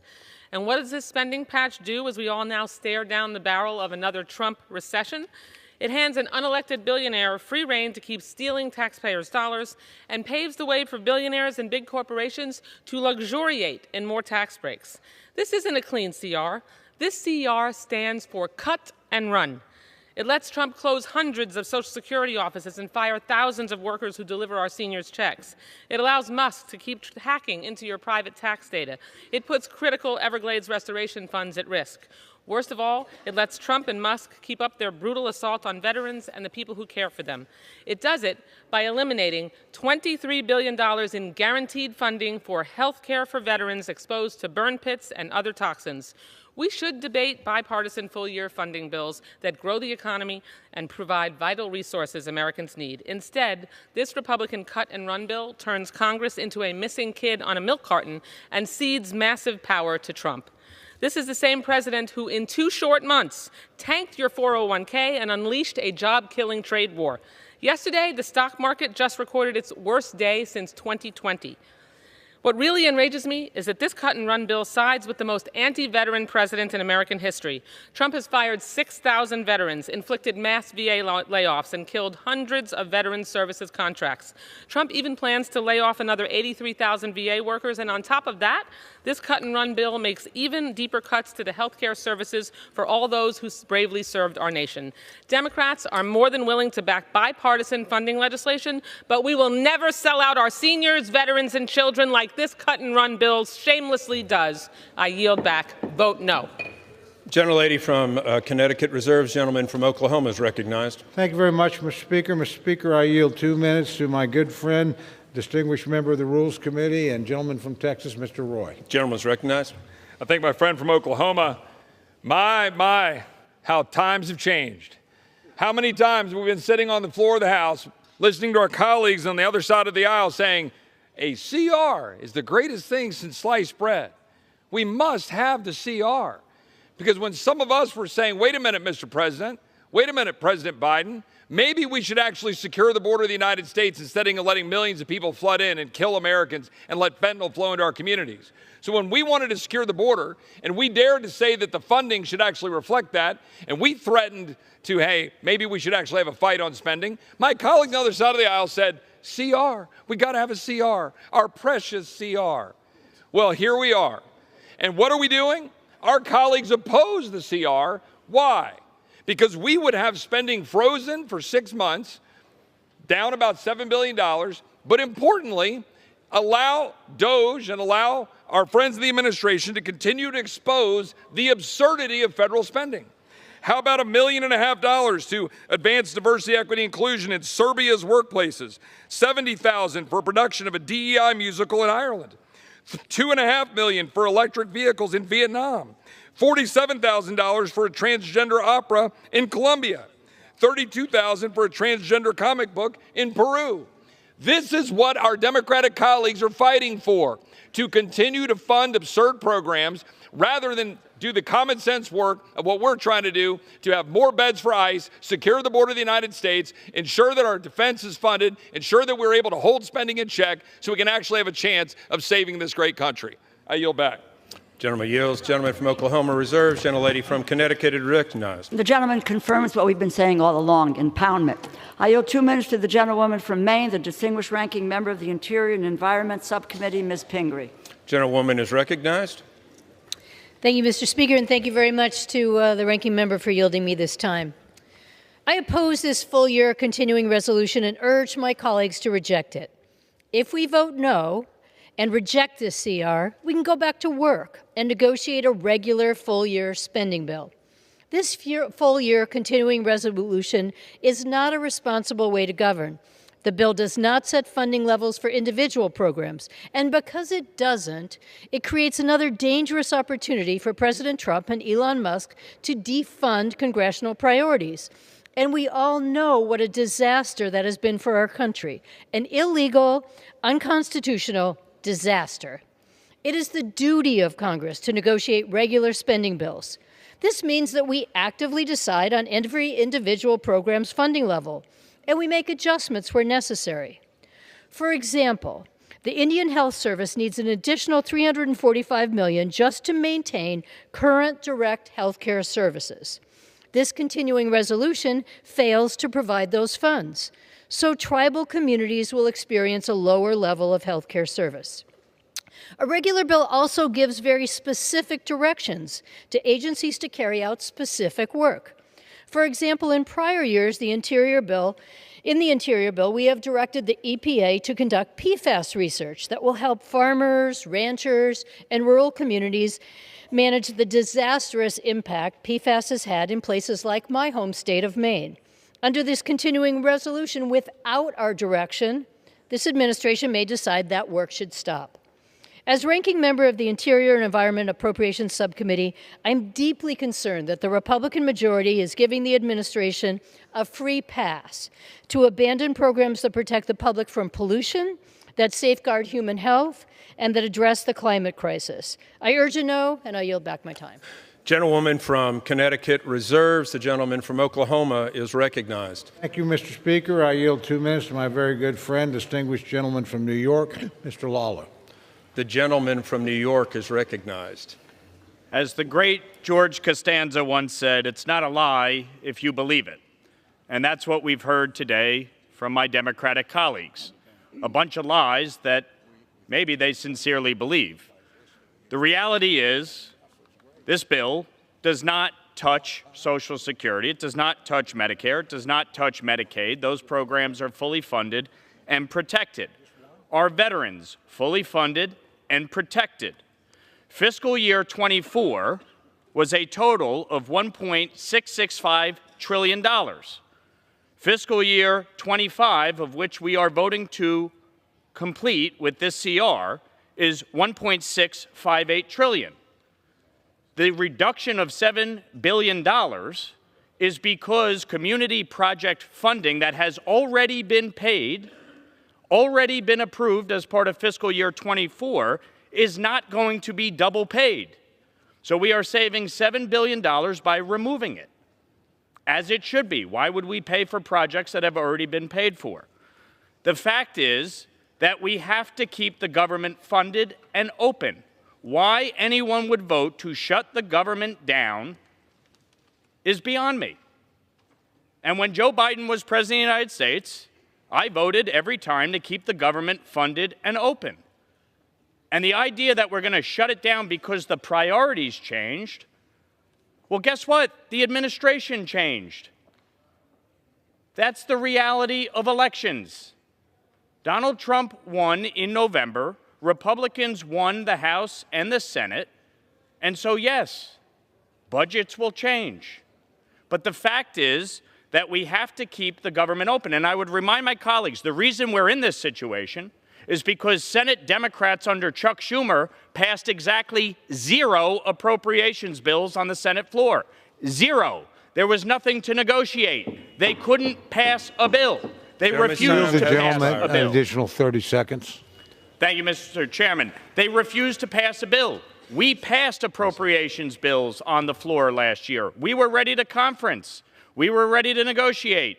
Chuck Schumer failed in his responsibilities. It's now incumbent on us to pass a CR through the House and for the Senate to do its job and keep the government open and funded. And with that, I yield back. Gentleman from Oklahoma reserves. Gentleman from Connecticut We can pass is a recognized. 1 month. We can pass a 1 month CR and do that, and do what we need to do to keep the government open. There is an alternative. I yield 2 minutes to the gentlewoman from New York, the distinguished ranking member of the Commerce, Justice, Science Subcommittee, Ms. Meng. Gentlelady is recognized. Thank you. Mr. Speaker, I rise today in opposition to this partisan bill. As ranking member of the House Appropriations Subcommittee on CJS, I cannot stand by as the GOP slashes funding for law enforcement, the courts, NOAA, which includes the National Weather Service. This bill hurts our local police officers by taking away $247 million from their public safety technology and equipment.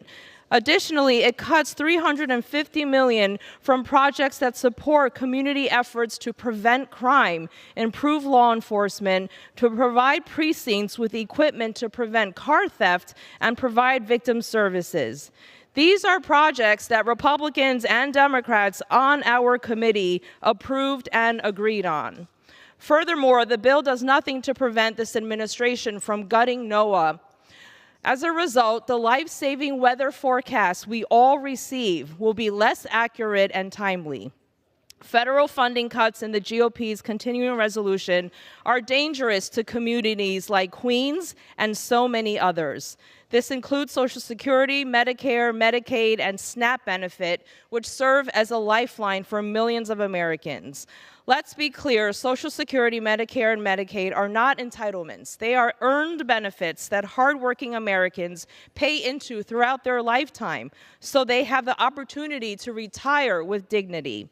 Mr. Speaker, this bill allows the administration to fire thousands of employees at the Social Security Administration and close offices nationwide, which will mean long wait times and delayed benefits for families. For these reasons, at the appropriate time, I will offer a motion to recommit this bill back to the House Appropriations Committee. If the House rules permitted, I would have offered the motion with an important amendment to this bill. My amendment would prevent any law or executive action from eliminating, restricting, or reducing access to these programs lawfully owed to beneficiaries across the nation. I ask unanimous consent to insert into the record the text of this amendment. I yield back. Gentlelady, without objection, Gentlelady from Connecticut reserves. Gentleman from Oklahoma is recognized. Thank you very much, Mr. Speaker. Mr. Speaker, I yield 2 minutes to my very good friend, distinguished chairman of the Defense Appropriations Subcommittee, Mr. Calvert of California. Gentleman is recognized. I thank my good friend, the chairman of the full committee, Mr. Cole, who's done an excellent job of putting this continuing resolution together under difficult circumstances. The appropriators tried to come to an accommodation, but we weren't able to get there. So the best alternative we have today is this continuing resolution, which does good things for our country. It obviously keeps the government shutdown from happening, and the American people and fully funds our core government services. But something that I'm interested in, and I think most members are interested in, is our national security. This continues to fund our national security. It makes sure that the young men and women who serve our military, especially our enlisted soldiers, who are going to get a historic pay raise, the highest pay raise they've had in 40 years. A lot of these E1s that come in and make $11 an hour, their pay is going to be put up significantly. This is something that I think would need to happen, so I would hope my friends on the other side of the aisle would not vote to diminish these individuals' pay that they need very much. This also supports important weapon systems, the Virginia-class submarine, the Columbia submarine, shipbuilding across the United States, our satellite construction, rebuilding the ordnance for the United States that we need desperately. So a vote against that would stop all of that. And so to me, Mr. Speaker, this is an extremely important vote for our national security. I would hope that everyone would vote for that, vote for the continuing our government, and to make sure that these weapon systems are delivered on time for the American public. And with that, I yield back the balance of my time. The gentleman yields. The gentleman from Oklahoma is reserves, and the gentlewoman from Connecticut is recognized. Let's have the 1 month CR that's been introduced as an alternative and do the business of the House and pass appropriations bills. I yield 1 minute to the gentlewoman from Florida, the distinguished ranking member of the State and Foreign Operations Subcommittee, Ms. Frankel. The gentlelady is recognized. Thank you. Well, I'll tell you why I'm voting against this bill. It doesn't lower any of my constituents' costs. Instead, it gives the Trump administration free rein to continue its chaotic, lawless dismantling of U.S. influence in the world, gutting nearly all our humanitarian development, security, and global health programs that constitute less than 1% of our federal budget. And these are not serious cost-saving measures. Instead, they make us less safe, less prosperous, less healthy. Counterterrorism programs halted, contracts with American farmers canceled, that children are left wasting away, bird flu, Ebola, and HIV spreading, education programs ending, all done without any thought or any reason. And the vacuum's left for China, Russia, and extremists to fill. We should not be handing this president a blank check to continue his harmful sledgehammer approach to how we spend taxpayer money. I urge a resounding no vote on this bill. Gentlelady from Connecticut reserves. The gentleman from Oklahoma is recognized. Thank you, Mr. Speaker. I reserve. Gentleman reserves. Gentlelady Connecticut is recognized. I yield 2 minutes to the gentleman from Illinois, a member of the Appropriations Committee, Mr. Quigley. The gentleman is recognized. Mr. Speaker, there's a national shortage of more than 7 million units of affordable housing across America and more than 771,000 people experiencing homelessness. The CR does nothing to lower the cost of housing. That's what I was going to talk about for my 2 minutes, but after listening to this debate for so long, I think the significant correction has to be made. Programs are not fully funded and protected if you gut the agencies that operate them. Programs are not fully funded and protected if there's no one there to operate them. Under President Trump, spending bills have become a farce. He's not following the previous spending bills law that we passed. Are we saying, well, this time we really mean it? This time the president really promises he's going to follow the law. And that we don't get to the point where Article 1 is optional. Our constituents are asking us, however great you say this bill is, fool me once, shame on you. Fool me twice, they're going to blame us because we believed you this time. And we believed the president who, when he gets in the room with the truth, a fight breaks out, as we have seen time again in the last month. So don't, with all due respect, don't tell us what's in this bill, how great it is, how we need to read it, when he doesn't have to follow it. And you don't complain when he doesn't follow it, and you abdicate your responsibilities on Article 1 and as appropriators. And I yield back.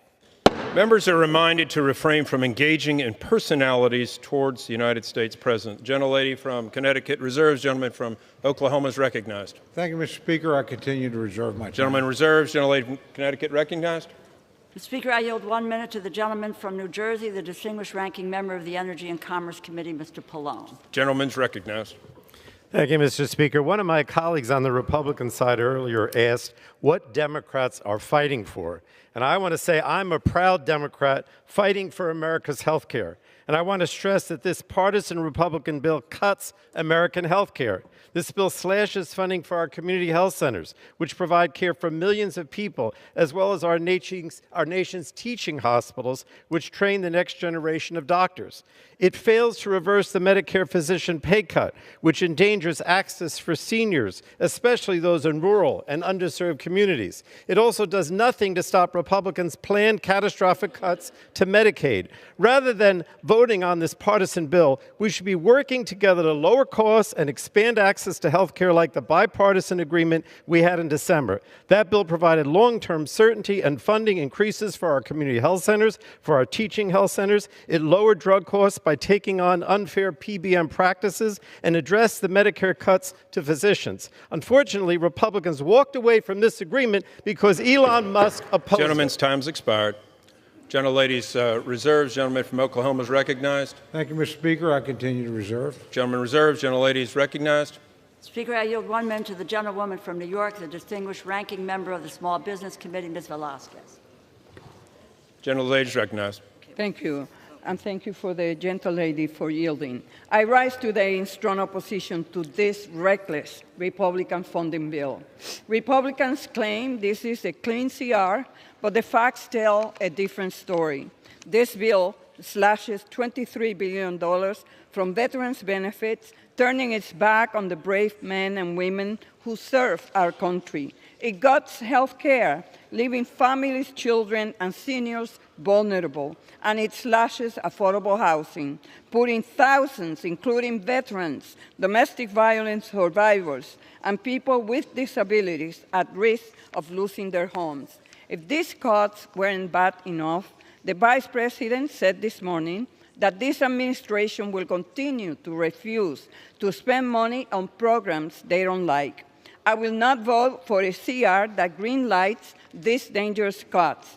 Democrats are ready to fund the government, but we will not stand by while Republicans sell out the people we are sworn to serve. I urge my colleagues to reject this dangerous bill. I yield back. Gentlelady reserves. Gentleman recognized. Thank you very much, Mr. Speaker. I continue to reserve. Gentleman reserves. Gentlelady is recognized. I yield 1 minute to the gentleman from California, the distinguished ranking member of the Veterans Affairs Committee, Mr. Takano. Gentleman is recognized. Thank you, Mr. Speaker. I rise in opposition to this partisan Republican spending bill because it guts the PACT Act and abandons veterans exposed to burn pits and other toxins. House Republicans claim to support the PACT Act, but their actions tell a different story. They're eliminating the funding for PACT Act recipients starting in October, cutting off critical health care and benefits for those who sacrifice for this country. Last Congress, Democrats forced Republicans to fully fund this critical program. Now Republicans are taking Elon's chainsaw to it, slashing $23 billion and breaking our nation's sacred promise to our veterans.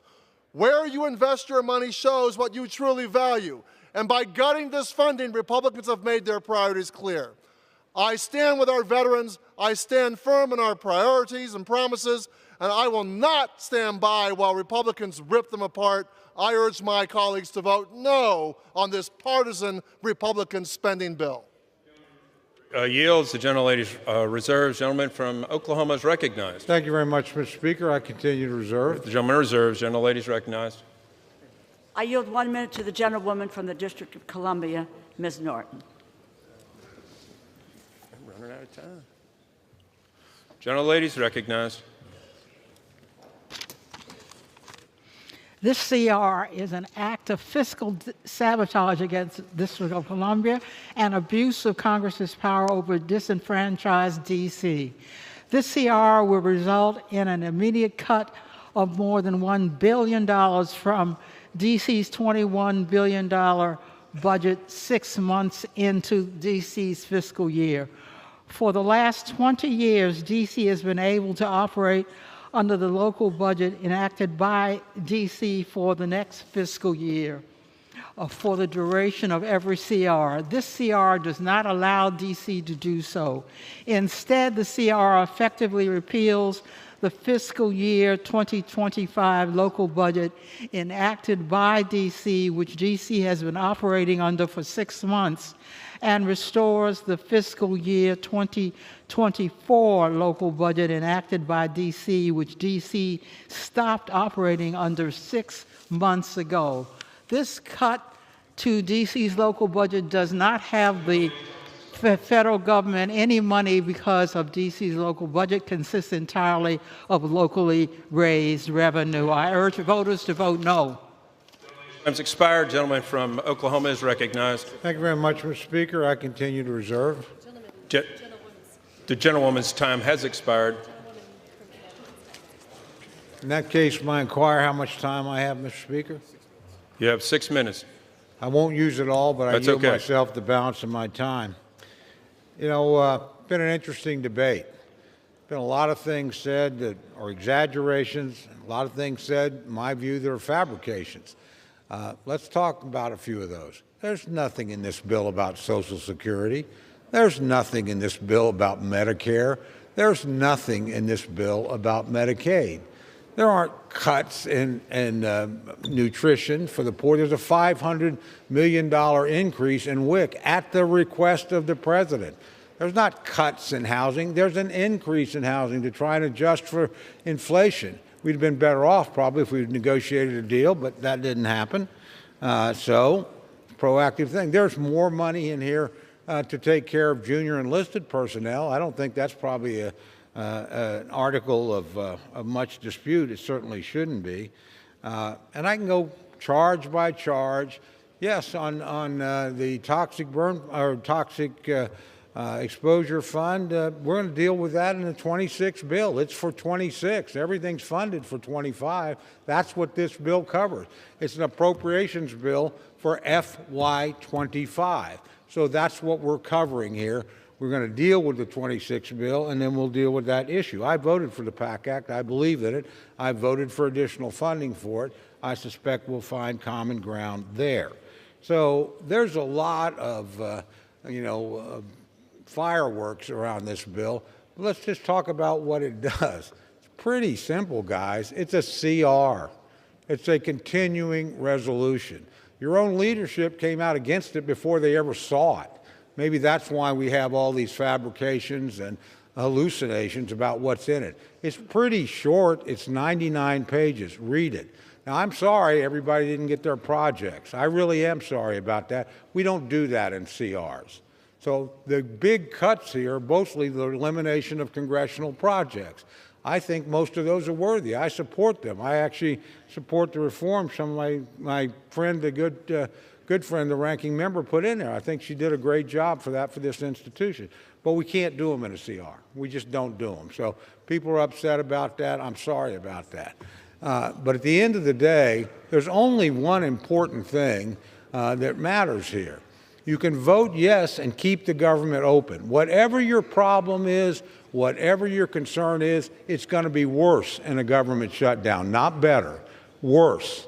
So whatever you're worried about, shutting down the government is not the answer to your concern. You're only going to make it worse. Keeping the government open is the right thing to do. I wish we could have gotten a deal, but we're not going to sit here and concede the executive authority of a Republican president because it upsets you. Not going to happen. We made that crystal clear, and I think that was the biggest thing. It wasn't a top-line number. We basically got to a top-line number. So we're here, and the government shutdown is 4 days away. So if you want to vote no and shut down the government in 4 days if you succeed, that's your choice. I respect every member's vote. I've never voted for a government shutdown. I've always voted to reopen the government. I don't like government shutdowns. I don't think they work. I think you'll find if you succeed in shutting down the government that it won't work very well for you either. It never works. So I think you'd be better advised to vote yes than to have to defend a vote to shut down the government personally. But actually this body will not have the final say.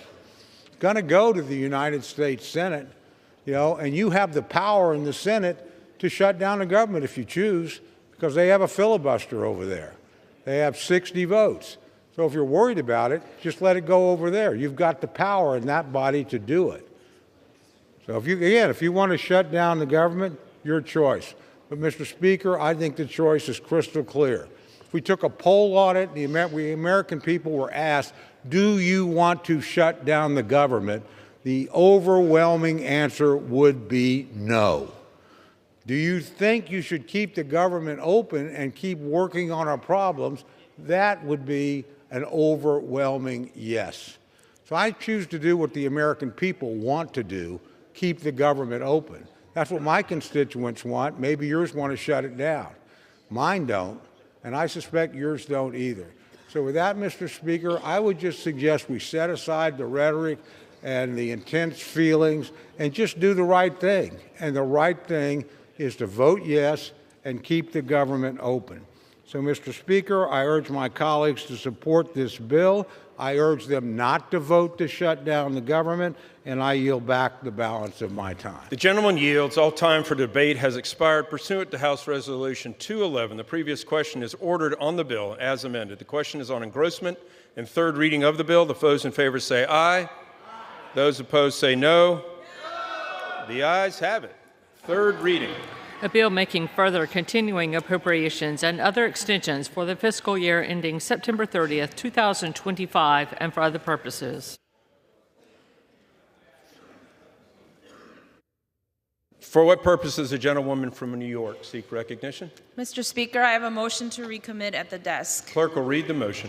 Ms. Ming of New York moves to recommit the bill H.R. 1968 to the Committee on Appropriations. Pursuant to Clause 2B of Rule 19, the previous question is ordered on the motion to recommit. The question is on the motion. Those in favor say aye. Aye. Those opposed say no. No. The noes have it. The motion is not. Speaker, I ask for the yeas and nays. Yeas and nays are requested. Those favoring a vote by the yeas and nays will rise. A sufficient number having arisen, the yeas and nays are ordered. Pursuant to Clause 8, Rule 20, further proceedings on the question will be postponed. Proceedings will resume on questions previously postponed. Votes will be taken in the following order.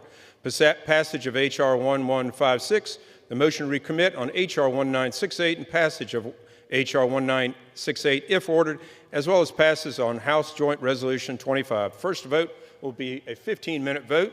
Pursuant to Clause 9, Rule 20, remaining votes will be 5 minutes. Pursuant to Clause 8 of Rule 20, the unfinished business is on the vote of H.R. 1156, on whether the yeas and nays are ordered. Clerk will report the title. Union Calendar Number 2, H.R. 1156. A bill to amend the CARES Act to extend the statute of limitations for fraud under certain unemployment programs and for other purposes. Questions on the passage of the bill. Members record their votes by electronic device. This is a 15-minute vote.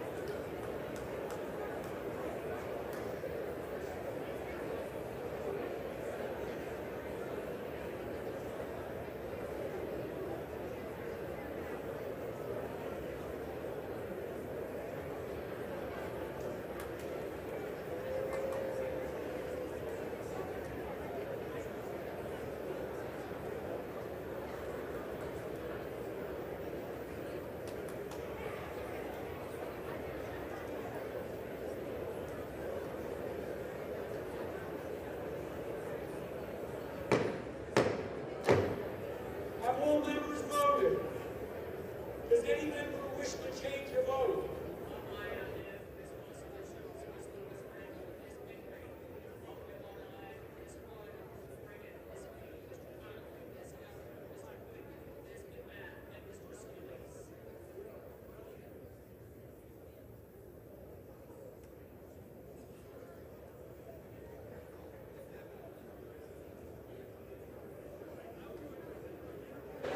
On this vote, the yeas are 295, the nays are 127. The bill is passed. Without objection, a motion to reconsider is laid on the table. Pursuant to Clause 8 of Rule 20, the unfinished business is the question of agreeing on the motion to recommit on H.R. 1968, offered by the gentlewoman from New York, Ms. Meng, on which the yeas and nays were ordered. The clerk will redesignate the motion. Motion to recommit H.R. 1968, offered by Ms. Meng of New York.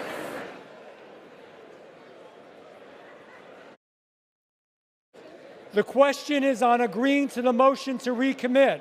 Members will record their votes by electronic device. This is a 5-minute vote.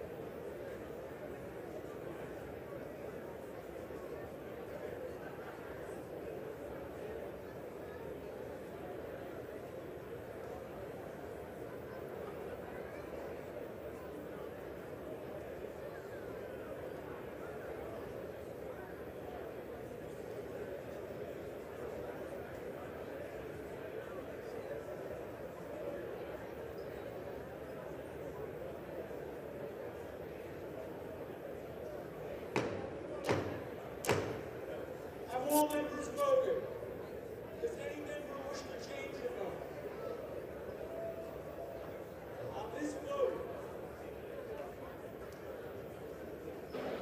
On this vote, the yeas are 213 and the nays are 216. The motion is not adopted. The question is on the passage of the bill. Those in favor, please say aye. Those opposed, please say no. The ayes have it. The gentlewoman from Connecticut. On that, I request the yeas and nays. The yeas and nays are requested. Those favoring a vote by the yeas and nays will rise. A sufficient number having risen, the yeas and nays are ordered. Members will record their vote by electronic device. This is a 5-minute vote.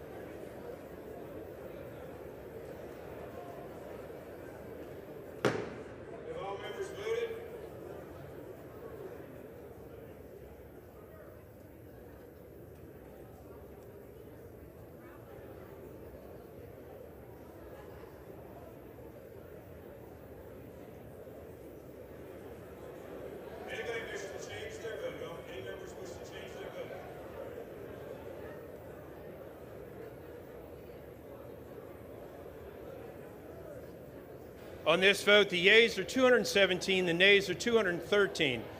The bill is passed without objection. The motion to reconsider is laid upon the table. Pursuant to Clause 8 of Rule 20, the unfinished business is on the vote of the passage of H.J. 25, on which the yeas and nays are ordered. Clerk will report the title of the joint resolution.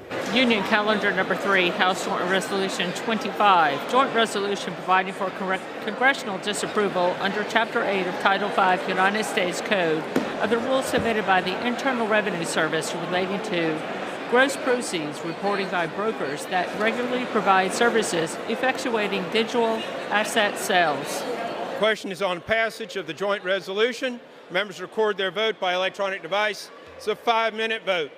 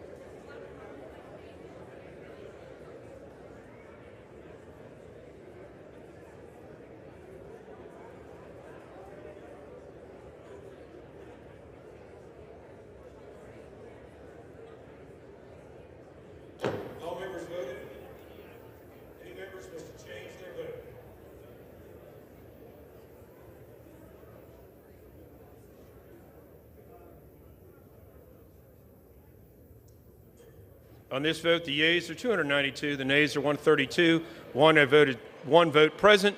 The joint resolution is passed. Without objection, the motion to reconsider laid upon the table. Pursuant to Clause 8 of Rule 20, the unfinished business is on the question suspending the rules, passage of H.R. 706, which clerk will report the title. H.R. 706, a bill to improve the biodetection functions of the Department of Homeland Security and for other purposes. Will the House suspend the rules and pass the bill? So many of those in favor say aye. Those opposed say no. Opinion of the chair, 2/3 being in the affirmative, the bills are suspended. The rules are suspended. The bill is passed. Without objection, motion to reconsider laid upon the table. Pursuant to Clause 8 of Rule 20, the unfinished business is on the question on suspending the rules and passing H.R. 1692. Clerk will report the title. H.R. 1692, a bill to amend the Homeland Security Act of 2002 to enable secure and trustworthy technology through other transaction contracting authority and for other purposes. Question is, will the House suspend the rules, pass the bill? So many in favor say aye. Those opposed say no. Opinion of the chair, 2/3 being in the affirmative. Rules are suspended. The bill is passed without objection. Motion to reconsider laid upon the table.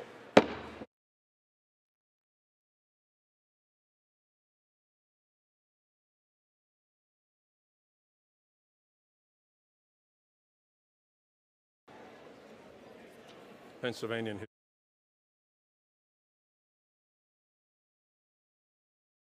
For what purpose does the gentleman from Pennsylvania seek recognition? Gentleman will suspend. House will be in order. Any discussions or conversations, please take outside the chamber. Gentleman is recognized. Mr. Speaker, by direction of the Republican Conference, I sent to the desk a privileged resolution and asked for its immediate consideration. The clerk will report the resolution. House Resolution 213, resolved that the following named members be and are hereby elected to the following standing committee of the House of Representatives, Committee on Ethics: Mr. Rutherford, Mr. Garbarino, Mrs. Henson, and Mr. Moran. Without objection, the resolution is agreed to. The motion to reconsider laid upon the table. For what purpose does the gentleman from California rise? Mr. Speaker, by direction of the Democratic Caucus, I offer a privileged resolution and ask for its immediate consideration.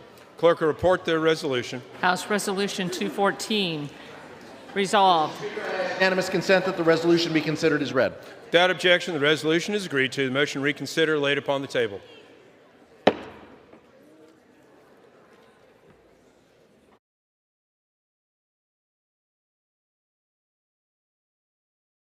For what purpose does the gentlewoman from Connecticut seek recognition? Mr. Speaker, I send to the desk a resolution, and I ask unanimous consent for its immediate consideration in the House. Under guidelines issued by successive speakers, as recorded in Section 956 of the House Rules and Manual, the chair is constrained not to entertain the request unless it has been cleared by the bipartisan floor and committee leaderships. House will suspend. Take conversations off the floor.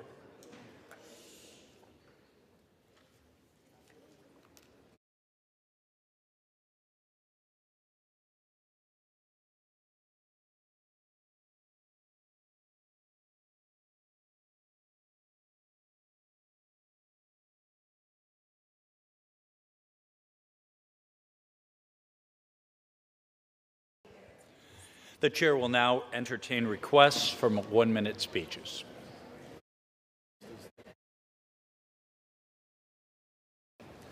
For what purpose does the gentleman from Tennessee seek recognition?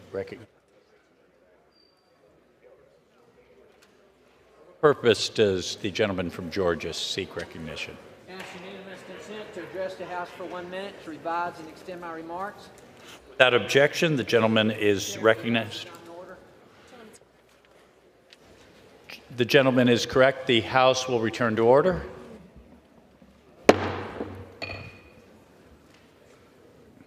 Without objection, the gentleman from Georgia is recognized for 1 minute. Mr. Speaker, I rise today to honor Raekwon Williams, a senior at Groves High School in Savannah, Georgia, whose resilience and work ethic has inspired many. Raekwon has faced immense hardship, losing his father at the age of 5 and his mother in December of 2024.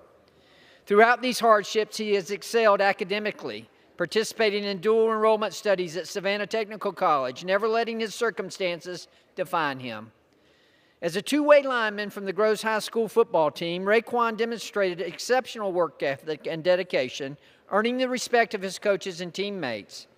His perseverance earned him the Abby DeLoach Foundation and the Savannah Quarterback Club Scholar Athlete Award, which includes scholarship funds that will help him further his educational aspirations. Raekwon's story is a testament to the strength of the human spirit and the power of community support. Congratulations, Raekwon. We are very, very proud of you. Thank you, Mr. Speaker, and I yield back. The gentleman yields back.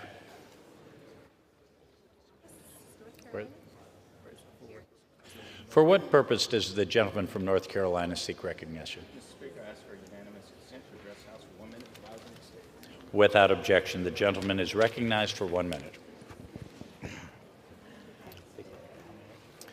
Mr. Speaker, I rise to highlight the Agricultural Commodities Price Enhancement Act.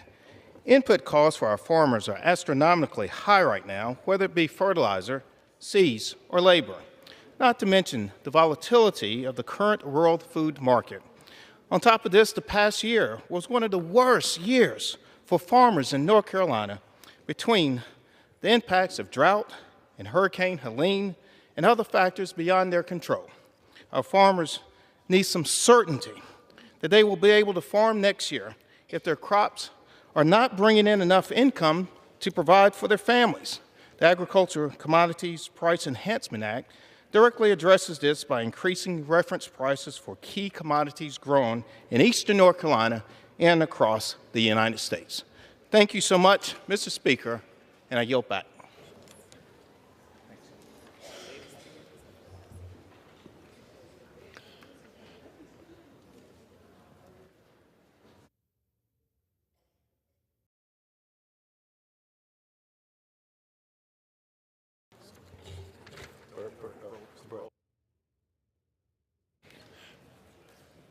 For what purpose does the gentleman from Missouri seek recognition? To address the House for 1 minute and to revise and extend my remarks. Without objection, the gentleman is recognized for 1 minute. Mr. Speaker, today I rise to honor the life and the legacy of Julie Ann McDonald, a lifelong Missourian from Savannah who recently passed. Julie Ann was a beloved mother and grandmother who touched the lives of many in our community. Friends and family knew her as Mimi, someone who put service above herself, caring for her neighbors, her community, and especially her family. She regularly volunteered at multiple organizations and schools. She was deeply involved in her local church, and she brought joy to her book club with friends that cherished her company. Throughout a 42-year teaching career, her compassion, leadership, and dedication touched and inspired the lives of countless students who had the privilege of learning under her mentorship. A rich life and a storied legacy, Julie Ann leaves behind her husband, Martin, her sons, Ryan and Scott, her daughters-in-law, Vicki and Laura, and her 2 grandchildren, Mackenzie and Jameson. My prayers are with her loved ones and with her family. Thank you, Mr. Speaker. For what purpose?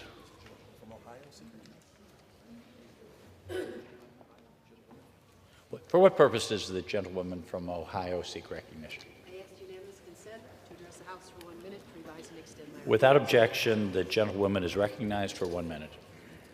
Mr. Speaker, I rise today to call out a vile attack on an American patriot, Senator Mark Kelly of the great state of Arizona.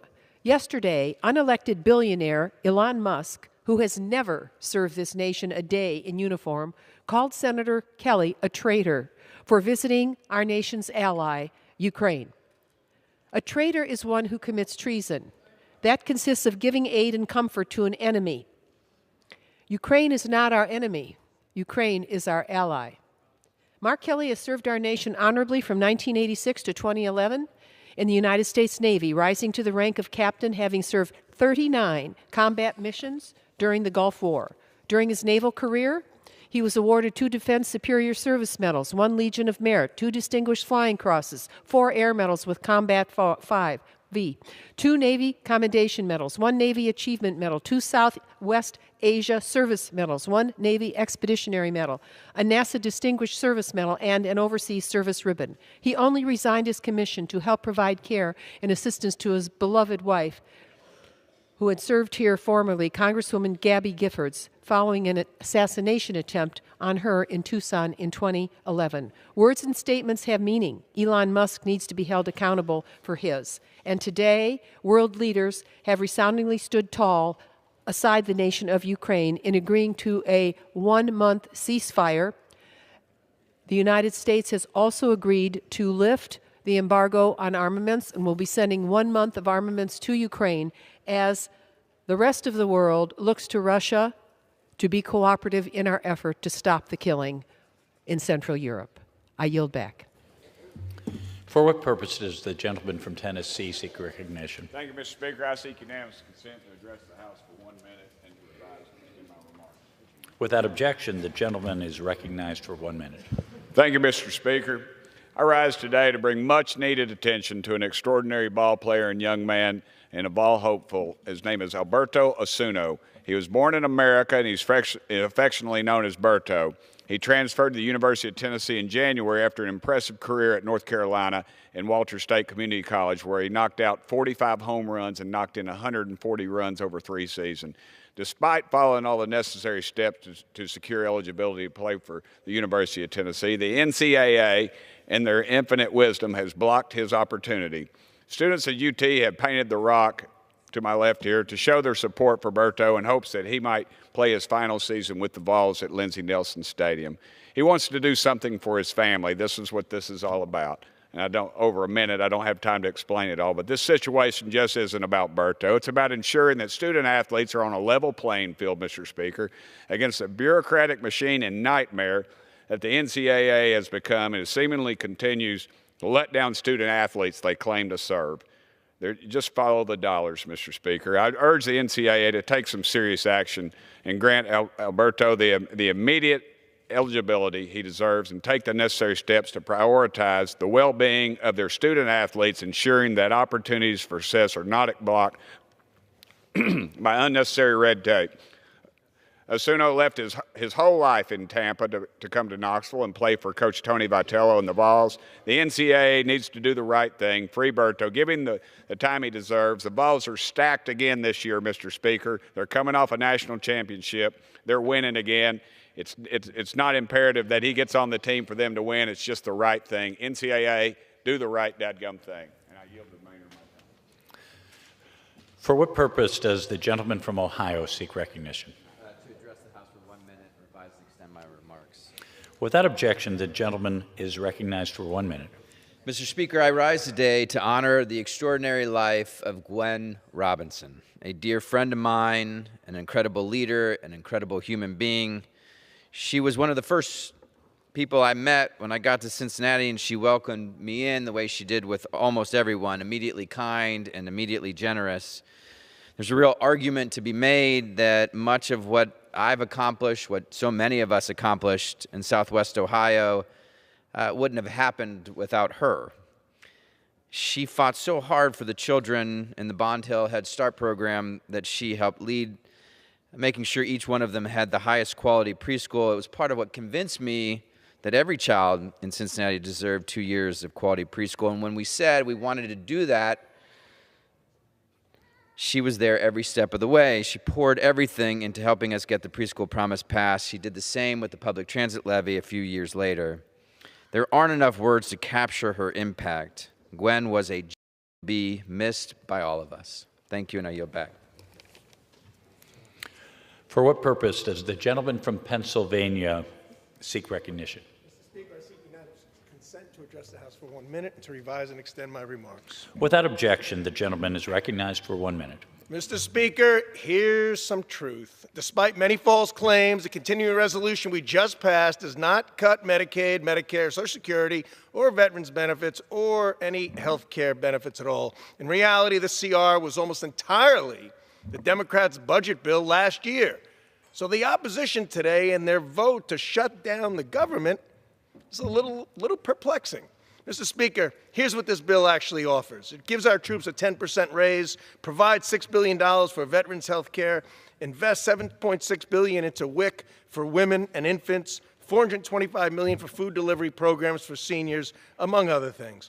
And, Mr. Speaker, we're paying for it responsibly. We're repurposing $20 billion in excess funding from the attempt to increase the IRS by $80 billion last year.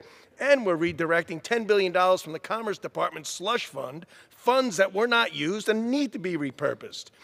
This CR sets the stage for a plan for a new golden era for our country, and I was pleased to support it. I yield back.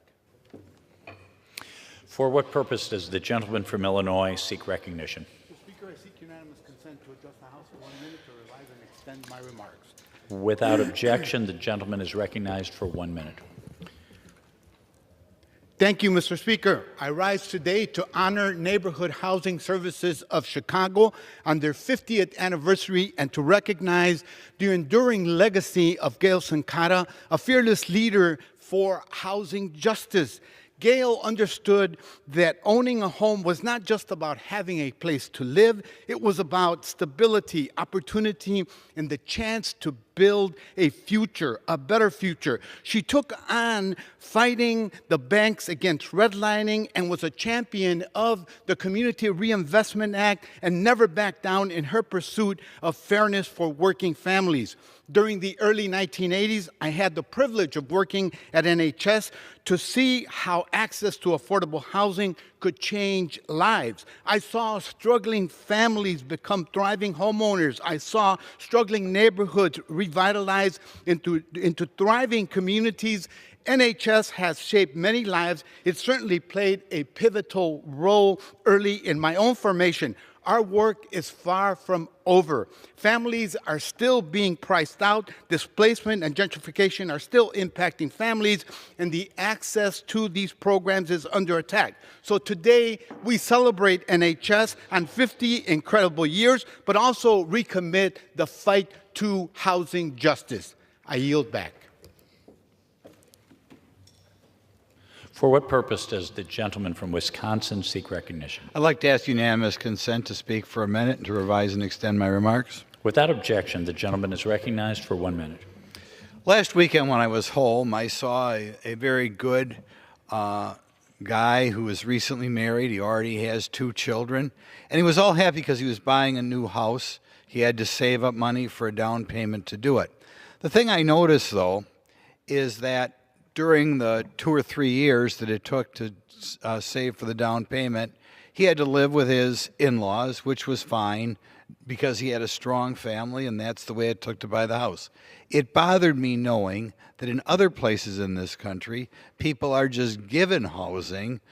They don't have to live with their in-laws. And in essence, the government is treating them better than this example of a guy who was married and spent a couple of years with his parents. So I hope in the future that this Congress changes the rules so we no longer benefit or raise this guy's taxes to set up someone for their own house immediately.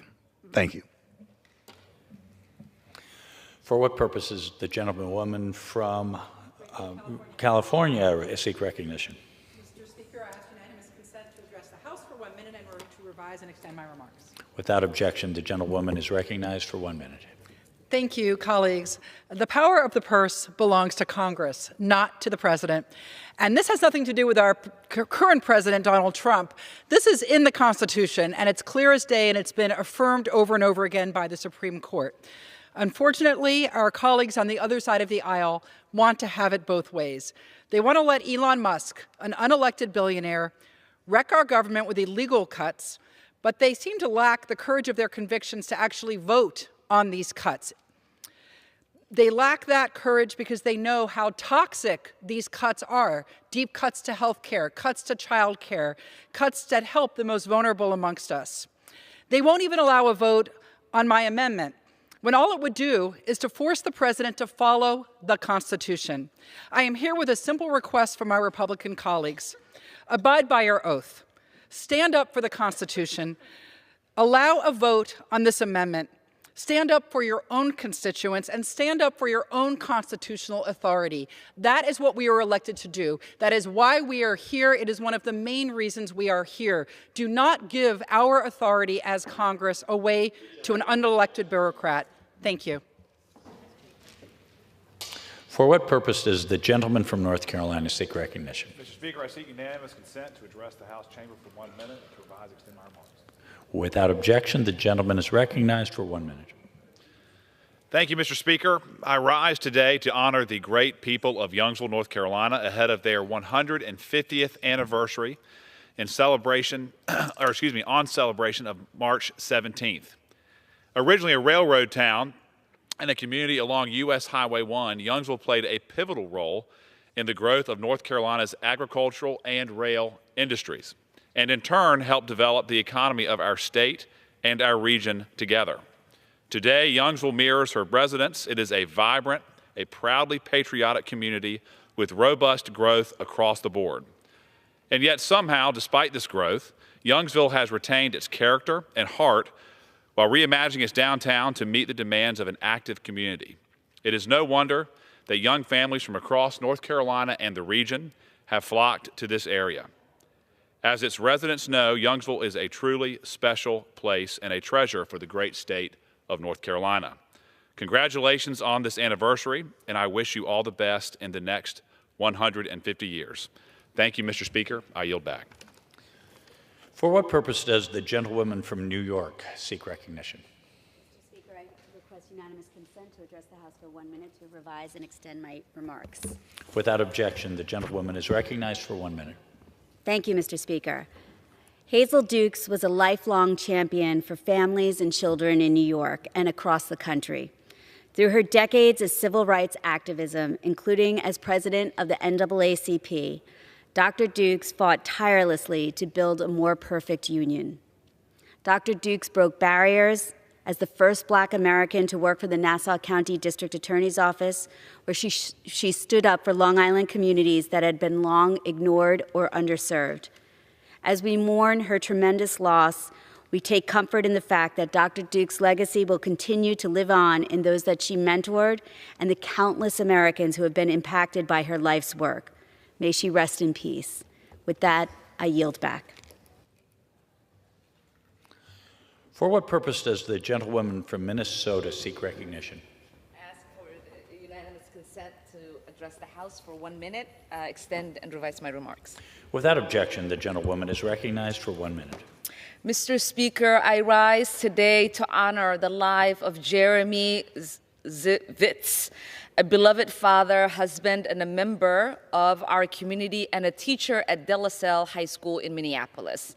Jeremy dedicated his life to teaching and touched the lives of hundreds of Minneapolis students over the years. Even in the midst of difficult health challenges, he never wavered in his commitment into educating and supporting his students. Generations of young people will carry his lessons of kindness, authenticity, and the power of connection. Jeremy saw education as more than just an avenue for teaching. He saw it as a place to help his students become their best selves.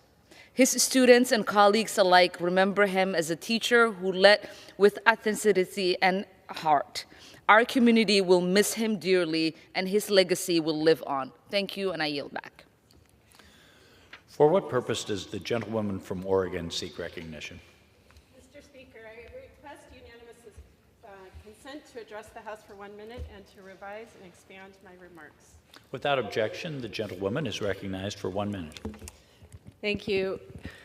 What happened today is disgraceful. House Republicans have abandoned working Americans. They are taking housing and food from our seniors, children and families. They have abandoned our veterans, the people who have bled for our country so that we can be free. They have given this administration and its illegitimate mercenaries free license to gut agencies and services. And Mr. Speaker, make no mistake, the vote the Republicans took today is a shameful turn for this body. In the words of Danzalee Abernathy, the daughter of Reverend Ralph Abernathy, best friend to Martin Luther King and civil rights leader, We will not go quietly into this reality. The American people want you to fight back, fight on, stand strong for truth, justice, and equality for all. And Danzig and Oregon, I will continue to fight, and I hope you will stay with me in this fight. Thank you, Mr. Speaker. For what purpose does the gentleman from New York seek recognition? Mr. Speaker, I ask for unanimous consent to address the House for 1 minute and to revise and extend my remarks. Without objection, the gentleman is recognized for 1 minute. Thank you, Mr. Speaker. The House just voted to pass a radical partisan government funding bill.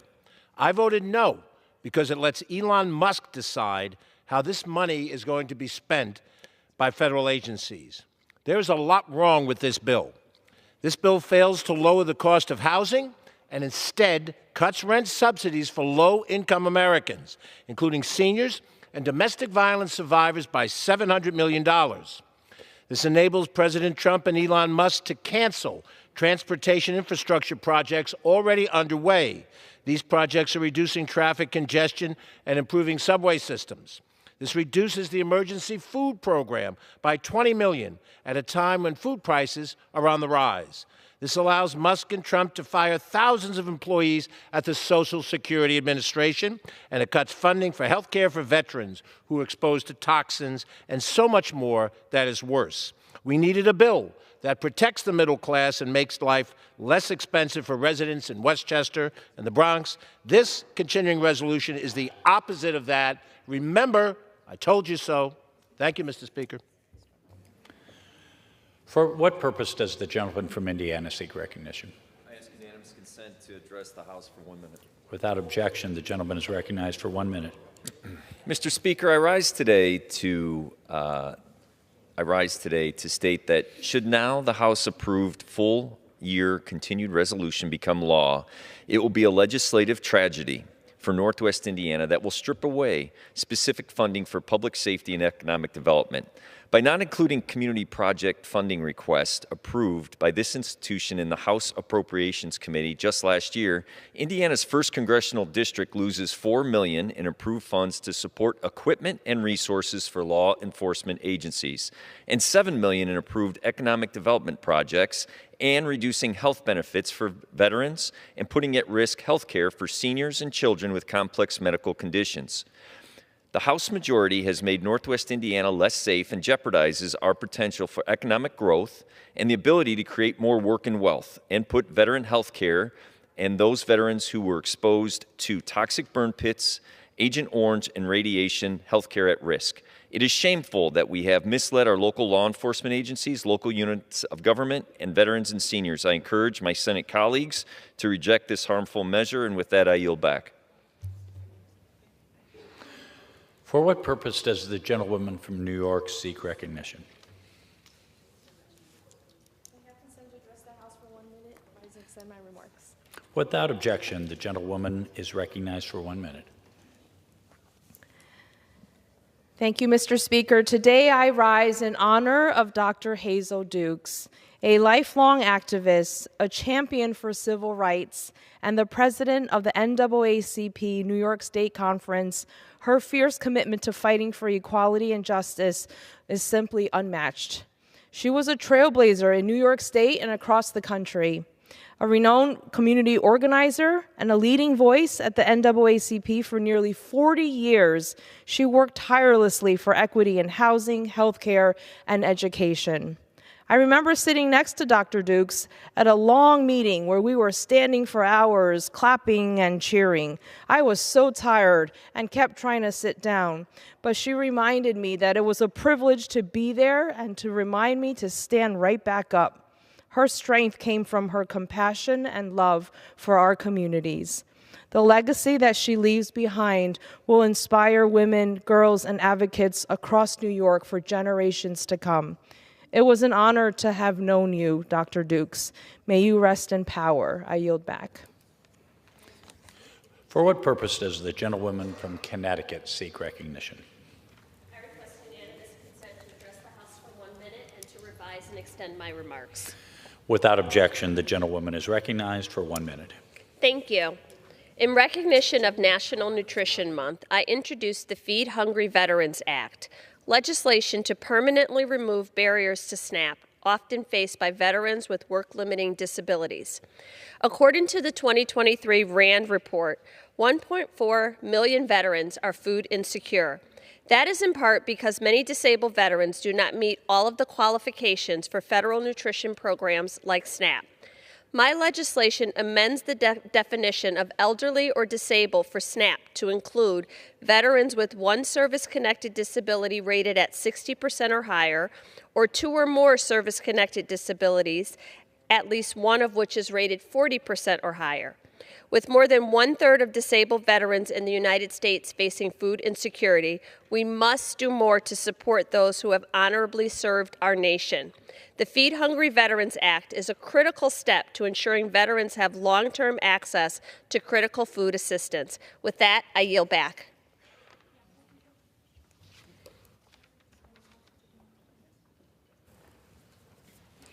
The chair lays before the House a communication from the Speaker.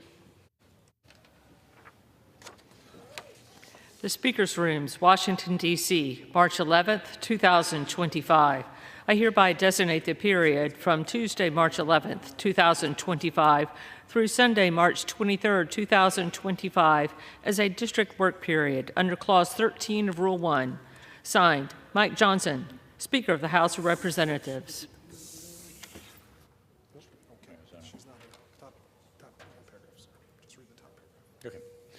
Under the Speaker's announced policy of January 3rd, 2025, the gentleman from Arizona, Mr. Schweikert, is recognized for 60 minutes as the designee of the Majority Leader. Thank you, Mr. Speaker Pro Tem. I'd like to yield the gentlewoman from Minnesota as much time as she may consume.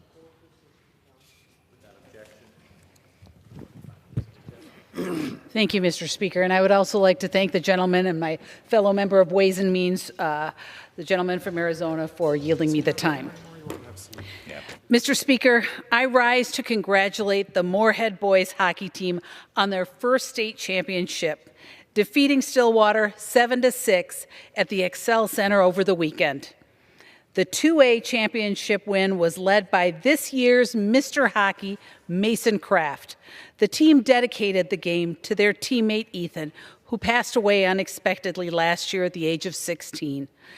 Holding up his jersey throughout the game and bringing the jersey through the handshake line, the Moorhead Spuds have made their families, community, and the whole 7th District proud. Congratulations to the Spuds. Mr. Speaker, I rise today to congratulate the East Grand Forks boys hockey team on their incredible Class 1A championship win. With what sounded like the entire community of East Grand Forks in the stand, the team defeated the St. Cloud Cathedral 2-1 in overtime. The East Grand Forks Green Wave has made their families, communities, and the entire 7th District so very proud, and I'm excited for all of you to hoist that championship banner back at home.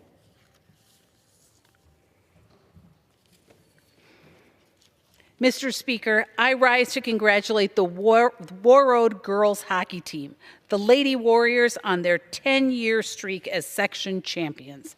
These women from a small town in the northernmost Minnesota are part of one of the best girls hockey teams in the last 20 years. You have made your families and communities proud.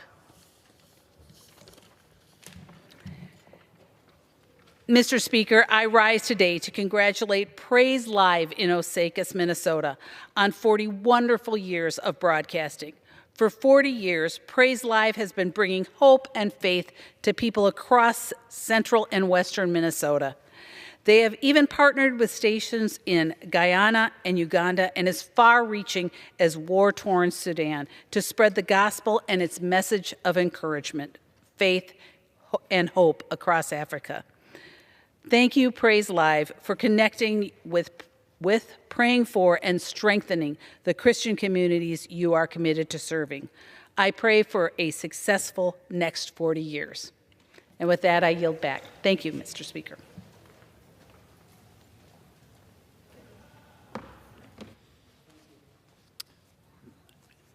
I appreciate. Mr. Speaker Pro Tem, I'm going to try something this evening. The thesis I'm going to try to sell tonight is that data is substantially a solution for us. And you go, huh? So I'm going to walk through a number of things that just came out in the new MedPAC report because, and look, I've only just started reading it, but there's a couple of interesting things. I'm going to try to walk through the reality of what drives debt and deficits like I do every week. I'm going to try to walk folks through some of the actual math instead of some of the hysteria that is modern politics where we make crap up because we don't tell the total details. And let's see if we can actually make any progress here on sort of the intellectual capital of this place. So just off the top of my head, Mr. Speaker, you've seen the stories of, the butchering of federal employees. Okay, let's walk through just some of the math. You got 3 million federal employees. If 77,000 have decided to take, the early retirement offer, let's see, that's, God, I should have, dear heaven, I should have calculated this before, is 3%, 3% of the federal population. I have a chart we're working on, did not make my stack, to show the growth in the number of federal employees in the last decade. It's a little rich how many folks run around here and they want more spending for their projects, or they don't want this, or they don't want that, but at the same time, they're lined up at our doors and want more spending. If I could come to you and say, guys, we're going to try to find a way to make the way we deliver services much more efficient, much more rational. So let's actually sort of walk through a couple of the boards. This is one we start with a lot. And the number now is a bit more dour. This board's a year out of date, but I didn't want to spend the money to reprint it. Do you see the blue portion? Okay, this fiscal year, it's about 25% of all the spending is in the blue. That's what we get to vote on. That's military. That's what we call non-defense discretionary. We borrow about, let's see, last year for every dollar we took in taxes, we borrowed or we spent $1.39. So functionally 39 cents. This year it will be a little better. We think it will be only 36 cents for every dollar we take in taxes. So what that basically means is everything you and I as a member of Congress vote on is borrowed. But we have this reconciliation budget. It's one of the few times where we actually get to talk a little bit about what's in the red. But we don't get to touch net interest. Interest is interest. And some of the math coming in right now says interest this year, this fiscal year, could be about 1.1 to 1.2. I actually am a bit more dour. $1 trillion, making interest functionally the second highest expense in the federal government. Until this reconciliation budget makes it through defenses like number 4 on spending. So it's Social Security, interest, functioning Medicare, defense. But when you take a look at what we're even allowed to talk about in a reconciliation budget, and you know why we do the reconciliation budget, it's so we can get around this 60-vote rule in the Senate. So we're doing all this dancing and stuff because of the Senate rules. But we can't touch net interest, and we're not allowed to go near Social Security. So think about that. That area on that last chart I just showed you that was red, the majority of it, we're not even allowed to talk about. We can't touch it. We can't do anything about it. So when you see the authorizations, that's actually why committees like Ways and Means and Energy and Commerce have such a lift. So what happens if I come to you and start to say, you have a country that's binging on debt. We're in extraordinary measures right now, so some of the daily debt calculations are a little screwed up. But before we went into extraordinary measures, we were in the $60,000, $70,000 per second every day, every second. If my math is correct and we come in at about 2.2 trillion, maybe 2.3 trillion of borrowing this year, you got to start thinking about that. So we take in about 5 trillion in tax receipts. We're going to spend about 7 trillion, meaning about 7.25% of the entire economy is borrowed this year. And if we don't get our act together, in 9 budget years, it could be 9.2% of the entire economy is borrowed. And I was just wanted to make the point, because I'd come here in the past, interest rates have fallen dramatically in the last couple of weeks, which, remember the seesaw? We've talked about the seesaw. When the economy is really strong, or there's a shortage of capital to borrow, interest rates go up, meaning the United States, we pay a lot more in debt servicing. When interest rates go down, that typically means the expectations of the economy are slowing down, meaning our tax receipts fall. So the middle of the seesaw stays the same. I saw some people getting giddy. Look, interest rates are down. It also means actually some of our modeling in the future quarters of tax receipts also are starting to fall now. So there's no free option anymore. But you've seen some of the discussions. Ray Dalio has been out there talking about the heart attack of debt and what happens to other countries and the history of that. Going back, I think in his book, he's going back a couple thousand years. The United States, so here's functionally the world borrowing. China's borrowing about 17% of what we call the available capital for sovereign borrowing. Japan's borrowing about 10%. We're borrowing 40%.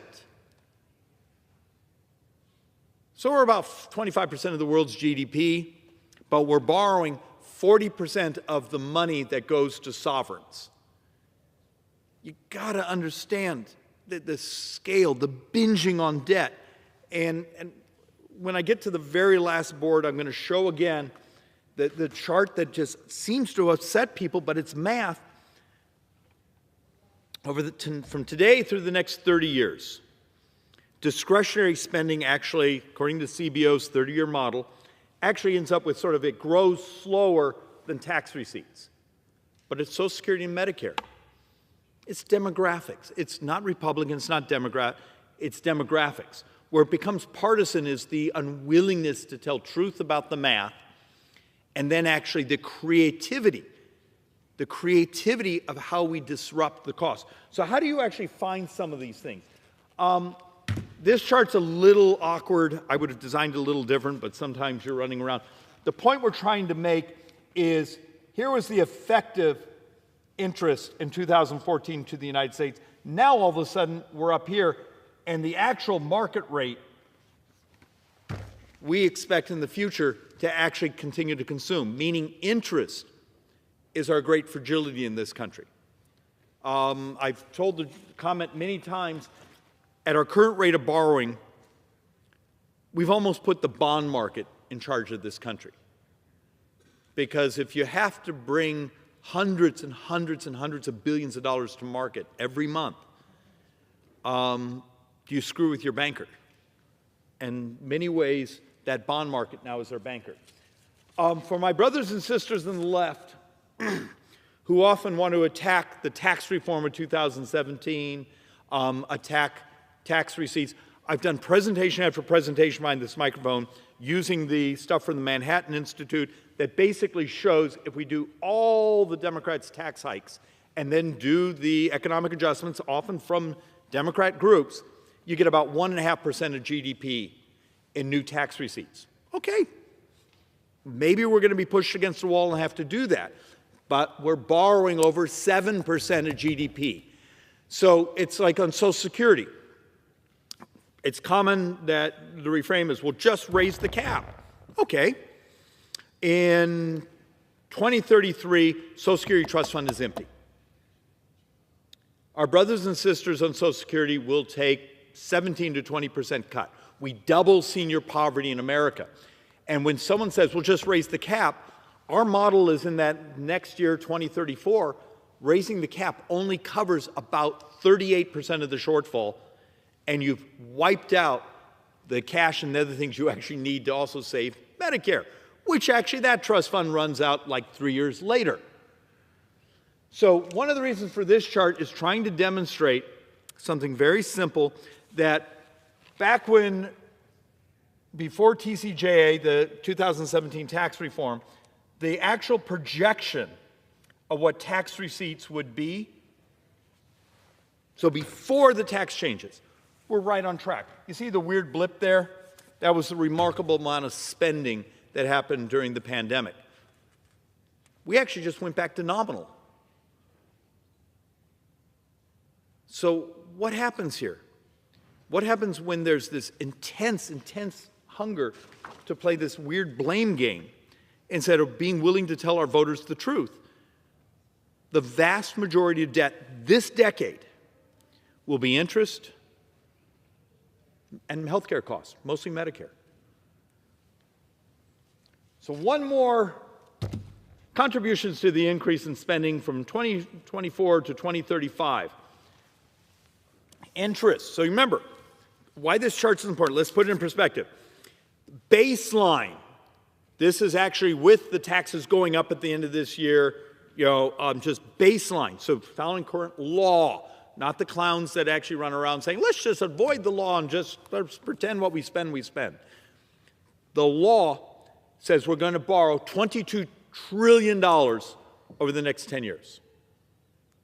Okay, that's baseline. Here's the mix of that borrowing. 24% of that will be interest of the additional borrowing. Old age survivors, Social Security will be 31%. Discretionary, 13%. Other mandatory, 4%. And Medicare, 28%. Now, the fact of the matter is old age survivor, Medicare have their own trust funds, except for the fact that within that 10-year window, at least this trust fund is now emptied. Are we allowed to talk about it? Are we allowed to do the moral thing here and maybe stop the doubling of senior poverty? But yet, the fact of the matter is maybe I'm an idiot for getting behind the microphone and actually mentioning the word Social Security because there's someone writing an attack ad on me right now for trying to save it. It's just the sickness of this place. So let's actually walk through a little bit. I saw a number of folks who actually have been attacking DOGE and the attempts to use data. Understand that some of the communication skills are haphazard. But if I came to you today and said, let's strip any partisanship, we need to find waste, fraud, abuse, modeling issues where we're doing things the wrong way, where we have models that are decades, sometimes decades and decades out of date, would you hire an army of auditors? An army of lawyers? Or would you hire data scientists? Turns out, several years ago, Congress started requiring agencies that send out payments, that cover healthcare costs, that send out checks, these things, start telling us your error reports. Okay, so for 2023, we think the reports come back at $236 billion of improper payments. Okay, that's a stunning amount of money. But that doesn't mean there's $236 billion of improper payments that have been stolen. There's a bunch of it has been, but it's more complex. And an army of auditors, it would take years to grind through this. That's why actually the miracle of technology right now, hire some data scientists. They're really expensive. Most of them actually I've met recently actually are bathing. That's both funny and shockingly true. I met one that is an MIT dropout. Apparently MIT wasn't hard enough for him. But that's actually what he does. And the failure to access data information. Well, it turns out a whole bunch of what we label as improper payments, we lacked data on understanding. So what happens when it's the data scientists that will help us grind through? I just grabbed this one because Treasury itself, not just CMS, all the other agencies, Treasury itself has $21 billion of improper payments. And you walk through what those were and why they were improper. They didn't verify household size. They didn't verify the qualifications. They didn't verify these things. That is basically data. So let's actually have a little more fun here. Types of improper payments. Okay, we actually estimate of that 36 billion in, actually this is for 2024, the other chart was 2023. 135 billion are overpayments. Now understand, for a lot of those, that may come through CMS, a Medicare reimbursement. CMS has the ability, months and months, a year later, to try to recapture those monies. What we're trying to get the data scientists to build us models to understand, okay, if there's 135 billion of overpayments, how much of that comes back to us and how much is, we'll call it leakage, even though leakage is with a B is, and then there's, we have 12 billion unknown payments. We know payments went out, but there wasn't enough data telling us what they were. We had almost 8 billion of underpayments where we underpaid people. So you see what I'm trying to provide here is we know we have a problem. We've known we've had this problem for decades. For the last decade, we've been tracking the problem. And it's only been the last couple months we're beginning to tackle the problem and try to use technology to dive into what are these? What are these categories? And understand. Now, some of this, you'll notice the huge spike in improper payment amounts. That's actually mostly from the pandemic when we were pushing money, shoveling money out of this place like crazy. But we've been tracking this since 2014. It's taken to now to find the technology, to find the talent, to start diving into this math. And why is this just so important? If you're someone like me who believes there's trillions of dollars over the next 10 years that we can save by just modernizing the way we deliver services, you first have to identify the outliers, identify what's going on. But why is this so incredibly important? You've got to understand what we're up against. Outlays of the largest mandatory programs are projected to massively increase. So let's be a moment of brutal honesty. This is 2025, this is 2034, so functioning 9 budget years. Social Security will have a 61% increase in spending. It's just that this is our demographics. And I'm going to try to explain these numbers a little bit more. Medicare will have almost a 78% increase in spending over those next 9 budget years. Now, there's a little more for this because this has none of the offset. So I want to try to provide a level of brutal honesty. Remember, on like Medicare, on some things you have a portion of copay, those things. So, but it's still a 75% increase, but it goes from $2 trillion spending. So 9 budget years, Medicare itself will be a couple $1 trillion, just the spending on that.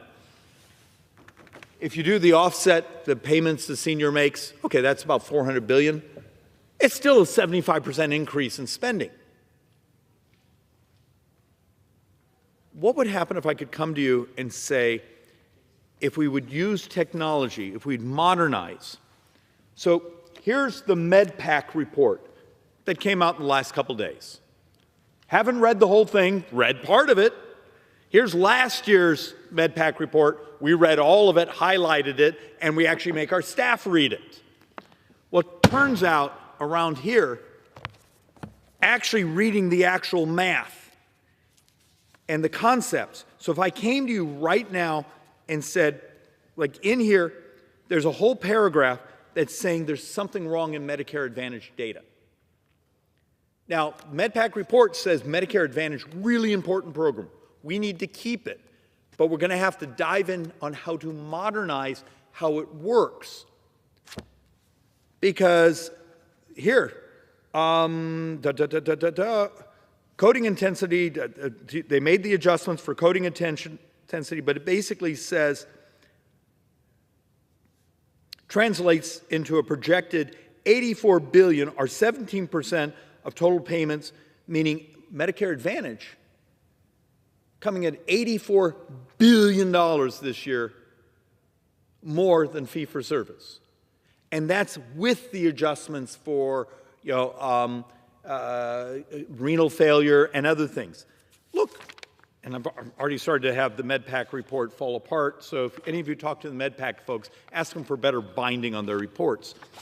So what would happen if I came to you right now and said, we can do things to fix these outliers in cost and never cut a service by changing the incentives? Instead of the incentives that the MedPAC report talks about of scoring people as sicker and sicker and taking that additional spiff spending, how about a system that says, why don't we incentivize the providers in this program to help our brothers and sisters who are seniors be healthier? And that making your population, helping them be healthier, is actually your profit. Is that heresy? I would argue that's just good design. And we don't have a choice, because last week, the Joint Economic Committee, we published a report.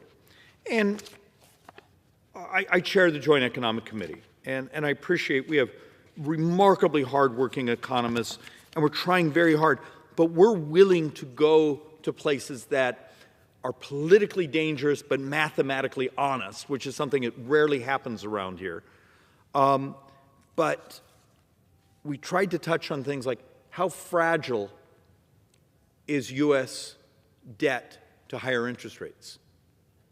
Fact of the matter is, I did a chart a couple weeks ago that showed if the United States went back to a 6% handle on U.S. sovereign debt. Now, you go, well, that's a lot higher than we're at today. Yeah, but go back to the early 2000s, we were right up against 6%. You do realize in 9 budget years, if you are at 6%, it would mean 45% of all U.S. tax collections go just to interest. We do a chapter here on the effects of obesity to our society, to spending, to longevity, to family formation. Last year's report came in over $9 trillion. This year, we even define it more to understand what happens when the single biggest spend in our society could actually be mitigated by helping our brothers and sisters in the country be healthier. Are we allowed to talk about that, or is that just heresy? Because once again, got to tell the truth. Over the next 30 years, Social Security and Medicare represent all the borrowing. And it's like $116 trillion of borrowing. Discretionary, which we talk about a lot because that's where you find some of the really stupid spending, the shiny objects, is projected to grow slower than tax receipts. My point is, for everyone out there who wants to be enraged by the White House, enraged by those of us who are trying to find solutions, bring us ideas. Bring us actual math. Stop making crap up, but if you're going to give us ideas, actually maybe read your subject area first. You'd be amazed how many things we get, where if we just didn't have foreign aid and we show the chart that it's a week of borrowing. Understand, you have a country that our baseline is going to be borrowing about $6 billion a day. How long do you think we can do that? So first, if we can find ways to do it better, faster, cheaper, read the actual reports that we've been given for a decade that actually have ideas in this, and be willing now to do the hard work of just using technology and data and modernizing.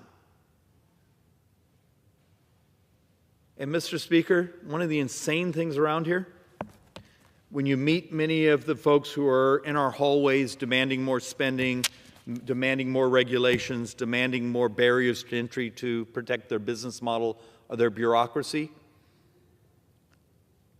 They actually hate the discussion of modernizing. You're a medical professional. You know what you're doing. The fact of the matter is there's hope. I don't think there's a lot of more years we can wait, but there's ways to do this. How do we get this body, both our brothers and sisters on the Democrat side, that actually, if they'd be willing to work with us on saying, let's modernize. Let's embrace the technology. Let's do the things we know that if we were actually caring, just maybe not great politics, but it's really good economics and really good for the future of this country. And with that, Mr. Speaker, I'm going to yield back. The gentleman yields.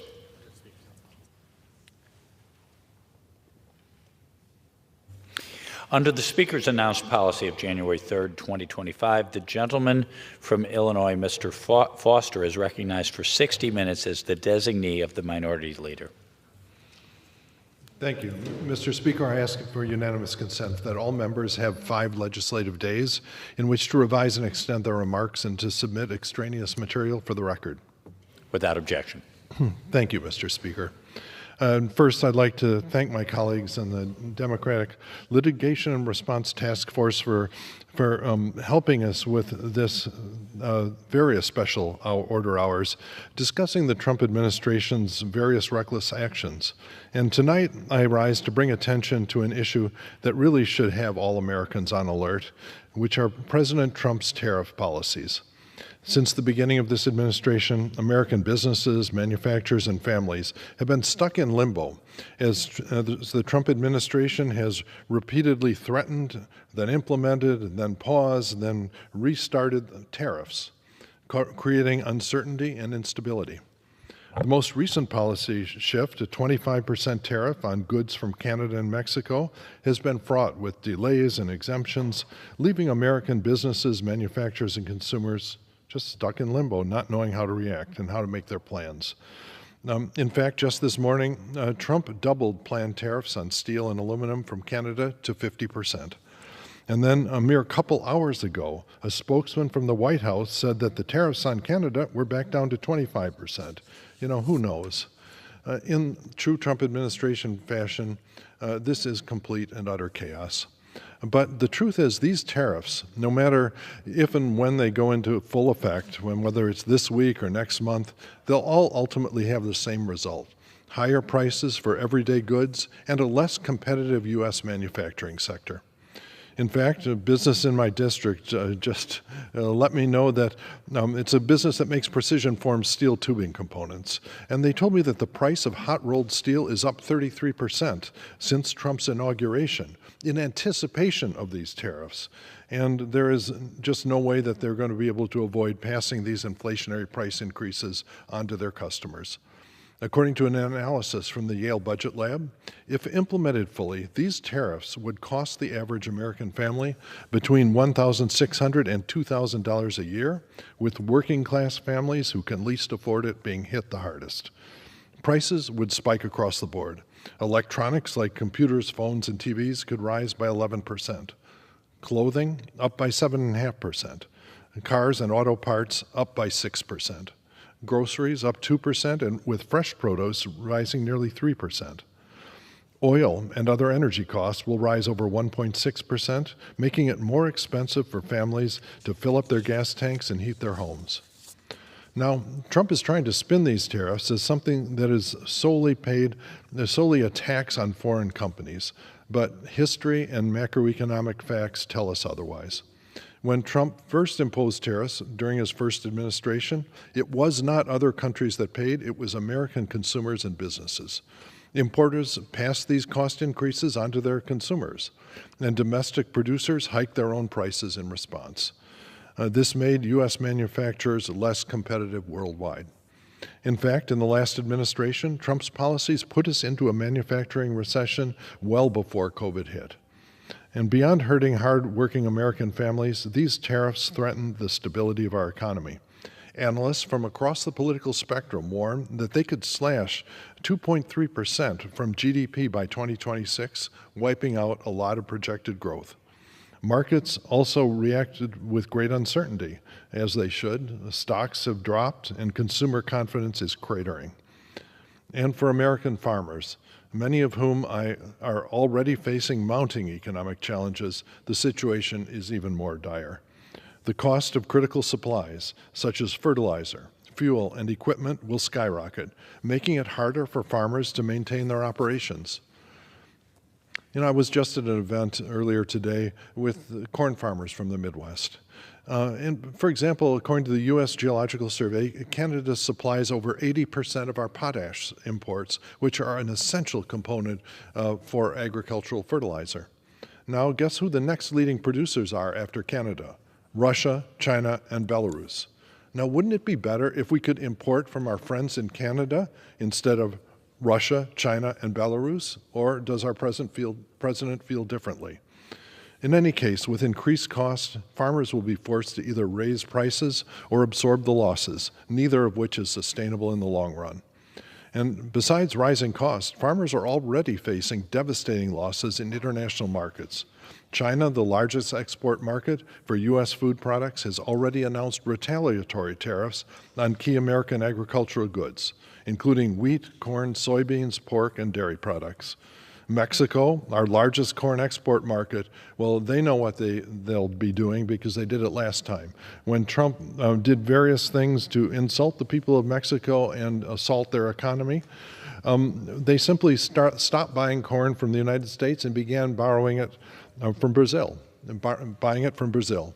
Brazil, by the way, gets 2 crops a year, which when you tell that to corn farmers in the Midwest, they react.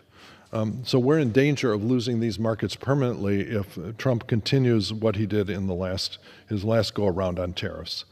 According to the USDA, in fact, the last time President Trump engaged in a trade war, it cost U.S. farmers nearly $30 billion in lost sales and market disruptions. And so in an effort to keep the farmers' heads above water, $30 billion of taxpayer money was sent their way. You know, that's not what farmers want. For decades, American farmers have worked tirelessly to expand access to foreign markets, ensuring their products reach consumers around the world. These new tariffs will undo years of progress in expanding those markets, closing off opportunities and shrinking demand for American-grown goods in the foreign market, something which domestic consumption alone cannot compensate for. And finally, Mr. Speaker, manufacturing. You know, long before coming to Congress and long before my career as a scientist, I started a manufacturing company with my brother. And starting with $500 from our parents, we built a company that now manufactures over half of all the theater lighting equipment in the United States. It provides over 1,300 manufacturing jobs in the Midwest. We do hardware, software, painting, wiring harnesses, customer support, everything. And I'm very proud that we've kept those good manufacturing jobs in the United States. And that's why boosting U.S. manufacturing and creating manufacturing jobs here has always been a top priority of mine, and why I was so horrified at the damage done to U.S. manufacturing by the last set of Trump tariffs. So I watched with deep concern as the first Trump administration's tariffs and our other trade policies put us in a manufacturing recession a year before COVID even started. Once again, Trump is pursuing a failed economic policy that was going to do nothing to bring jobs back, but instead it will drive up costs, kill growth, and undermine U.S. manufacturing, the very sector that he claims to protect. Manufacturers will be hit with soaring costs. Many U.S. manufacturers rely on imported raw materials such as steel, aluminum, auto parts from Canada and Mexico, and these tariffs will increase costs across the supply chains, making it harder to produce goods economically and much, much harder for U.S. manufacturers to export their goods in a competitive world environment. So contrary to what Trump and the Republicans are trying to say, higher cost means fewer jobs. When manufacturers face rising production expenses, they're forced to either pass those costs on to consumers, further driving up inflation, or cut jobs in production. Studies have shown that Trump's previous tariffs led to job losses, not gains, in the manufacturing sector. American manufacturers will once again struggle to compete globally. By making essential inputs more expensive, Trump is weakening U.S. manufacturers against foreign competitors who are not burdened with these artificial price hikes. Not to mention, manufacturers will likely to be hit by retaliatory tariffs when they're trying to export their goods to the countries that President Trump has targeted. This is not America first. This is America last in the global economy. The last trade war was a disaster. Under Trump's first round of tariffs, manufacturers suffered as input prices soared, supply chains were disrupted, and retaliatory tariffs from other nations crushed U.S. exports. And this time, the consequences could be even worse. The truth is, there are no winners in trade wars, only those left to bear the burden of higher costs, lost jobs, and economic instability. Instead of strengthening our economy, Trump and his Republican allies are needlessly putting at risk, gambling with the livelihoods of American families. And so when the U.S. is threatened with a recession, you don't have to take my word for it. You can read the front page of the Wall Street Journal. It will be those policies who are to blame. And next, I'm glad to be joined by my colleague, Congresswoman Melanie Stansbury. As a representative of a southern border state, New Mexico, she knows all too well the importance of fair trade with Mexico for our nation's economy, and especially for working families' wallets. And with that, I now yield to the gentlewoman from New Mexico, Ms. Stansbury. Thank you, Mr. Speaker, and I thank my colleague for convening this special order hour. And I rise today to talk about the real-world impacts of what's happening right now in our federal government, with the dismantling of federal agencies, the free fall of our economy, and the impacts that Elon Musk and Donald Trump are having on our communities. Because what is happening right now is not normal, and it is impacting our communities in ways that many do not even understand. Right now, real people are hurting. They are scared. They don't know what's going to happen. Today in my office, I met with members of a tribal council and leaders from a tribe in New Mexico who came to visit me. Like others, they shared stories about the people in the community who are frightened about what is happening. Teachers and educators in tribal schools who've been fired without any explanation. Critical federal funds that are on hold. And when they went to meet with the Department of the Interior today, they were told that even those who are in charge of the very programs that they were meeting them about didn't know what was happening. Back home, people are frightened. They are scared. They don't know if they're going to lose their Social Security, their Medicaid, or the access to life-saving care. A few days ago, I met with the largest food bank in the state of New Mexico. They distribute food to hundreds of food pantries, churches, homeless shelters, and individual families across the state. They told me that if the cuts to food assistance go through that Republicans are proposing in their budget framework, that the number of families, and especially our children and seniors who are currently facing food insecurity, will double. There is not enough support, resources, and infrastructure in the state of New Mexico to meet the need if these programs are cut. Our food system will do everything that it can to support our communities, but it will be more severe than even during the pandemic. And every day, I am hearing from constituents in my district who have lost their jobs.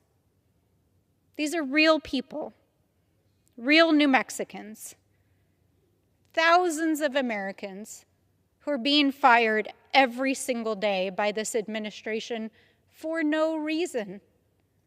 These are not faceless people, but real members of our communities. A tribal school teacher who was told in the middle of the school day that she was being fired for no reason after she had taught for years, to pack up her things and return home in front of her students. Students who don't know if they're going to be able to finish the school year and graduate. No answers, no explanation,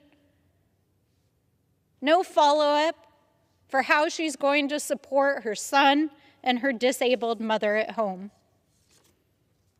A veteran who was on medical leave, who returned to their job at the VA on a Monday, only to find out that they had been locked out of their email. And inside that email was a nameless, faceless dismissal, letting them know that they had been fired for no reason. A dedicated public servant who drove to work every single day, 60 miles every day to the VA hospital to serve their fellow veterans, who was never even notified as to the reason they were terminated. Just a mass email sent to thousands of federal employees across the United States. And just like the other veterans across my district who lost their jobs over the last several days, another veteran who served in the Army Reserves from 2001 to 2010, who also received that same nameless, faceless email from Elon Musk. A veteran who received an Army Achievement Medal, a Combat Action Badge, and other medals and achievements over the course of their service, who was fired with devastating impacts to their family, not only financially, but emotionally. These are the real people being impacted by this administration. An administration that seems to have no regard whatsoever for the thousands of Americans who are literally losing their livelihoods every day as a result.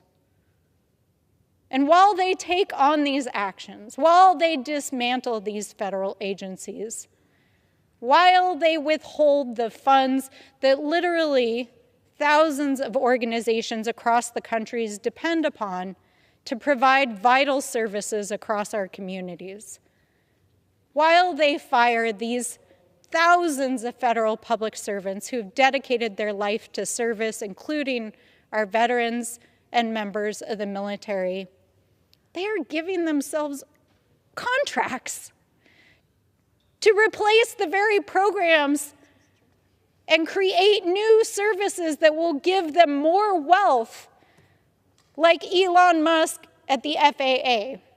They're talking about monetizing HUD programs.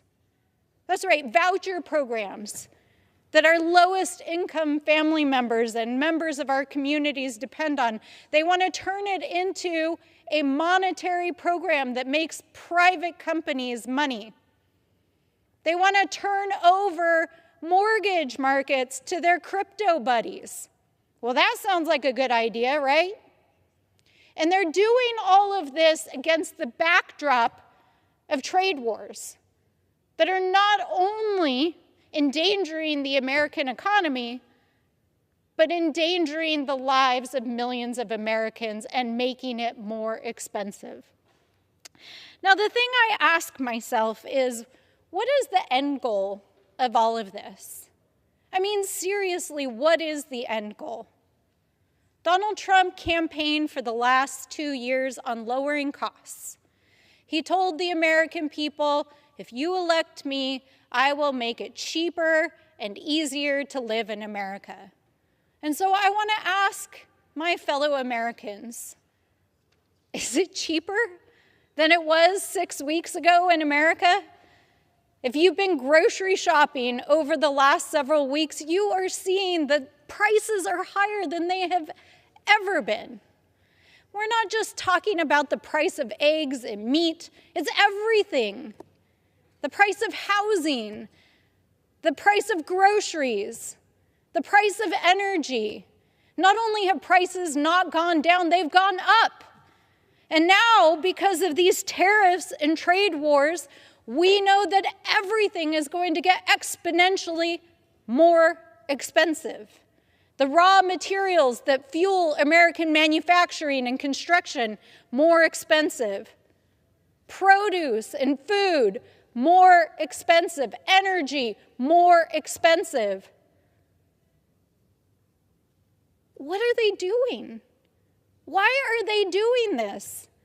Why are my colleagues enabling this administration to harm the American people, enabling this administration to put harmful policies in place that are making not only more expensive for Americans, but tanking our economy?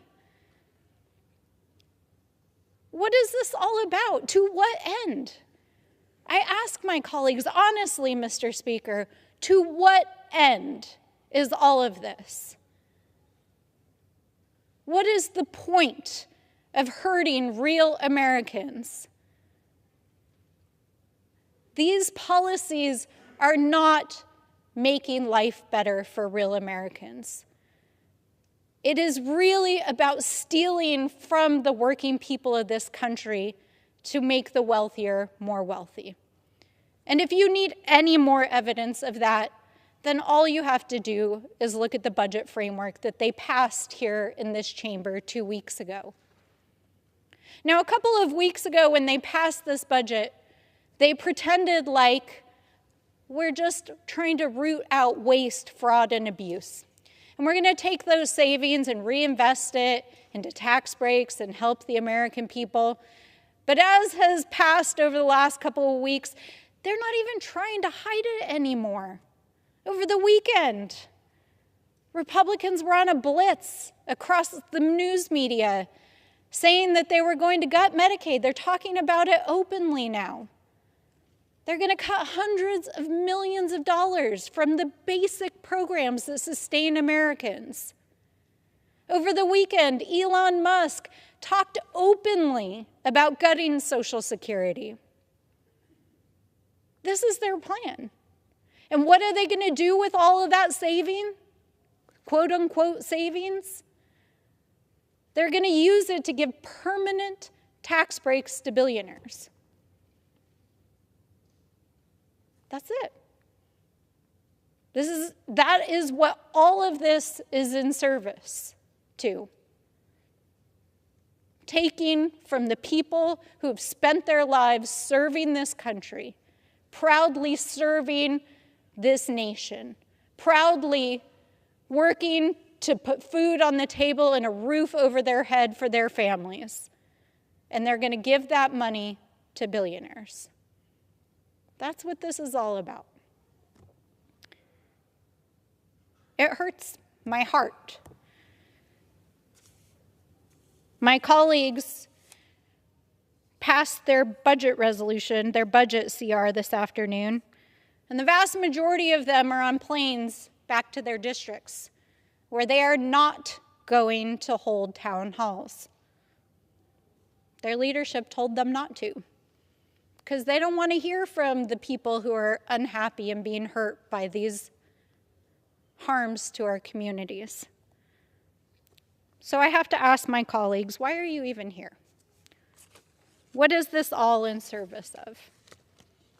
Go home and represent your people, and come back here and have a backbone to stand up for the Constitution and the people of this country, because real people are being hurt.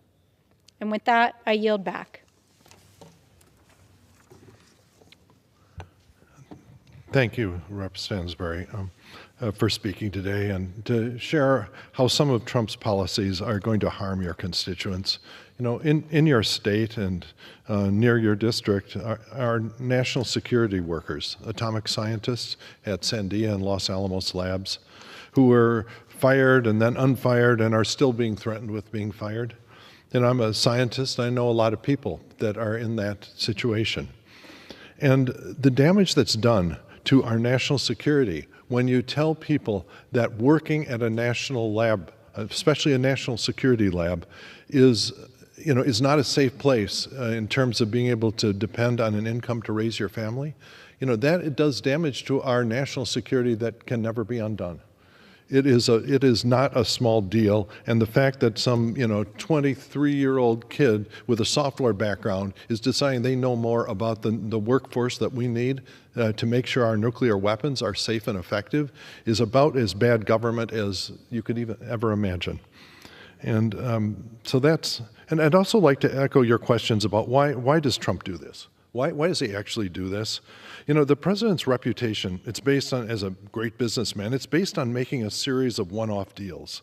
And he's a real estate deal maker, not a manufacturer, not a businessman who has real customers. And he thinks he's done a good deal when he uses all the leverage in his negotiation to make sure that he's really rooked his counterparty, his customer, to the extent possible in his real estate transactions. Now, I'm very different. I'm a manufacturer. And the last thing you want if you're a manufacturer is a dissatisfied customer. It's a completely different mindset. And the problem occurs when Donald Trump views our allies as people to be rooked, people to be insulted, people to use the leverage to get the most out of the current situation with them instead of trying to develop the long-term business relationship that is really the basis of the long-term economic security of our country. And that's my best understanding of why the president does these things. Because certainly he has his advisors that let him know that his policies are going to have disastrous economic effects. In fact, just a couple of nights ago in an interview, President Trump declined to rule out the possibility of a recession, which I imagine his competent advisors have been shouting in his ear for weeks now. As I said earlier, there are no winners in a trade war. There are only those who are left to bear the burden of higher costs, lost jobs, and economic instability. Instead of strengthening our economy, Trump and his Republican allies are needlessly putting it at risk, gambling with the livelihoods of American families. So if the U.S. indeed enters a recession, we will know who to blame. I yield back.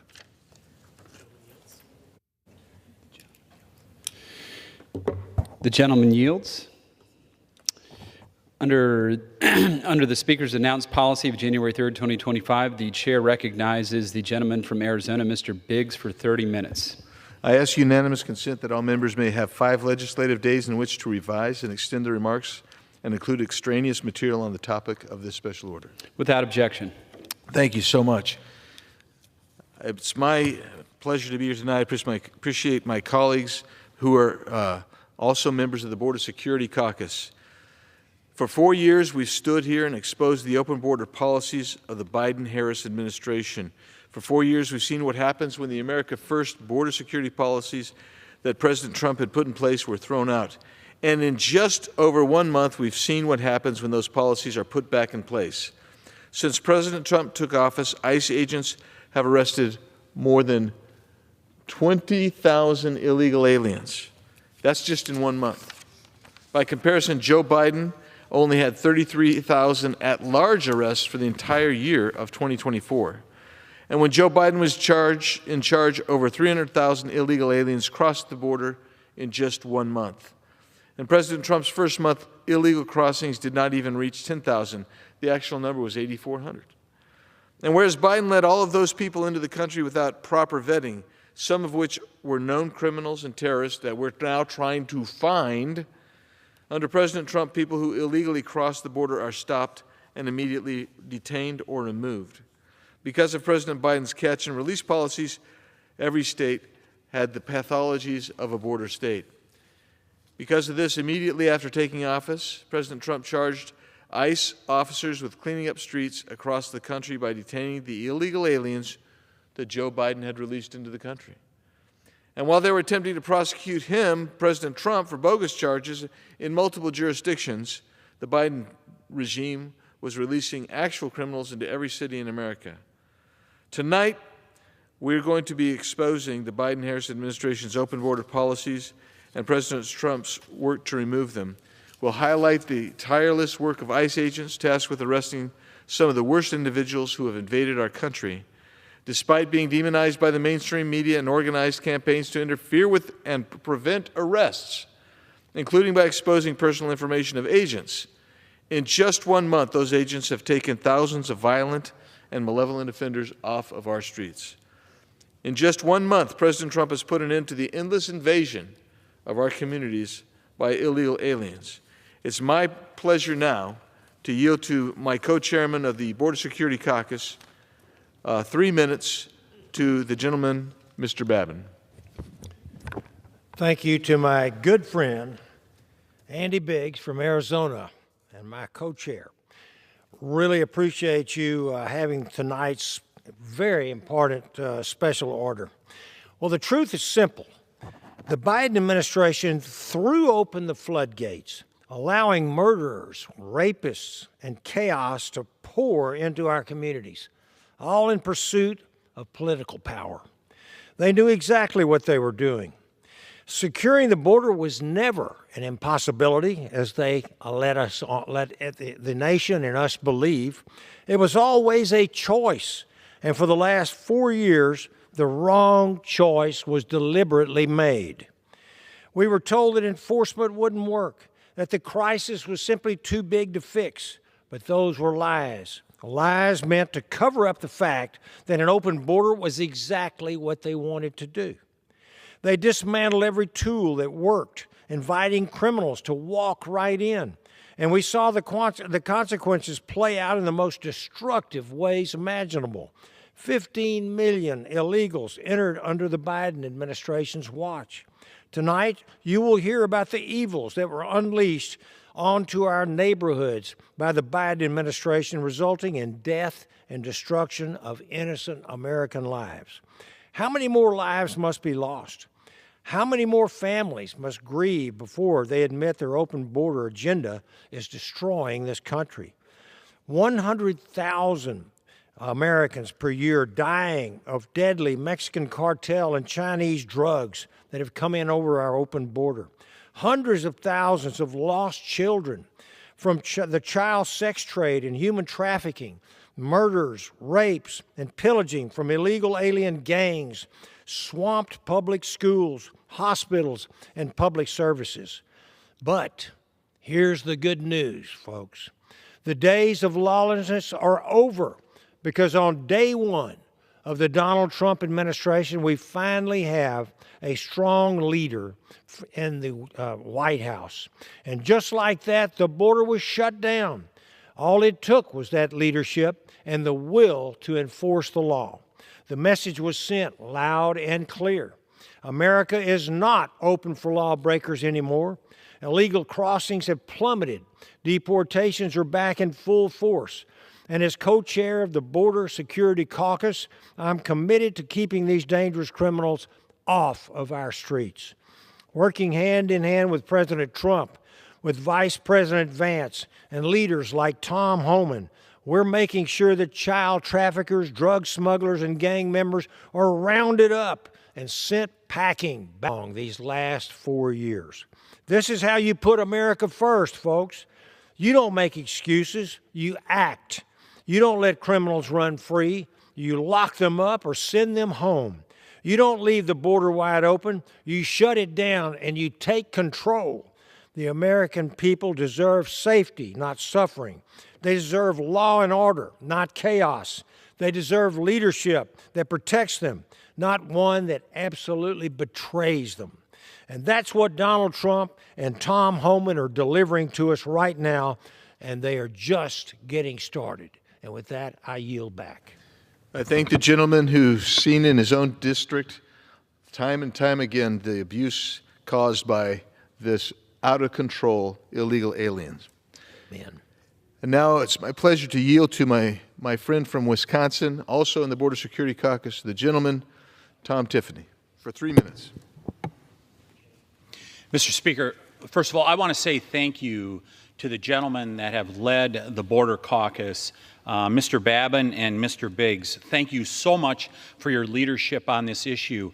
It's as a result of your efforts that you continue to to deliver this message to the American people of what a disaster this was going on in our southern border that caused this to be the #1 issue in the past election before the American people. And in particular, I want to thank Mr. Biggs from Arizona. The first trip I did after being sworn in May of 2020 was to go down to the southern border, and with a trip that he led with many of us, as he did so many times with so many members. I don't know if there's hardly any members on the Republican side that he didn't lead on the southern border to deliver the message. It's there that I got to meet people like Sheriff Mark Lamb from Pinal County in Arizona, Sheriff Mark Daniels down in Cochise County, who talked about back in 2020 about how the border was becoming secure.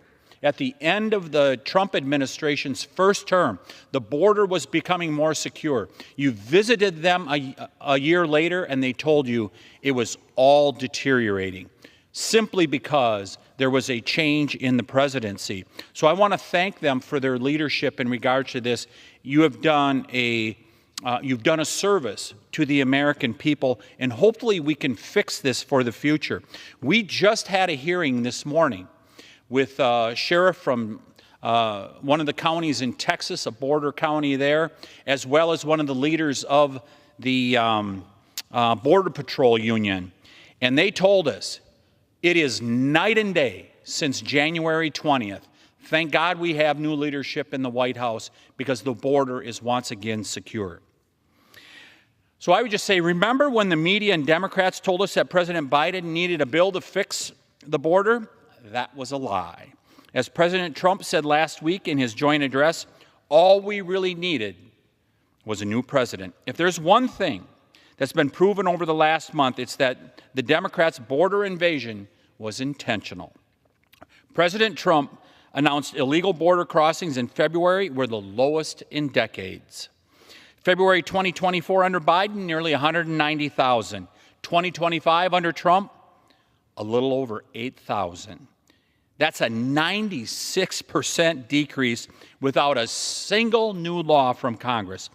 The difference, real leadership. It's truly a shame that Democrats willingly let the killers of Laken Riley, Jocelyn Nungare, and Rachel Morin into this country. It's also a shame they did not deport criminals like the one in my congressional district who killed Stephen Nashholm, a father of 3 daughters. Thankfully, President Trump didn't wait for excuses. He took action by putting Remain in Mexico back in place, declared an emergency at our southern border, sent troops to help the Border Patrol, put a stop to illegal crossings, and signed the Laken Riley Act into law to deport dangerous criminals. Gone are the days of catch and release, which have a completely different meaning where I come from in the lakes in northern Wisconsin. But President Biden had turned it into an illegal alien term where illegals who were caught at our southern border were released into the U.S. To be clear, the last administration chose to let America be invaded. President Trump chose to stop it. Now American strength is back and stronger than ever, but we cannot stop here. Congress must act now to ensure these gains are not undone by the next weak president in the White House. We must codify things like stopping birthright citizenship, ending catch and release, ensuring that ICE has the tools needed to carry out mass deportations, and preventing parole abuse permanently. President Trump is doing his job. Now it's time for Congress to do ours. No more excuses. It's time to stand up for America. I yield back. Thank the gentleman. Appreciate his willingness. We have been to the border together. As everyone speaking tonight, I think we have been, except for Mr. Gill, who I've got to get down there with me because it's always fun.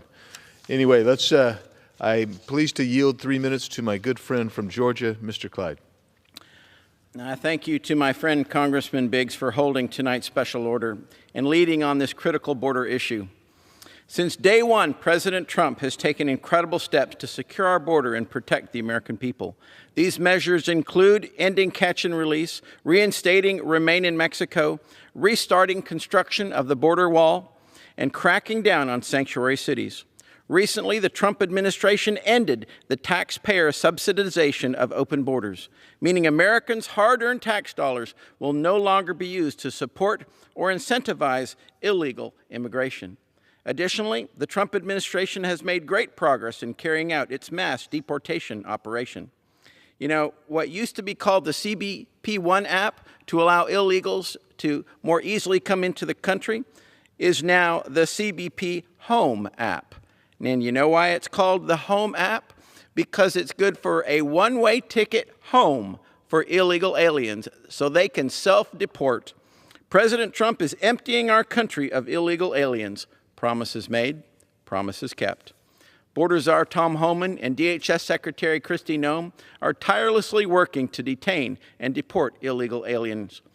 ICE agents, along with key assistance from local, state, and federal law enforcement partners, have already arrested and issued detainers for thousands of criminal illegal aliens, including murderers, drug traffickers, suspected terrorists, and MS-13 gang members.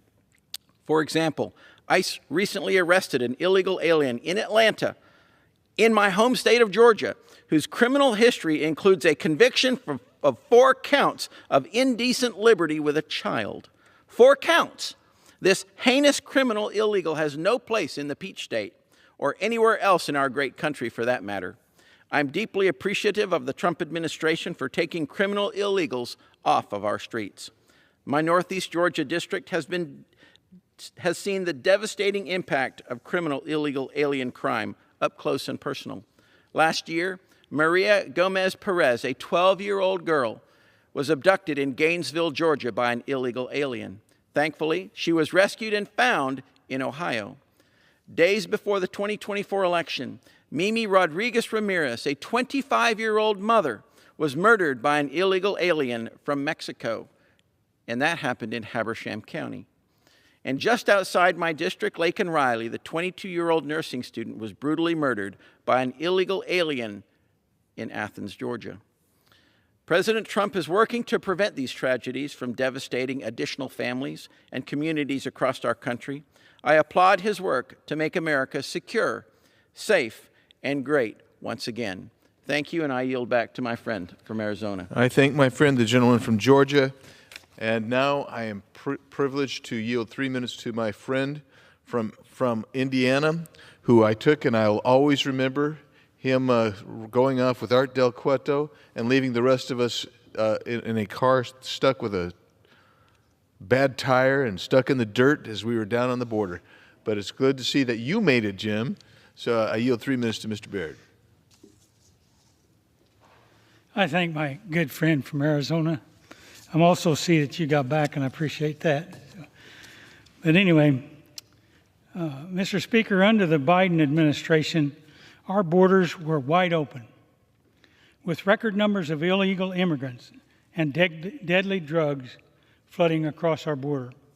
Under President Biden, every single state became a border state, including Indiana.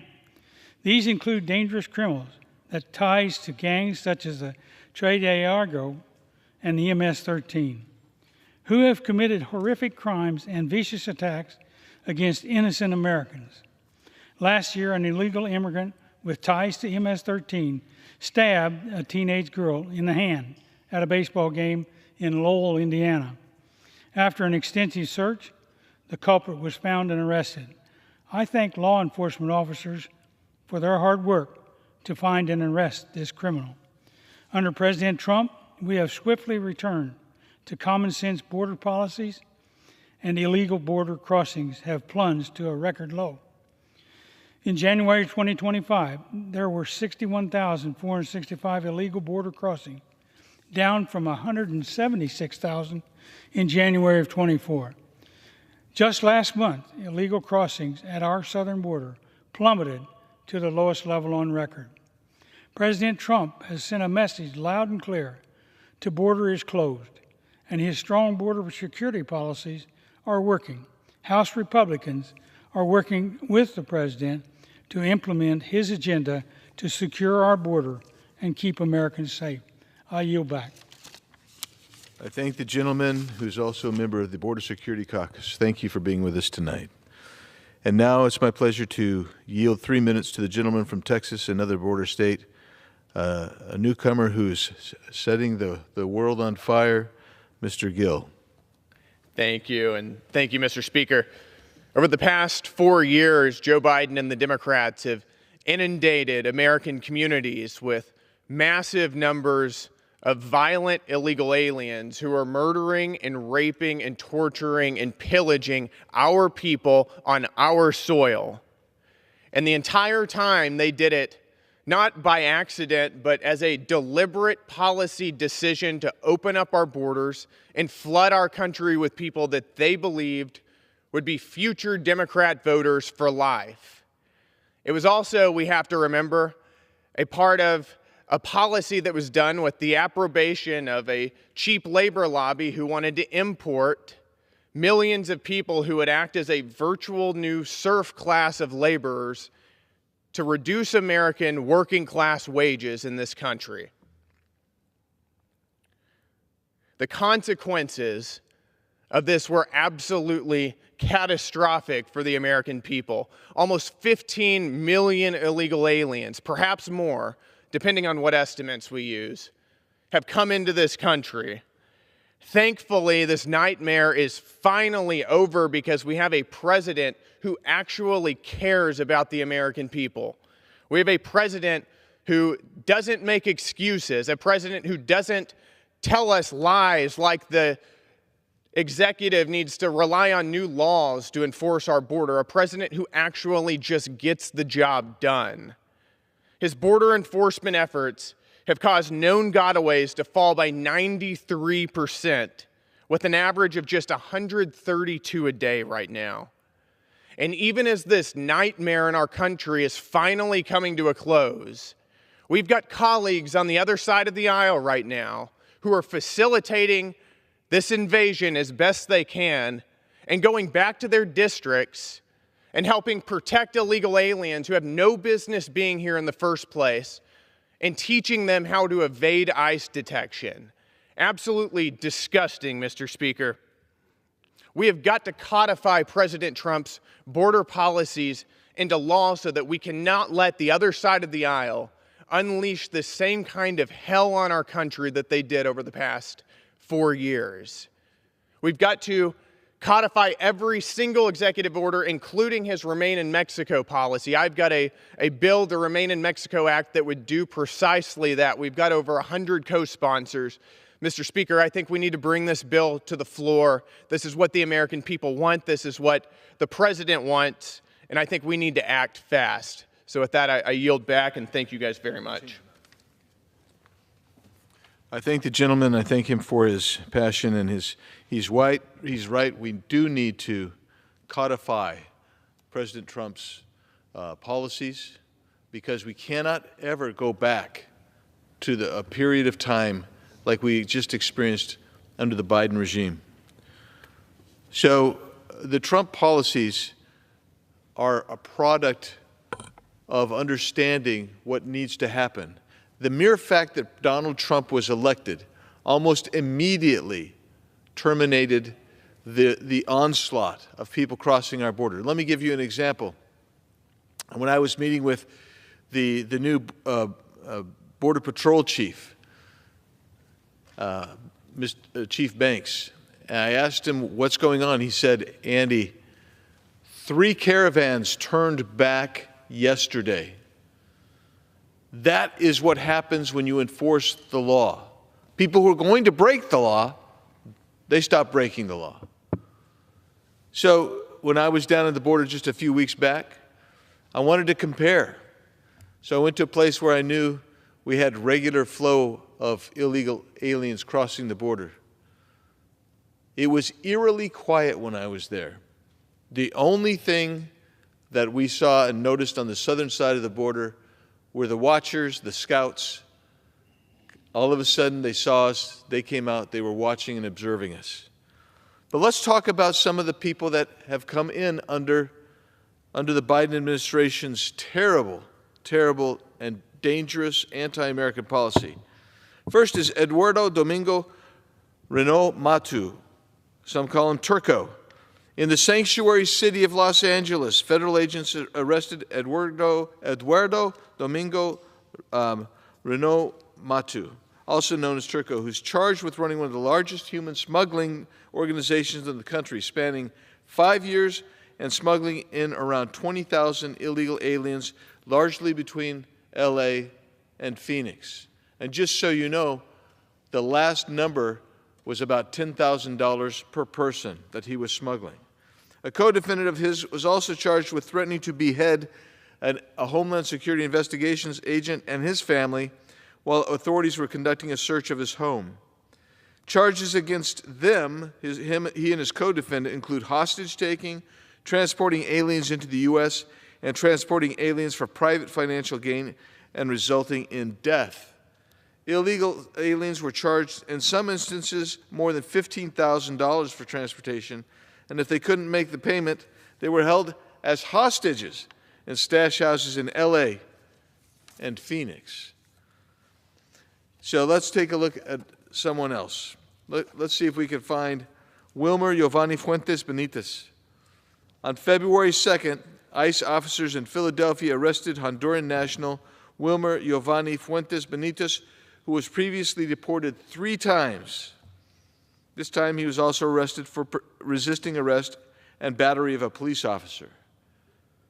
These are the people that my friends across the aisle say should be allowed to remain here in these sanctuary cities.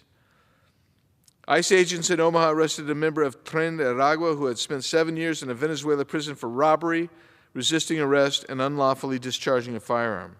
In Newark, New Jersey, ICE agents arrested Fernando Hernandez Martinez for 2 counts of child molestation. We have another poster. This is Jose Roberto Rodriguez Urbina. On January 22nd, ICE agents in New York City arrested El Salvadoran national Jose Roberto Rodriguez Urbina, who is wanted in his home country on extortion charges. This is what happens when an administration does not properly vet people they let into the country. Criminal fugitives see the U.S. as a safe haven from justice, and they abuse the parole statute. They literally granted parole to millions of people when the very purpose of parole never saw more than 25 or so people admitted into the country under parole, but not under the Biden administration. In St. Paul, Minnesota, another individual was arrested by ICE agents, Victor Covarrubia Ozuna, for sexually assaulting a child.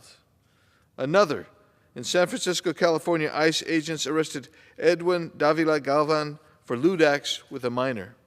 We have another poster. On January 27th, ICE agents in San Diego arrested an Afghani who had an existing removal order and was a known or suspected terrorist. Despite having a removal order, the Biden-Harris administration and Secretary Alejandro Mayorkas could not be bothered to deport this suspected terrorist. He was roaming our streets and had to be captured by ICE agents. We have another individual, another poster. No posters, okay. On February 5th, ICE officers in Harris County, Texas, arrested Mexican national David Gonzalez Martinez for aggravated assault causing serious bodily injury. Gonzalez has illegally entered the country at least 4 times and was removed from the U.S. in 2001, 2008, and 2015. He was previously convicted of voluntary manslaughter, aggravated assault with a weapon, drug possession, and illegal reentry. On January 27th, ICE agents in Brockton, Massachusetts, arrested Guatemalan national Edilio Agustin Ariana. Augustin is charged with 5 counts of assault with a dangerous weapon, 3 counts of kidnapping, and armed home invasion. He has a record with ICE going back as far as 2002, when he was first arrested for illegally entering the United States. 4 minutes. These are the types of individuals that are currently being arrested by ICE under the leadership of Tom Holman.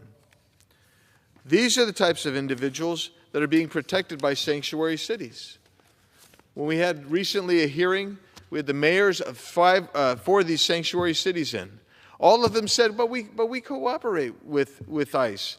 We don't keep people from being deported, or we don't stop handing them over, but they do. They release them in the parking lot.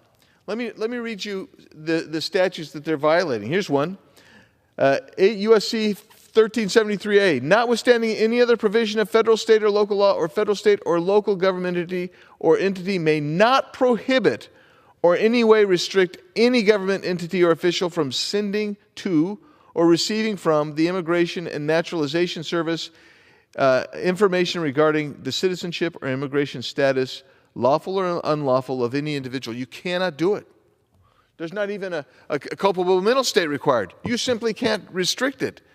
But the sanctuary cities are preventing ICE and the immigration officials from getting this information. Here's this one. This is 8 U.S.C. 1324C. In conducting investigations and hearings, immigration officers and administrative law judges shall have a reasonable access to examine evidence of any person or entity being investigated. But when the sanctuary city mayors say you can't cooperate with ICE, they're violating this statute. They have criminal culpability. And also, you'll see there's no culpable mental state. There's no requirement that they intentionally or willfully, knowingly do it. It's a per se statute. They're violating this. They have criminal culpability. The sanctuary cities also have culpability on this. Any person who knowing, now you have a culpable mental state, that a person is an alien, knowing or in reckless disregard of the fact that an alien has come to, entered, or remains in the United States in violation of law, conceals, harbors, or shields from detection, or attempts to conceal, harbor, or shield from detection, such alien in any place shall, for each alien in respect to whom such a violation occurs, be fined, imprisoned not more than 10 years, or both. Now, I want you to understand something. What you have here is you have mayors telling their police chiefs and their officers, don't hand these people over. Don't hand them over. And there's no distinction between civil or criminal. And when they do that, they know that they're concealing. That's a penalty. That's a criminal sentence up to 10 years. They're violating the law. They need to be prosecuted. And I'm calling on Pam Bondi, the new Attorney General, and I'm also calling on Mr. Holman to make that happen. With that, Mr. Chairman, I tip my hat to Mr. President Trump. What he's done just by enforcing the law has actually secured most of our border. With that, I yield back.